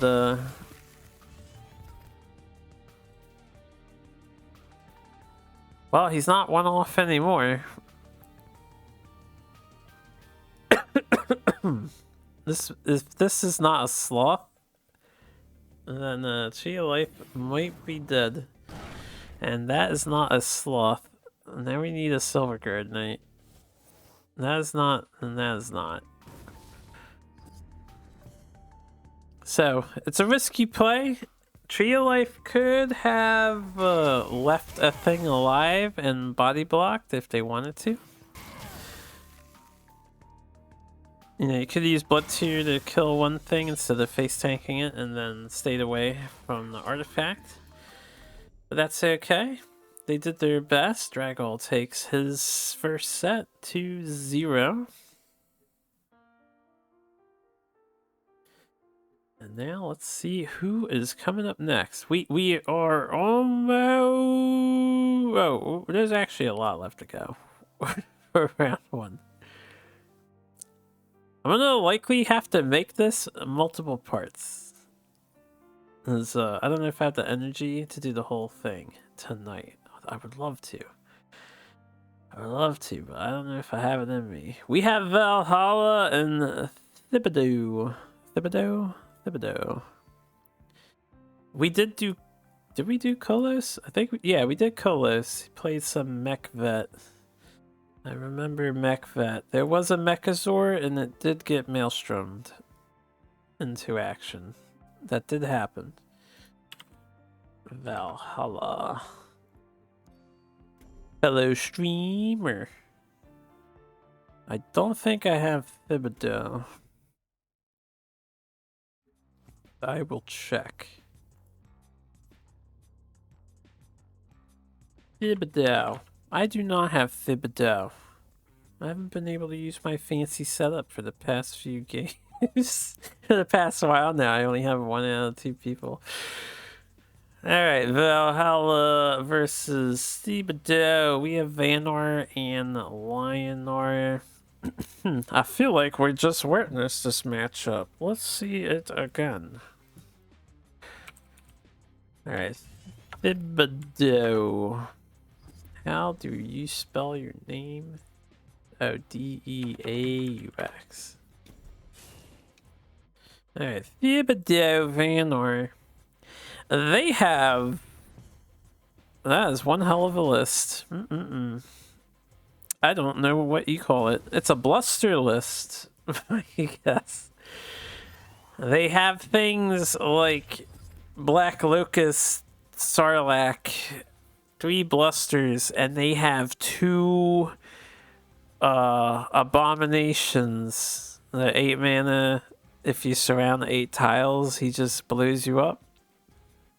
A very interesting and unique list. It's an abomination list with bluster. Valhalla. What do you pack in here? I imagine a much more honest Lionar list compared to our opponent. Alright, we have a Helionar variant. Definitely Helionar. 1 of Decimate and 2 Lux Ignises would be the noticeable changes to your typical Helionar. There's also 3 Riftwalkers, which I don't think are always used in Healing Lio.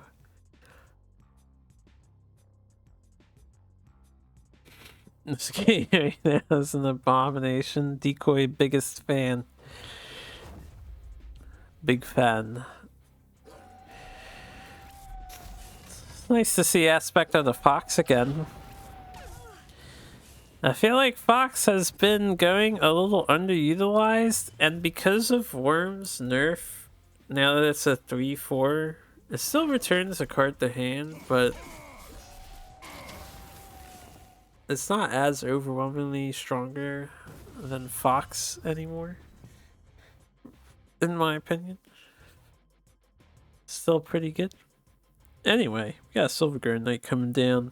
Thibodeau cannot move as far as we are aware. Now, they're going to want to stall until they can pull off their win con.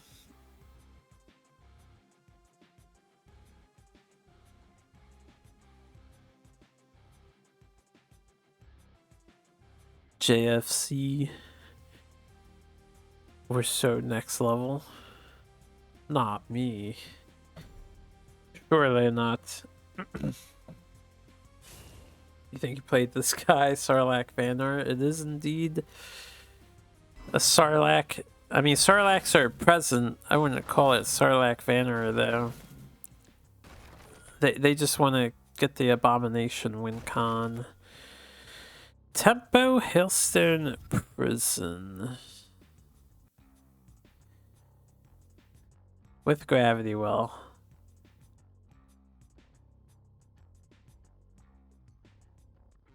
That's just a minor nuisance to Valhalla. We can see the Tempest in hand. Thibodeau deciding to play it safe and walking back.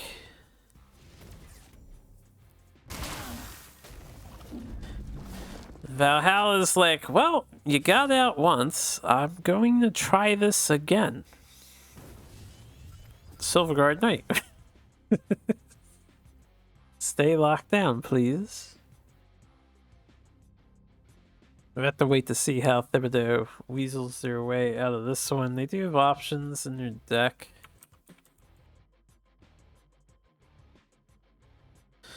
They have more walls. They have Bluster. Sarlacc is in range, and they do have... Yeah, that card. Mark of Solitude. That exact card right there.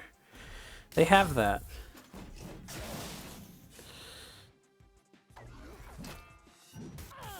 Pretty good Mark of Solitude. All things considered. Now, hold up. I had to double check Valhalla here. You don't have any Dispel, do you? I'm noticing a trend with Lionor. The Lionor players don't bring any Dispel to this tournament. There's no Shroud, no Lightbenders, no Sunblooms on display. Our Lionor gamers care not for dispelling things. They give no shits about what other people are trying to do. So, Valhalla doesn't really have a great answer to the Sarlacc.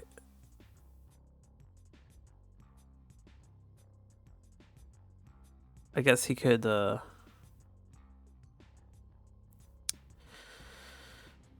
Ooh. For this turn, what do? You could just set up some 2-drops. You could do Sunriser into a 2-drop and just punch a wall. Sarlacc can't hit you, so that's a positive. You just put your minions out of reach and maybe everything will be okay. Well, he actually chooses the Martyrdom, Sarlacc.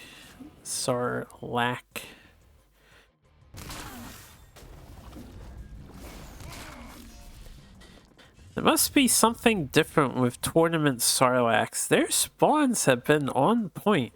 And he's in range to hit the Sunriser, and that could be relevant. We have not seen I don't think we've seen any bad Sarlacc spawns. They have all been within range to punch, for the most part.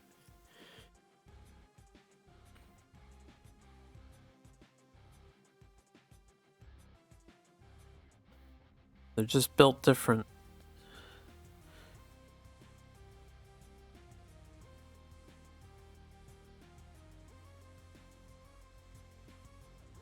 As usual, hard to predict what Thibodeau would want to do on this turn. They could try to develop their bug. They have Black Locust. This could be a good time to set it up. They could spam a bunch of walls. Maybe we see a Bluster play to kill this thing. There's the Black Locust. Sentient little fella. He knows when he's needed most.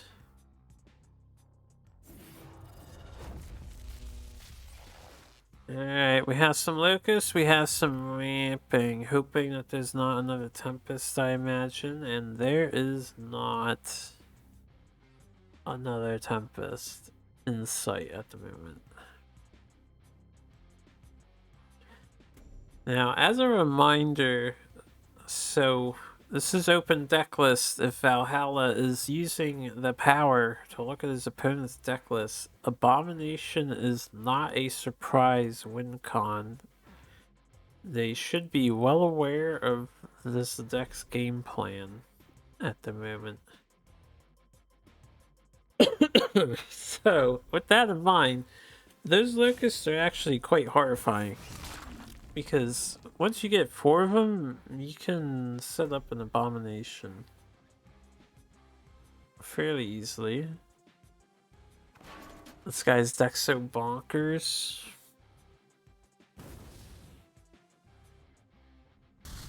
I think Valhalla's on the I gotta kill them right now strategy before I die, right?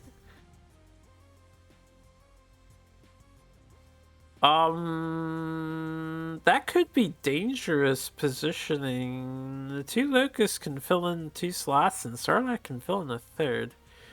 If Thibodeau had 1 more mana, he could do the mana balls, whatever they're called, and then summon the thing and have a tie game if he wanted to.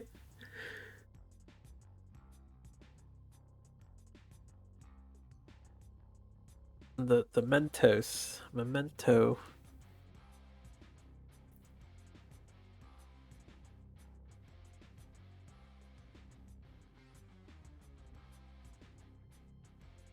Yeah, I didn't think about it before, but has anyone tried Chaos Emissary with Abomination yet?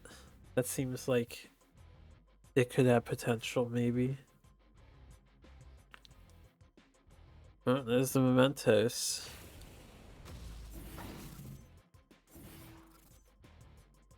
The Fresh Maker.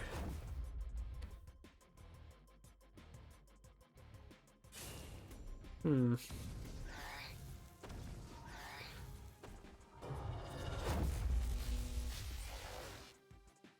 I'm a little surprised the tree is not switched with the mementos in the middle, but I also think this makes some sense.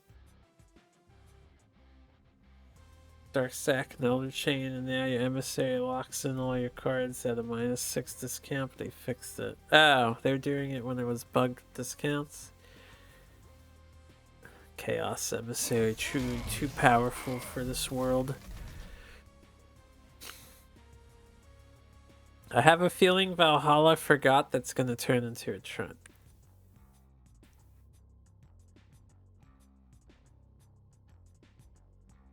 That could be a significant error.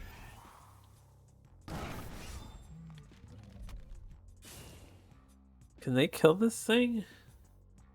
No, right? They actually can't kill the tree. Assuming Abomination is in Thibodeau's hand, I think Valhalla is just dead here. There's nothing they can do about it.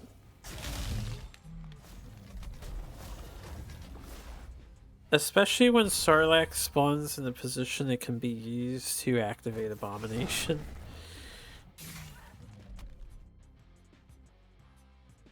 Yeah. You just move tree down 1, you move Sarlacc left 1, fill in the holes with Locust, and you put an Abomination in the middle. So, you gotta hope he doesn't have it.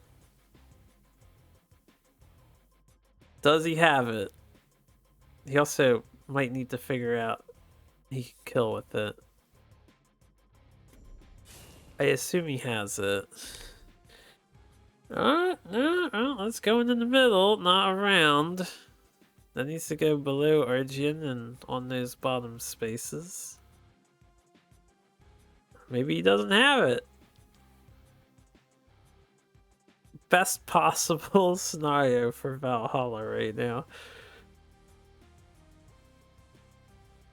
Although, if he doesn't replace in the Tempest, he's probably screwed on the next turn, right?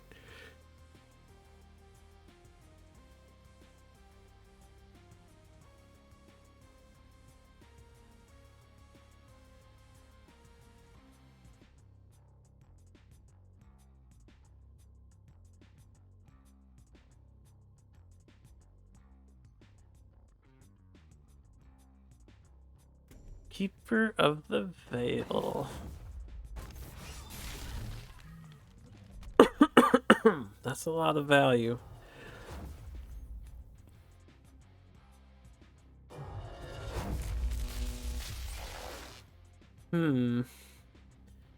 Because you know your opponent has Tempest, I feel like I would have moved the Locust closer. If they get shot, you want the trees to be in range of setting up your Abomination. And this is also a card you should probably know your opponent has access to.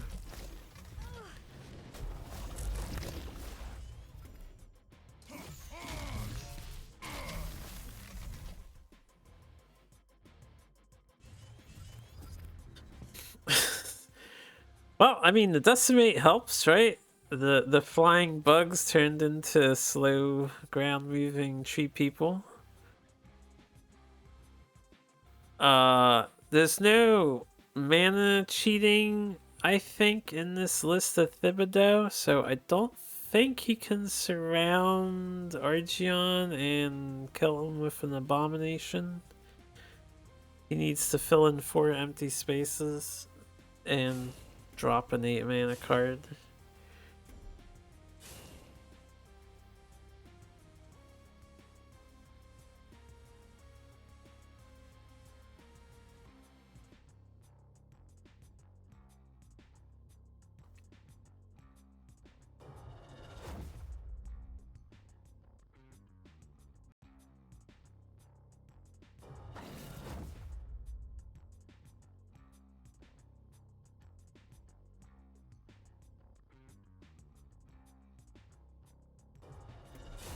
Alright, we're developing more crap.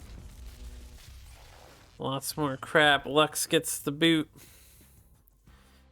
Valhalla has 2 healing procs for this Sunriser. Except, I lied.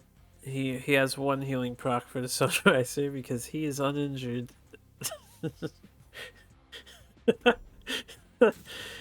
I'm surprised he didn't martyrdom a different thing. His Sunriser is gonna kill that anyway, right?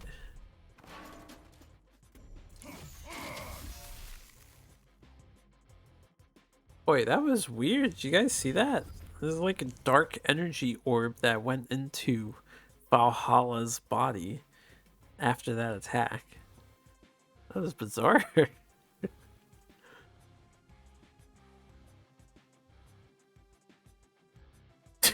Like he is done mentally at this point. This is only game 1. I hope he's not done mentally yet.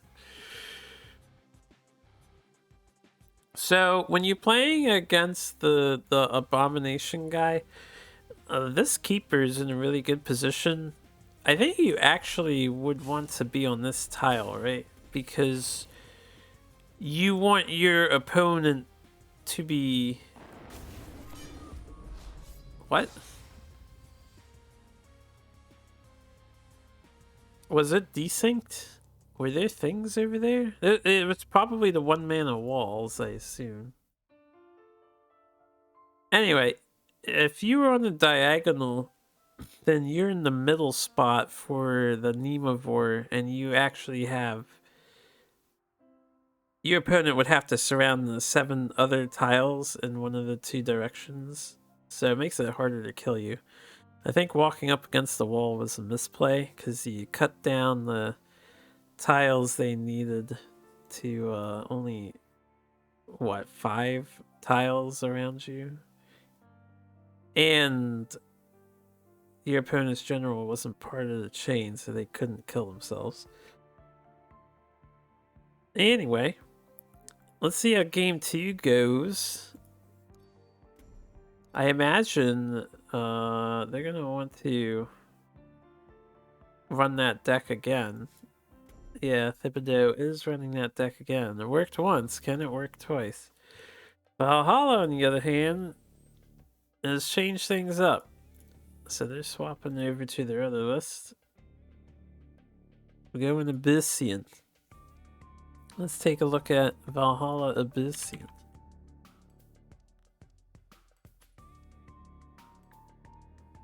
Ah, we have the OTK. They titled it Hugging Grandma 2. I don't know what the story is behind that name, but it's a fire starter with Consuming Rebirth deck. So that is Valhalla's game plan OTK before they get OTK'd by an abomination.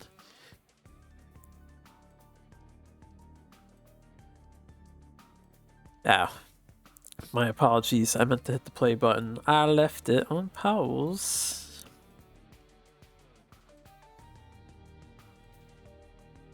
Yada yada.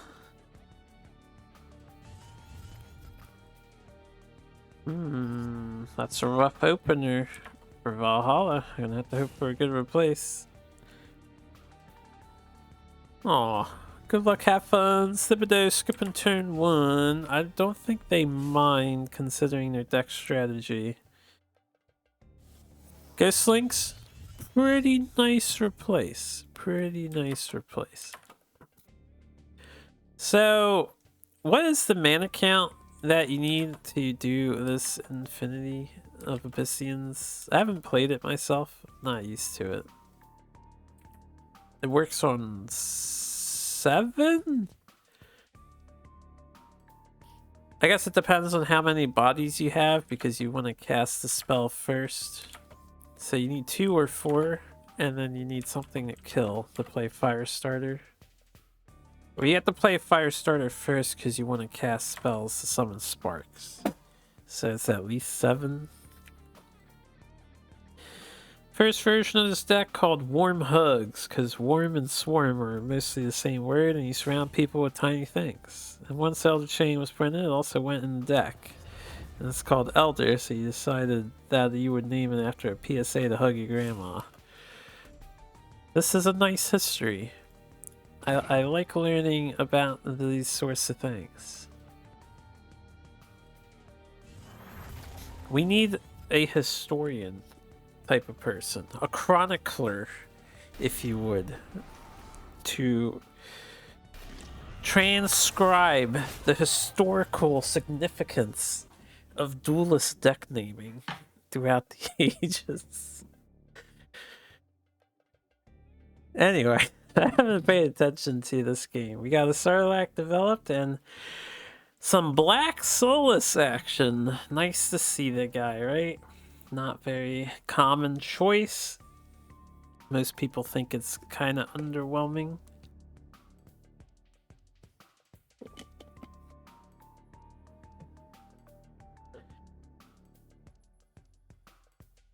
So, assuming Thibodeau can, can see the deck list, which they can.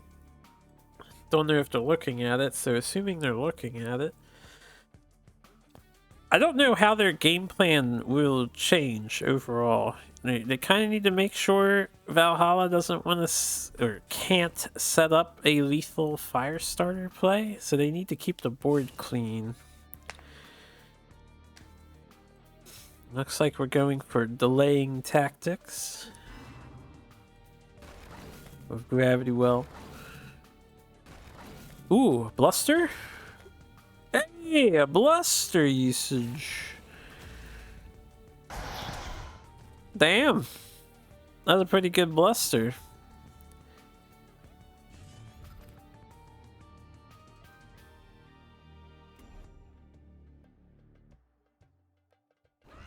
I think that's the first time I've seen that spell cast since it was added to the game. I haven't seen anybody playing with Bluster. Maybe some of you tried it, but I have not noticed. On the flip side, Valhalla has a pretty decent clear of their own. Interesting choice to kill the Sarlacc instead of the last wall just to get rid of it. And Sarlacc still on cue with his godlike spawns. So Thibodeau can do a full clear now at the exchange of 4 HP. Probably worth. Probably worth.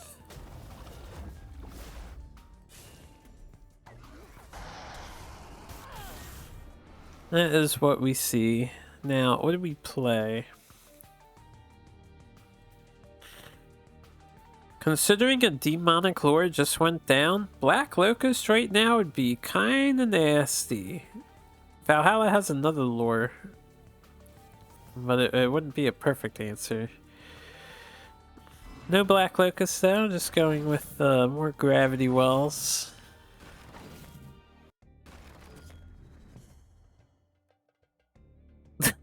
This is a predicament. I don't know if Valhalla doesn't have a Grasp of Agony, right? What's in this deck again? He does. He has two. There are two grasps. Did not. Oh, he did draw it. Alright, there's a grasp in hand.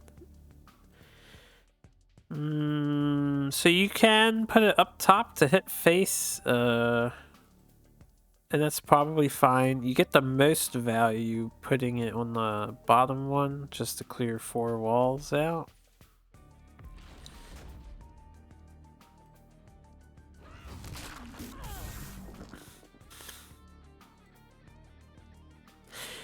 You know, instead of demonic lore, because you killed 3 walls, Thibodeau does have answers for it, but it could have been worth to play Gloom Chaser and just buff it with DFC and see what happens. It might have been worth to give it a +6/+6. Actually, if you hit the bottom wall instead of hitting face with the grass, he would have had a +8/+8. Let me look at Thibodeau's deck again.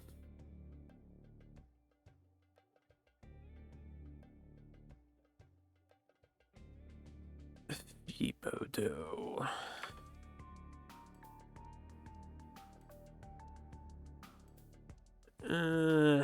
It would be a major gamble because they do have the Hailstone and Fox. Worst case scenario, they can mark a Solitude the thing. They actually have 9 answers for it.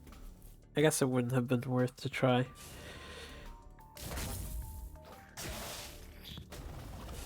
Black Locust coming down. Mark Solitude also coming down.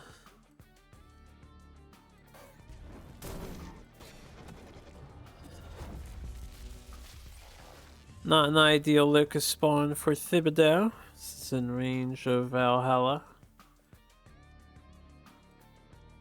With the giant Ghost Links in the way and Valhalla's current hand, they actually don't really have any means of furthering their agenda, so I guess you just want to clear some things.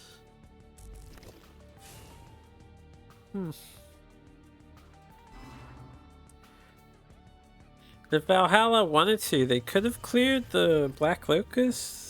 They would have had to go up and right and punch, and then Night Sorrow the other one. But they chose to stay near Thibodeau.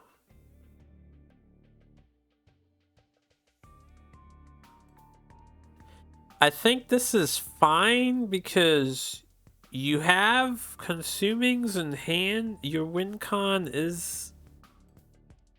It's not really an infinite, right? The problem with this strategy is you have to keep casting spells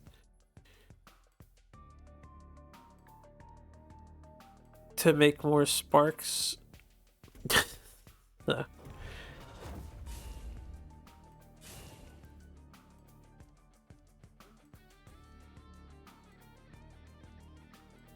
Valhalla's on the kill him plan. I respect it.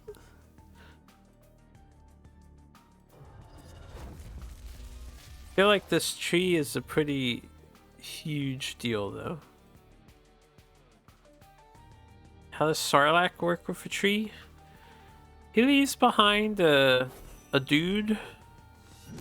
I think in the extraordinarily, extremely unlikely circumstance that Sarlacc spawns on the same tile, he will overwrite the tree and then not spawn a tree.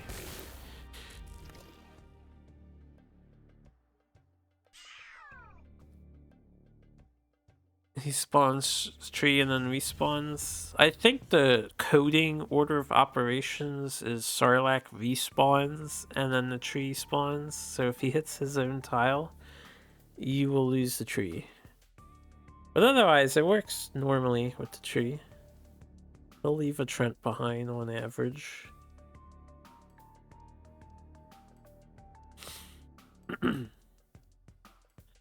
didn't really see what Valhalla did. They played Void Pulse and Ajaxi.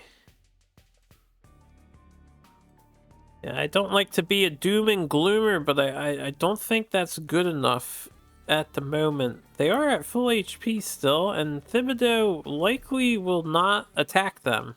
They're going to want to win with their win condition for the sake of it. So he might not be out of it yet, but it's not looking good. It's not looking too hot here.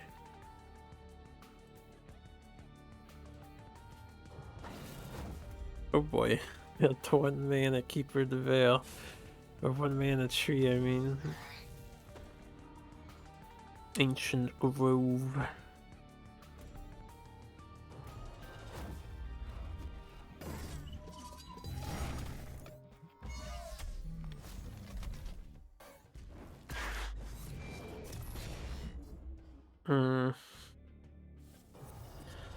Yeah, I think it's pretty much GG from here. One problem with this Abyssian list is they can't really deal with mass provoke. The spell sparks would have to chew their way through the hard way. Even if he could find the fire starter, which eludes Valhalla's grasp.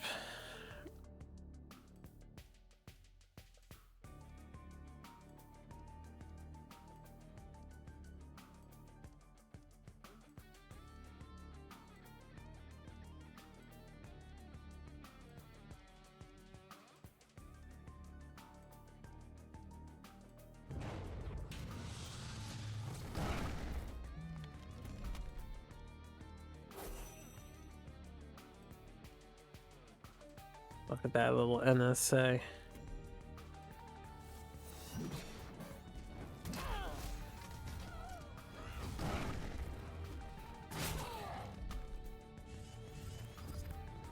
Alright, well, Thibodeau only needs 1 minion in addition to the Abomination to end the game. They can reposition everything else to cover the necessary spaces.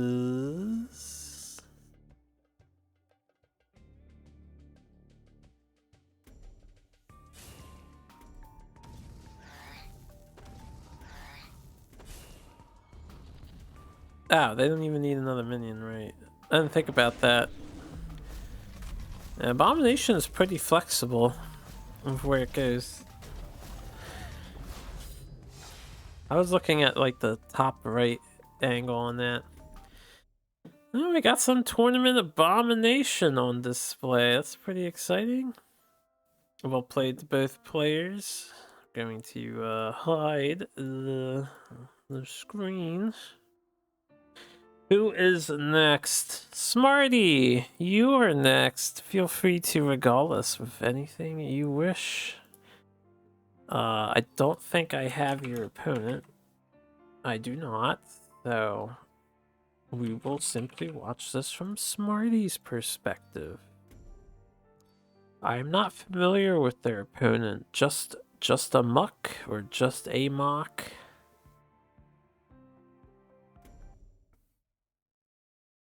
Oh, deserved better. Hey, you gotta hand it to Thibodeau. They had the, what do you call it? They had enough side things that Valhalla's lists weren't able to handle.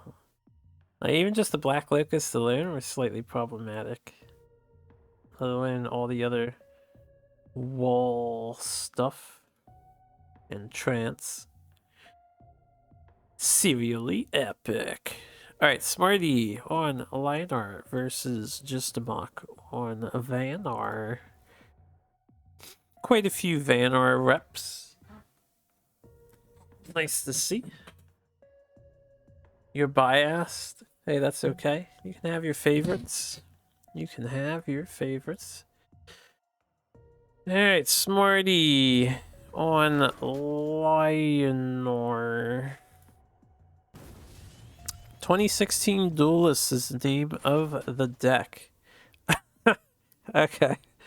I was wondering what the one card was you mentioned that people would be impressed with. I don't know if I'll spoil it. You know what? We have to wait and see. There's one special card in here. If you don't know, feel free to take a guess. Smarty added a card that is not commonly seen. Otherwise, their deck comes across as, I don't want to say standards. It's mid-rangey-esque. It's not really... It's not Helionor. It's got heavy removal and a solid curve up, right? Do the 4s and 5s. What do we have going on here? I see some aspect of the Drake shenanigans. Arclight Regalia punching the Drake. That's some good stuff. I know the card's up. Just a mock. What kind of deck do you have? Just a mock while you're playing whatever you're playing. Alright, Just a mock has some unique entrants here. So they call their deck Damn. And I'd say it's a creature-based list. They have a very low curve, except for one copy of Philia, however you pronounce that thing's name, and two copies of Tree. Everything else is 3 mana, except for the Razorbacks. They also have 2 Winter's Blades.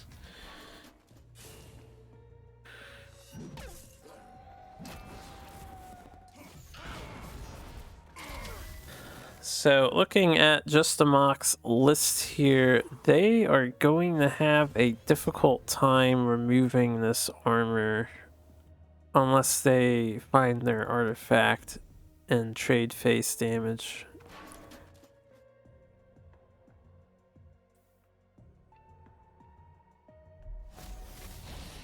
Hearth Sister plays.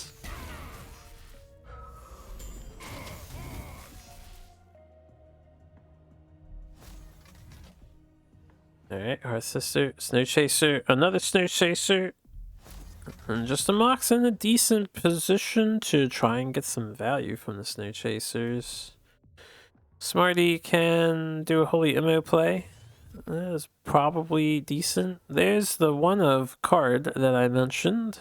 Smarty has a one of Bright Moss Golem. I don't know why, but there it is in all its majesty, gracing Smarty's deck. You know, honestly, the situation is far from dire for Smarty. They could just play that Bright Moss Golem for the hell of it. Why not? In fact, I'd be a little disappointed if she didn't. Hells yeah! I'm getting some Bright Moss up in here. Would feel pretty bad if Hailstone Prison hit that thing. But there you go. I respect it, you know. You know what you're up against, so you know the odds of it sticking or not. But Vanar, single target against Vanar, it's probably not the best option to play. We have the seldomly seen Wolf Raven coming down, which was... If it wasn't for that Martyrdom in Smarty's hand, the Wolf Raven would actually generate some decent value here against Smarty's list. Most of Smarty's things are over 3 attack.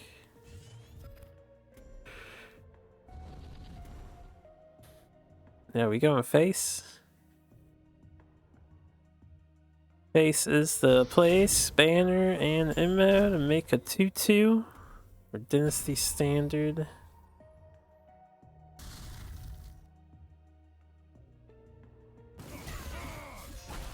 Oh, my bad. A 4-4. I don't know why I said 2-2. It's getting late. It's 1:30 in the morning.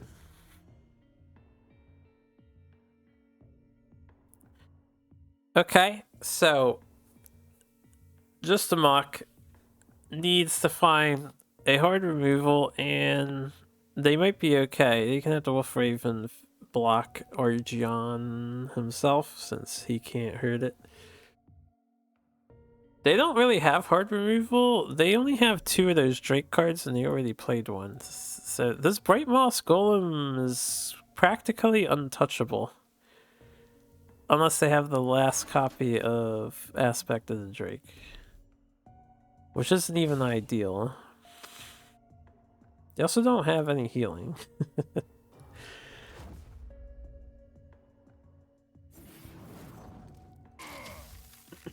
You know that meme where people say, you know, if I had a penny for every time I saw a thing, I would have 2 pennies, which isn't very much, but it's weird that it happened twice.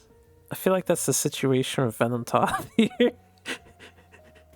He's appeared twice in the tournament now. It's pretty epic. He's getting more showtime than many of the other neutral minions. I think that's high praise.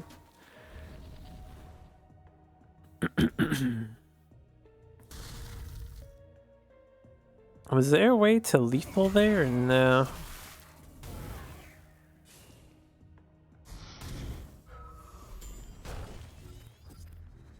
I guess not. I didn't really fully see the whole setup. Smarty has a hell of an army behind her.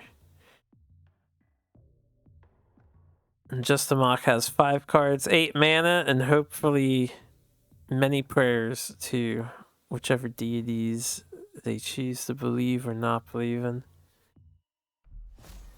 They are in a difficult situation. Golem is moved 1 tile away. Chromatic Cold going on Smarty's face. Second Chromatic Cold. Okay, that answers the Arclight Regalia.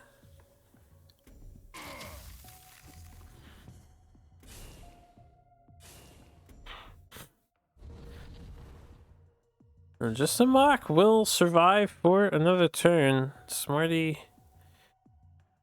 truly, earnestly has no way of reaching Just a Mock.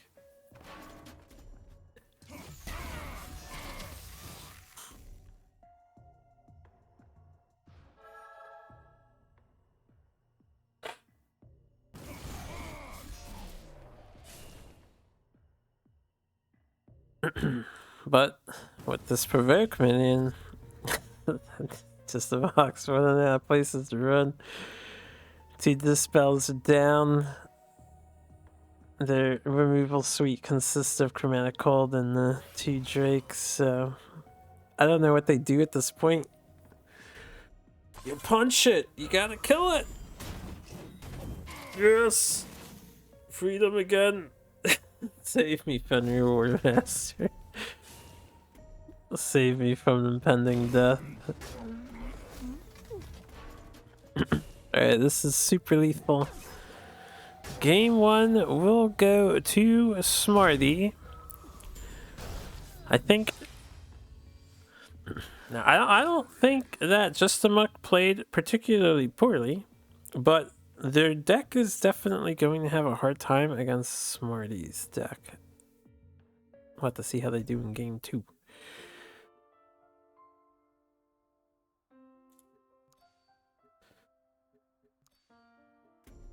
Yeah. Alright, any switches? Doesn't seem so. Back to Duely. Just a Muck chooses... Oh, that was fast. Just a Muck chooses player 1. I want to be on the P1 side, as most people do. We have a nice Primus opener. Smarty can do 2 and 2 or just develop the Silver Guard. Does the same side development, And Primus can reach.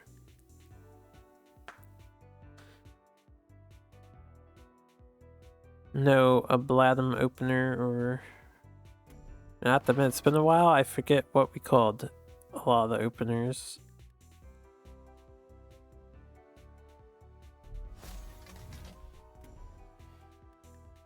Let's see if the player 1 early Snow Chaser nuisance will be useful for just a mock in this match.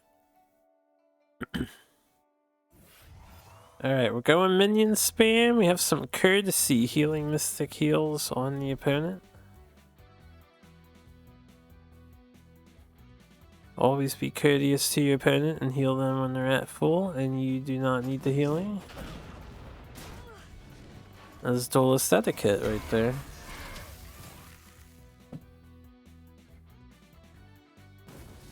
Alright, Smarty sees just amongst minion spam and raises her own.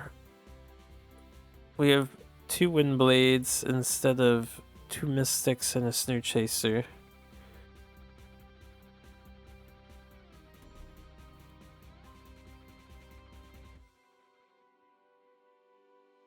I'm sensing some brutal trading about to go down.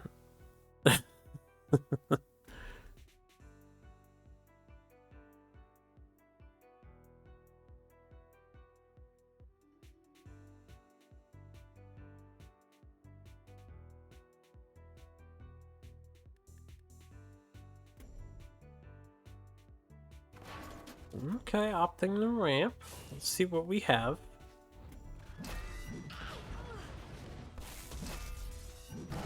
It's amazingly good value for that Windblade Adept. We have a Snow Chaser. Winterblade. Snowpiercer.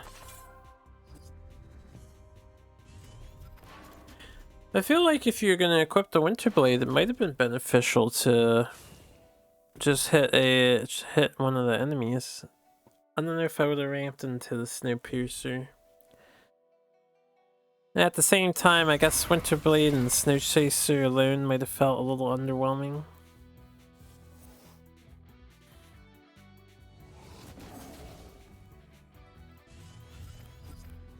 Smarty's fearless though. Our opponent equips 2 artifacts. Let's just get in closer. Chromatic Cold on Silverguard. Going face!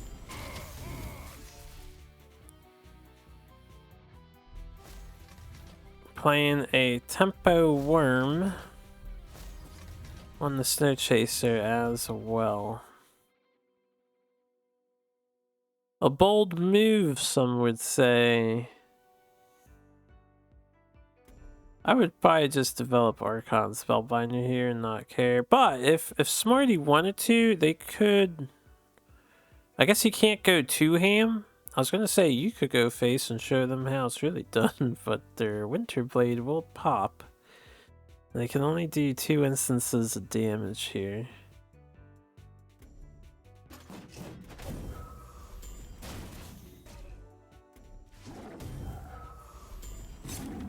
Since Lion was sacrificed, I'm guessing, yeah, we do see Archon. Archon is almost surefire not getting removed. Unfortunately, Justamok does not have much for dealing with huge bodied minions in their deck. They have one more aspect of the Drake again, just like in the first game. And besides that, to send it back in the hand, turn it into a D4, they don't really have anything to deal with a big beastie.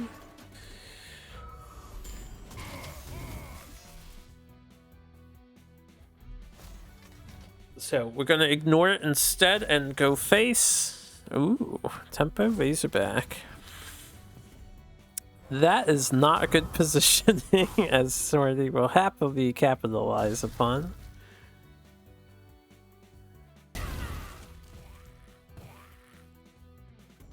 Hmm.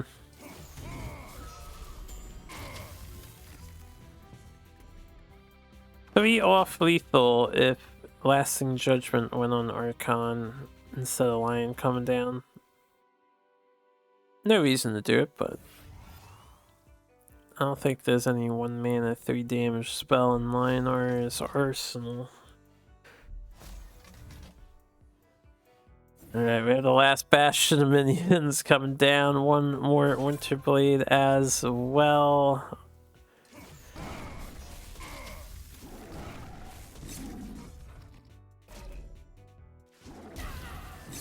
And now we see the Lasting Judgment lethal onto the Archon. Alright, we'll play to Smarty just to mock. We're happy to see you enter the tournament. Hope to see you in the future too. Deck a little under the power curve, unfortunately. Smarty's very rough round 1 opponent to face off against. But hopefully they enjoyed the experience all the same. Alright, who is next? I'm not sure I have these. Unicing the 6-9 number than 9-6. That is a crime. How could Smarty do that? I do have this person. I think they added me today. So we can watch this next match. We have a majoring hobo versus slimy hippo. Or slimy hypo, because there's no 2 P's, only 1 P.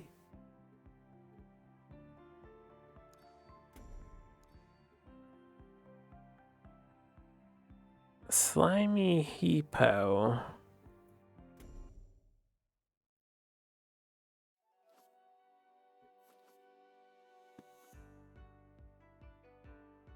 You know, only seeing these matches from one side, it's a lot less work on me. It's been pleasant. It's been pleasant. So I'm not too familiar with either of these players. Let's dig into the deck list and learn what we can. Slimy hippo or hippo has a Vanor list here. We have an Embla list with Crazed and Keepers of the Veil, one of Zurael. So I guess I would call it mid-range with Embla as the top curve, right? Just because it curves up. You got your 4s, you got your 5s, you got a Desark at 6, and then you have Embla and a Zurael on the top end. So that is Slimy Hippo's list. A majoring hobo. Is this username like, are you someone who is majoring in hobo, or I'm not sure. But we have a Creepabyssian list. Oh yeah. Ooh. We have 2 surprise inclusions in the list. I don't know if you guys saw one yet, because I wasn't paying attention. There are 2, I don't remember his name. The black dragon thing that stops healing. Deathblader. We have 2 Deathbladers. That seems a little counter intuitive with Night Splitter's healing mechanic, but hey, power to you for trying out something new. Other than the Deathbladers, seems like a fairly standard-ish creep list.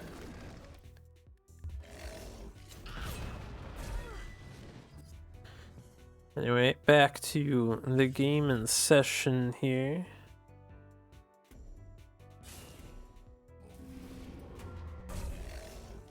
So I made this Hearth Sister play that was made is a mistake that I did on day 1 of the patch 2 when I was streaming it. You don't want to Hearth Sister the enemy minion to you if they're on creep. You want to Hearth Sister your thing to the enemy minion. Now I wasn't paying attention I guess you can't help it if you're using your general to clear, right? But if you're not using your general to clear, then you don't have to sacrifice your Heart Sister. Since it's so early in the game, I imagine they had to do that to use their general. So, not a problem there.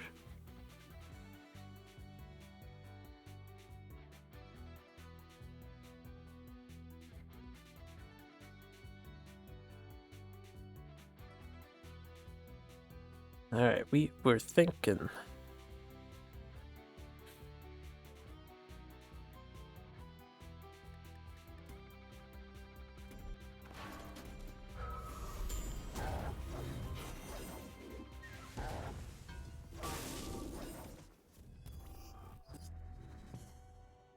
Alright, just a Fenrir War Master.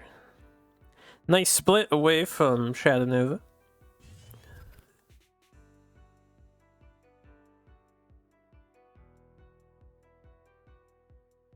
So, what do you do in this situation? You could deny the mana tile and just hit the Fenrir with Nova if you want. You could empty your hand if you want. Looks like we might go with the empty our hand plan. I would maybe consider, if you don't care about them ramping, just go face. Maybe.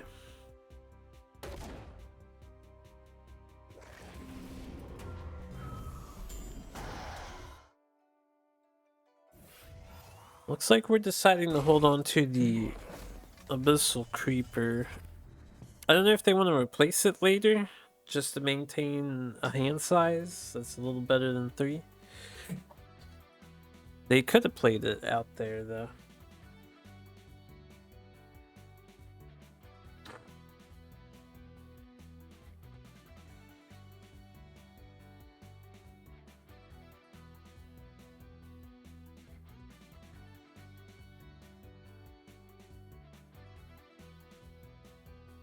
Hard to predict what Slimy will do. They have access to 7 mana on this turn, which is pretty significant.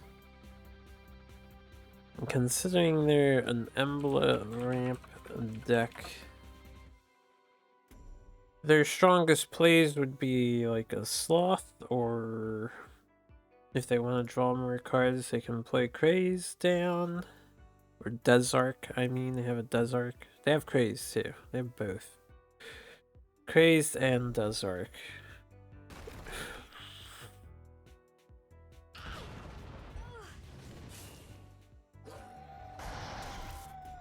Just a cryo clear with a Fenrir.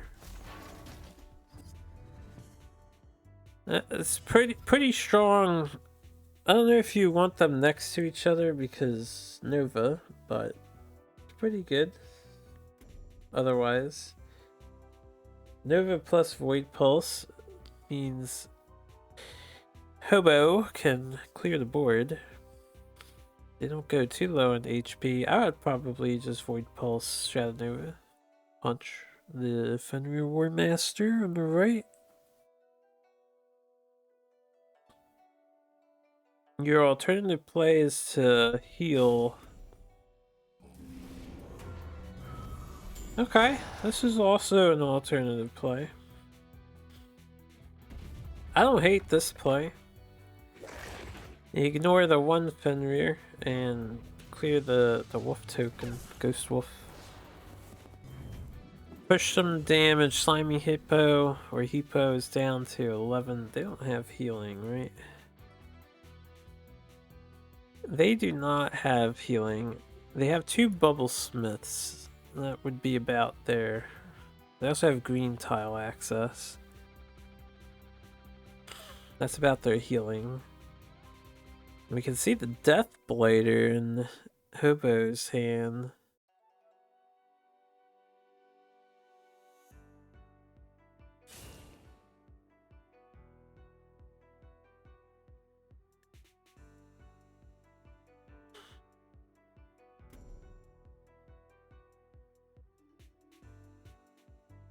Deathblighter lol.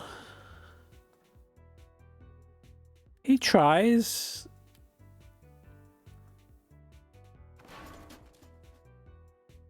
He tries his best.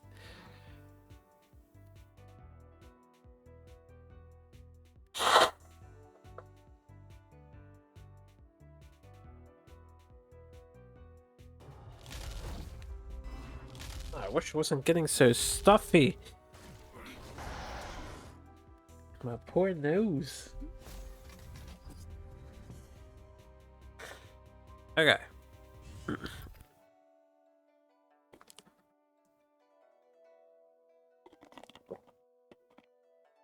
First match with community college, Sojo gave you that, so you threw away that to the opponent. Oh, did you have a mind warper on the field?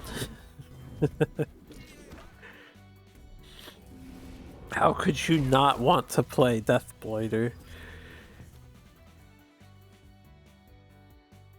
It is clearly the card to play.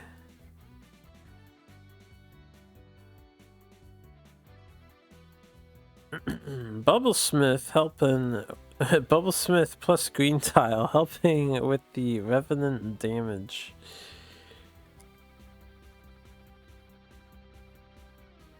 For one turn at least. Slimy is going to need another sloth, though, if they want to cleanly answer this thing.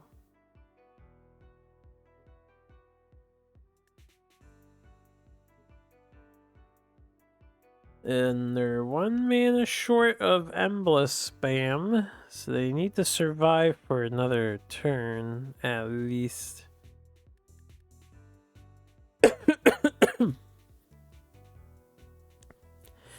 I would think Shadow Creep is decent against Embless Stun, just because they can, you know, summon Shadow Creep on the turn that they're stunned.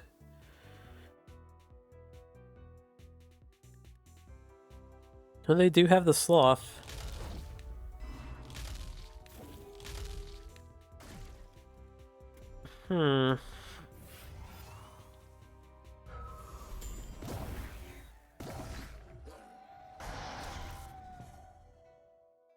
They get a good clear of the Revenant. Unfortunately, none of the tiles were used to delete the creep. Could be a mistake.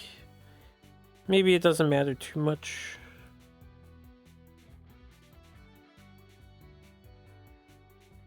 You know, considering Hobo can summon 5 more, should they really desire to.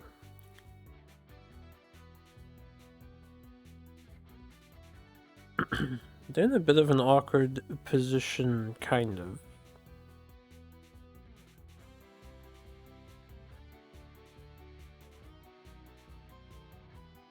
If you're a real man, you Shadow Nova Slimy Hippo's face and the Bubble Smith, and then you you sphere the wolf and punch the sloth.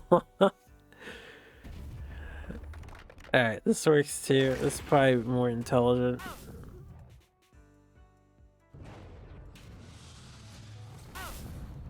Because it kills the sloth.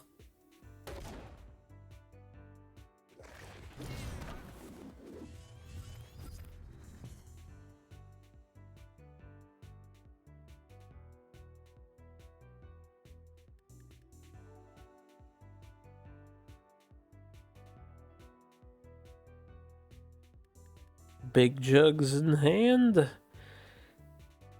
16 damage away. We're on the 9 mana turns, so Slimy will probably want to start dropping bombs. The Zurael doesn't have amazing targets to bring back, so Embla is their other option. Hobo has some pretty good creep placement.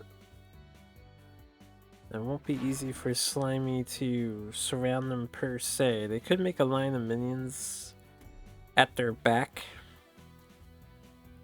Yeah, they actually have 10 mana to work with too.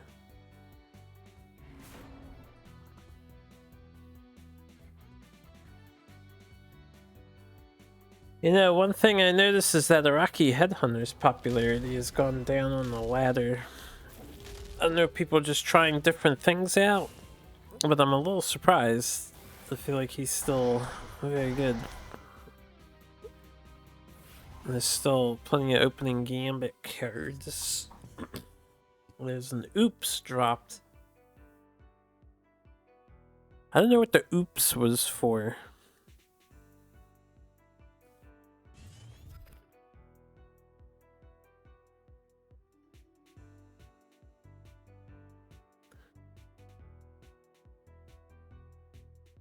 The Mystic Heel face. Mystic Heel slimy, I thought.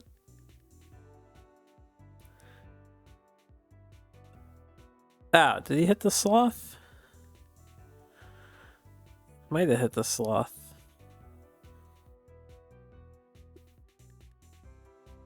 I don't trust my memory. My short-term memory is definitely not good enough for this.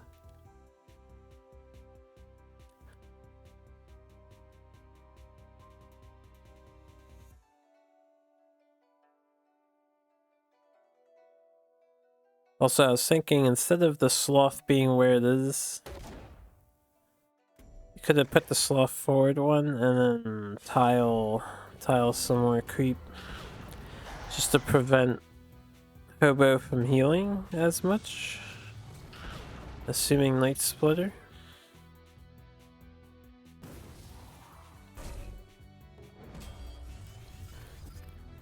Speak of the devil, and he shouts appear.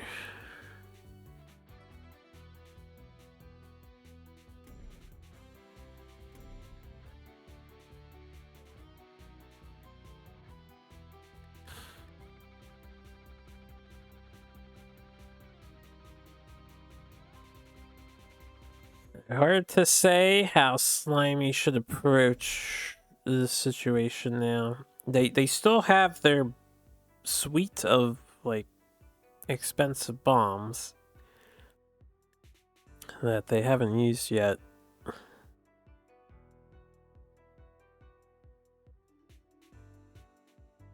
And I'm not sure about Hobo's positioning at the moment. He moved away from his creep spot. So Night Splitter, it won't heal as much. It'll certainly kill plenty though. Oh, the light bender. Never mind what I just said.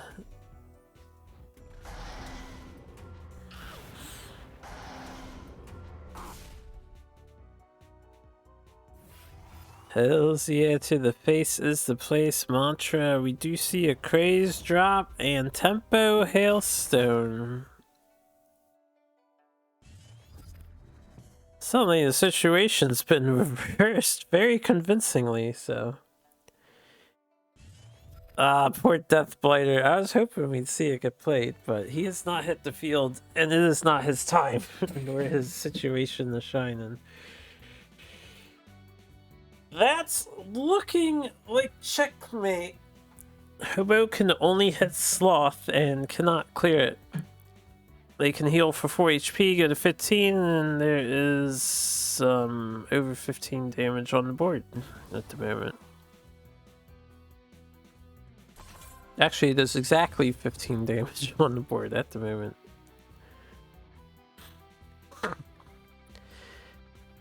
Now, the artifact might save them. Hippo needs one source of damage. Like, Sloth and Craze can bypass the thing healing. They need one source of damage outside of the other 4 minions.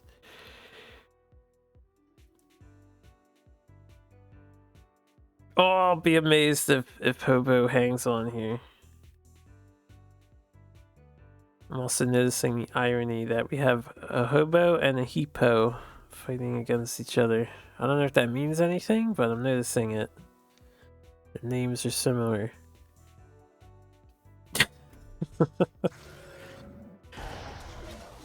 Alright, Craze goes in. One charge down.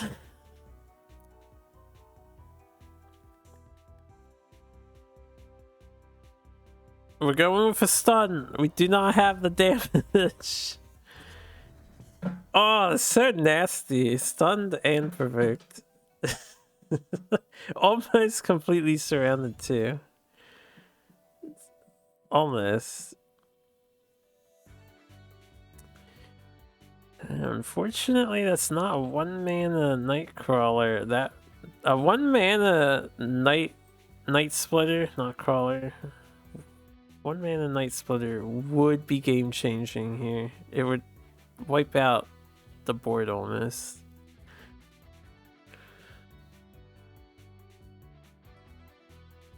Fortunately, I don't see a way out of this one. You can Shadow Creep 3 of the things. You can Night Sorrow 4th, and then yeah. Well played by both sides. It's a good start to the set. Yeah, quite a lengthy one. Let's see how game 2 goes. Alright. We have a faction change. Ah, I didn't change my thing again. God damn it. I missed it. Spoiler! No, don't pay attention. I'm getting tired, man. I'm like tabbing in the OBS. I'm switching the scene, but I'm not hitting the transition button. We have a lion in our deck. There's a psionic resonator in this deck. Let's take a look at what we're dealing with here. Oh my, Cataclysm 2. We are all in on the package.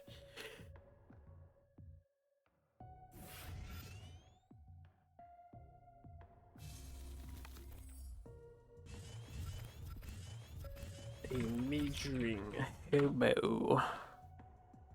Linar. Is this some Harvard?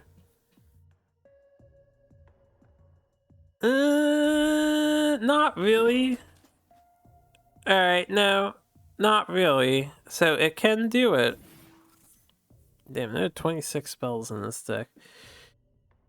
It's kind of like an Arcanist list with the Harvard combo, but there's also, yeah, Albonk stuff. There's Owls, as you can see. There's one of the, whatever he's called, Prismatic Illusionist.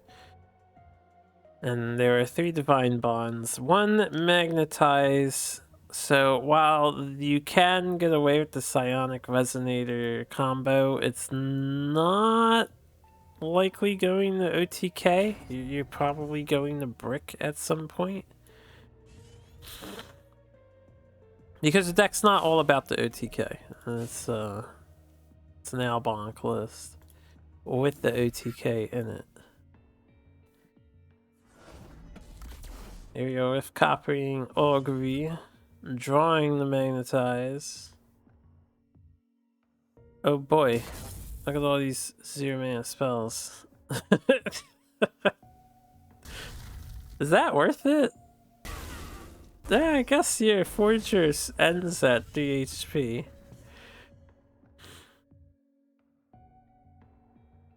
You know, I'm just doing 0-mana spell things. Playing 4 cards on turn 2. Clearing the board. NBD. That was a pretty high roll. Slimy is going to want to delete one of these 2 minions. Oh right, they can't move. They're stunned. That might not be good enough. And that's not going to save you either. Okay. So...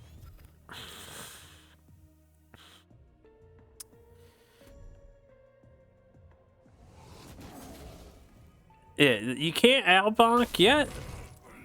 You don't get enough value from it, and there's a bubble shield. You have to get around the bubble shield first. So we're just buying time here. Just buying some time.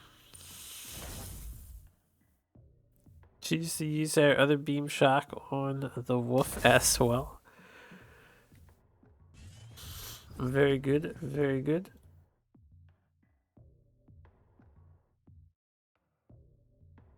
Slime only has 3 cards with which to solve this situation. Did they have a light bender? I don't think they did, right? Limey. Let me see your deck again.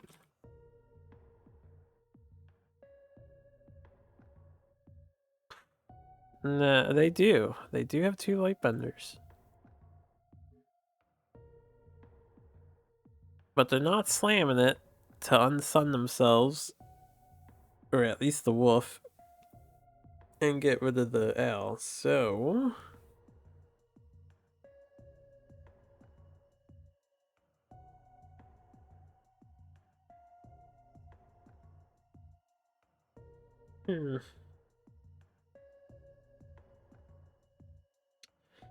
well, unless Hobo happens to draw on to replace that magnetize again, I don't think Slimy's in any immediate danger.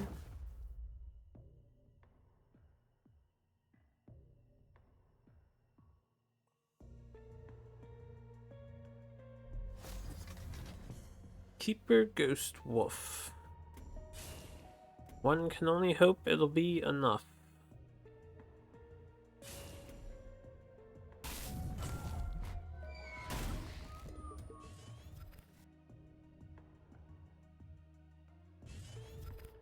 Actually replaces Prismatic Illusionist. I would have replaced the healing potion. Aerial Rift is copying a Beam Shock. We draw Mana Forger. Not attacking the wolf token? Oh, I mean, I guess that makes sense too.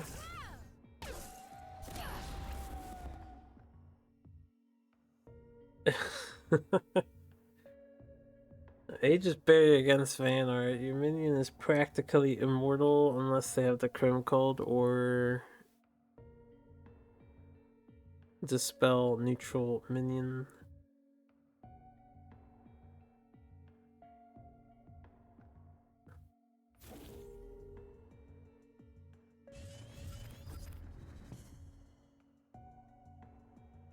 Fairly conservative. Only played 2 cards, didn't spend any mana to do it. So they float 5. I feel like I would have played the Illusionist. Didn't really have a reason not to. I think... yeah, I don't know why I didn't play the Illusionist.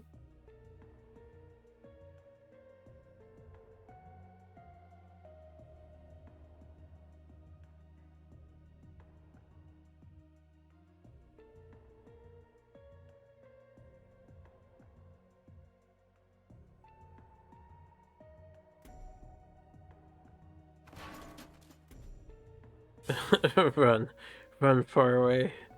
Slimy. The owl is growing bigger.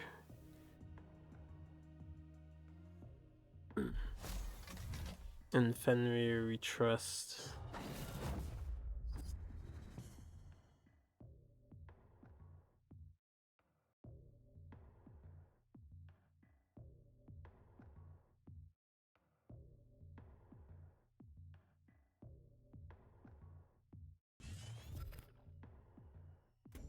Another blessing.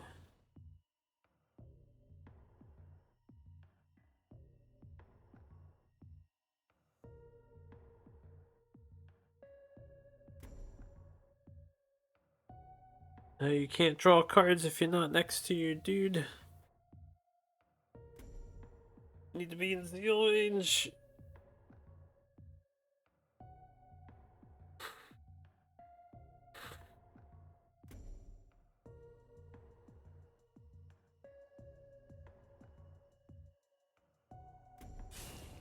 Thinking hard about where to put the Illusionist.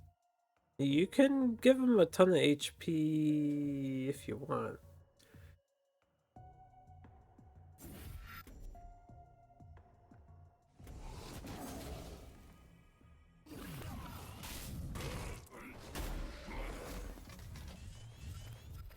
Oh boy, there's a resonator. Now, to be fair, a lot of the 0 mana cards have been spent, but there are still 3 auguries in the deck. Preemptive buff on Owl. Oh wow, the magnetized top deck too. Slimy has 2 answers for this Owl. I think they already used 1 chromatic hold though. Or a lightbender. Did they use a lightbender? They have hailstone prisons. And aspect of the drakes. But they can't target it. I forgot. He's got an Aegis barrier on. They have 2 answers for this Owl. They're gonna need the Heart Sister the way. Excuse me. No more Infinite Resonator, right? 2 Rift Blade.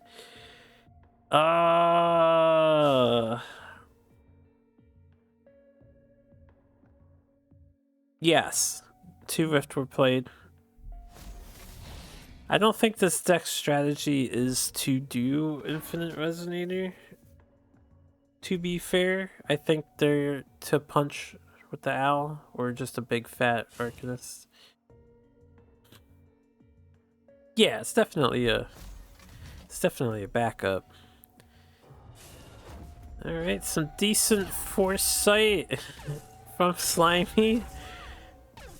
They know, if they're looking at their opponent's deck, they know there's magnetized. They know they need to protect themselves.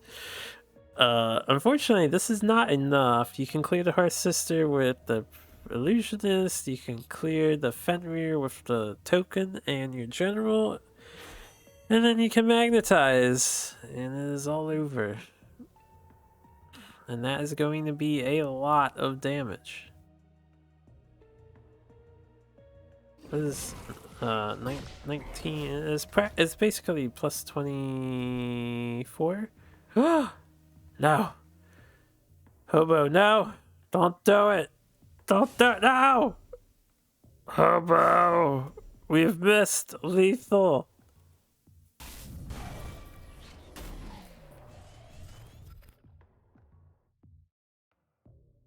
Wait, was it not lethal?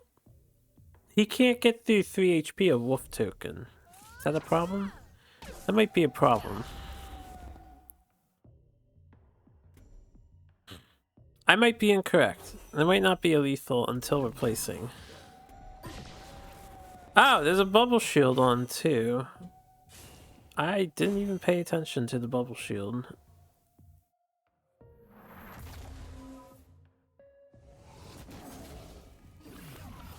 And the bubble shield could have been solved easily with the resonator ping.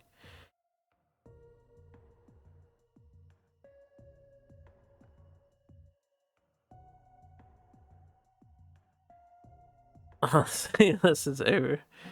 I don't think Slimy has enough Dispel in stock.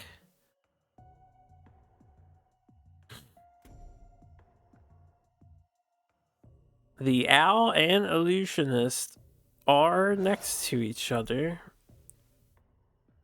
So there is a chance.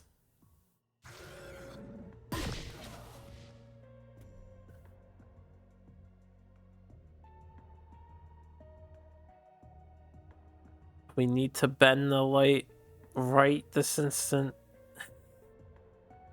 Bend or break.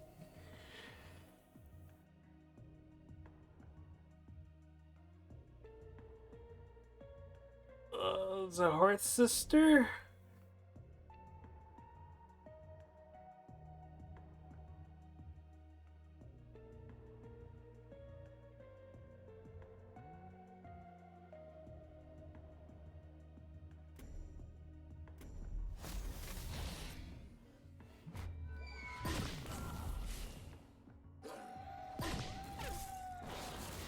Hells yeah. I don't think that's good enough. Alright, now we're back to the previous query. There's definitely a lethal this time, right? Surely.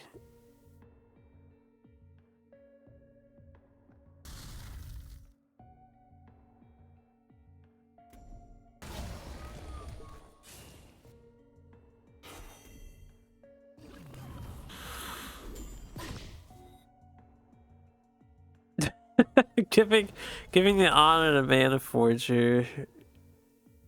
Albeast is really the supplier.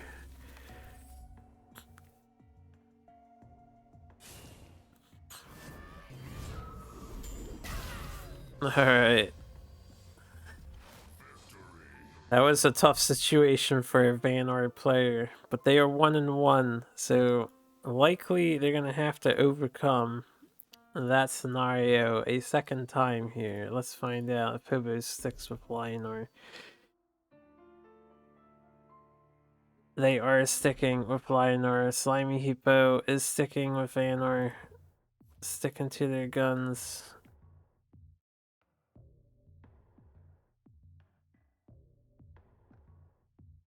So we have one more round. Interestingly enough, Slimy has chosen to go as player 2 instead of player 1.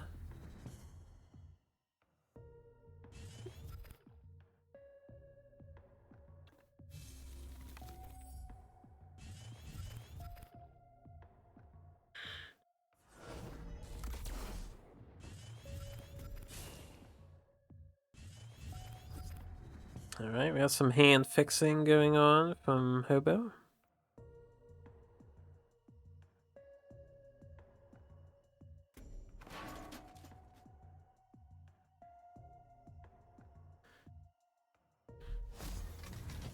And then the respectable 3-3 known as Fenrir War Master.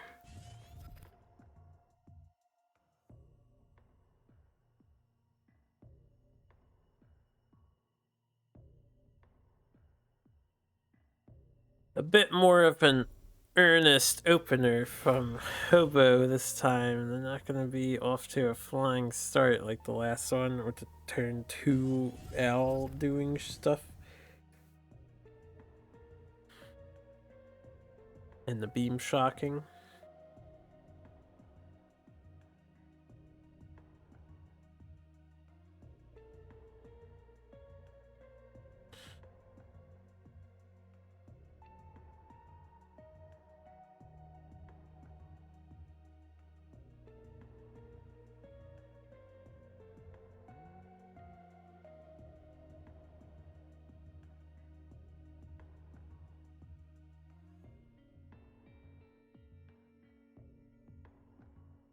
It's, you know, for Slimy, hard to predict what they'll do with their list. I would think you want to establish your Rocky Headhunter.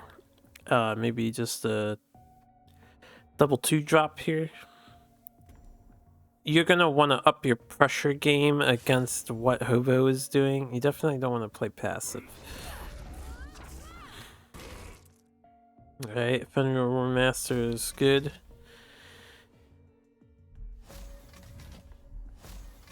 Killing Mana Forger, but, you know, transforming it into a majestic beast device in snow. Not the way you want to kill it, but recognizing the threat it poses.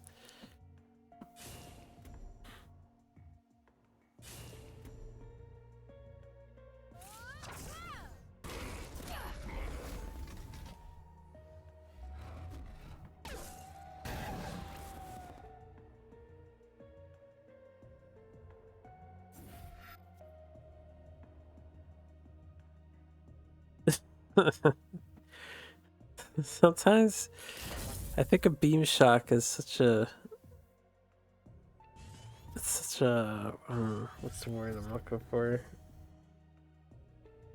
It's a really mean card.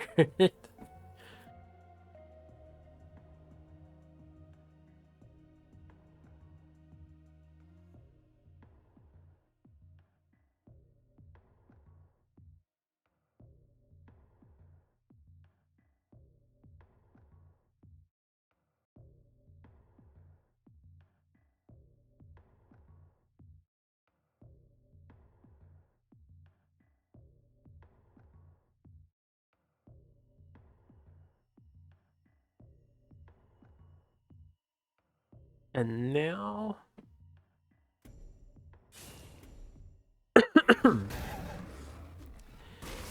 I was thinking, considering the damage race that you need to do, If you're gonna Lightbender, then maybe worth to kill the token. It might have been worth it to just hit face there. And 5 cards in hand. It's gotta be something else he can play, ideally. I guess there was 3 cards in hand before. Or, no, they played 1, draw 2. It would have to have been 4. Second owl. Second owl! And Mana Forger.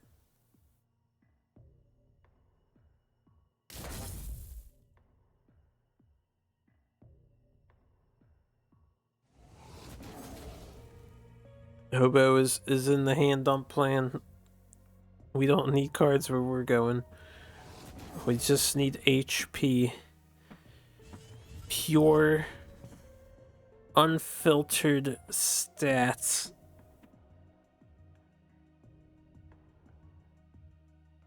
Slimy is stunned, but their wolf token is free. They have potentially 7 mana.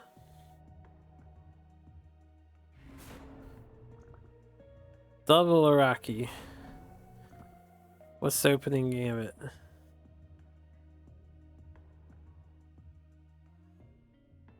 It's unfortunately not really good enough. Okay, Heart Sister.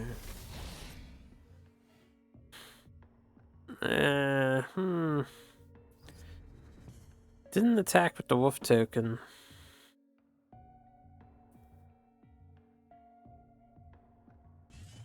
It's just not enough pressure.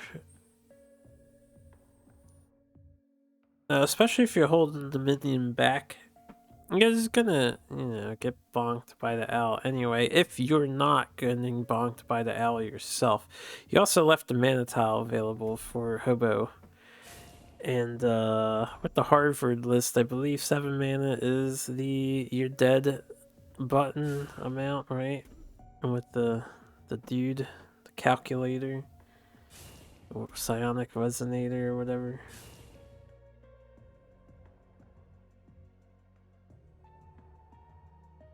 But nay, Hobo is just here to summon another owl. More stats. Give me more stats. Oh dear God.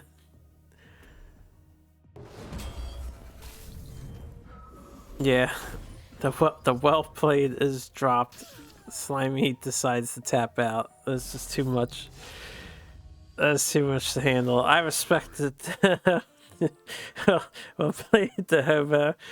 Proven that Arcanist is still a force to be reckoned with, for sure. Hit before MOS line or faster and heals. Yeah, it's all good. You don't have to worry about the finer details when you're out here having fun. Alright. With that one done, there is one final set of brackets to cover, but it is 2:30 and I am getting too tired. I am so sorry. So, I would like to stream the other games, but I'm gonna need some time to sleep and we can do this tomorrow.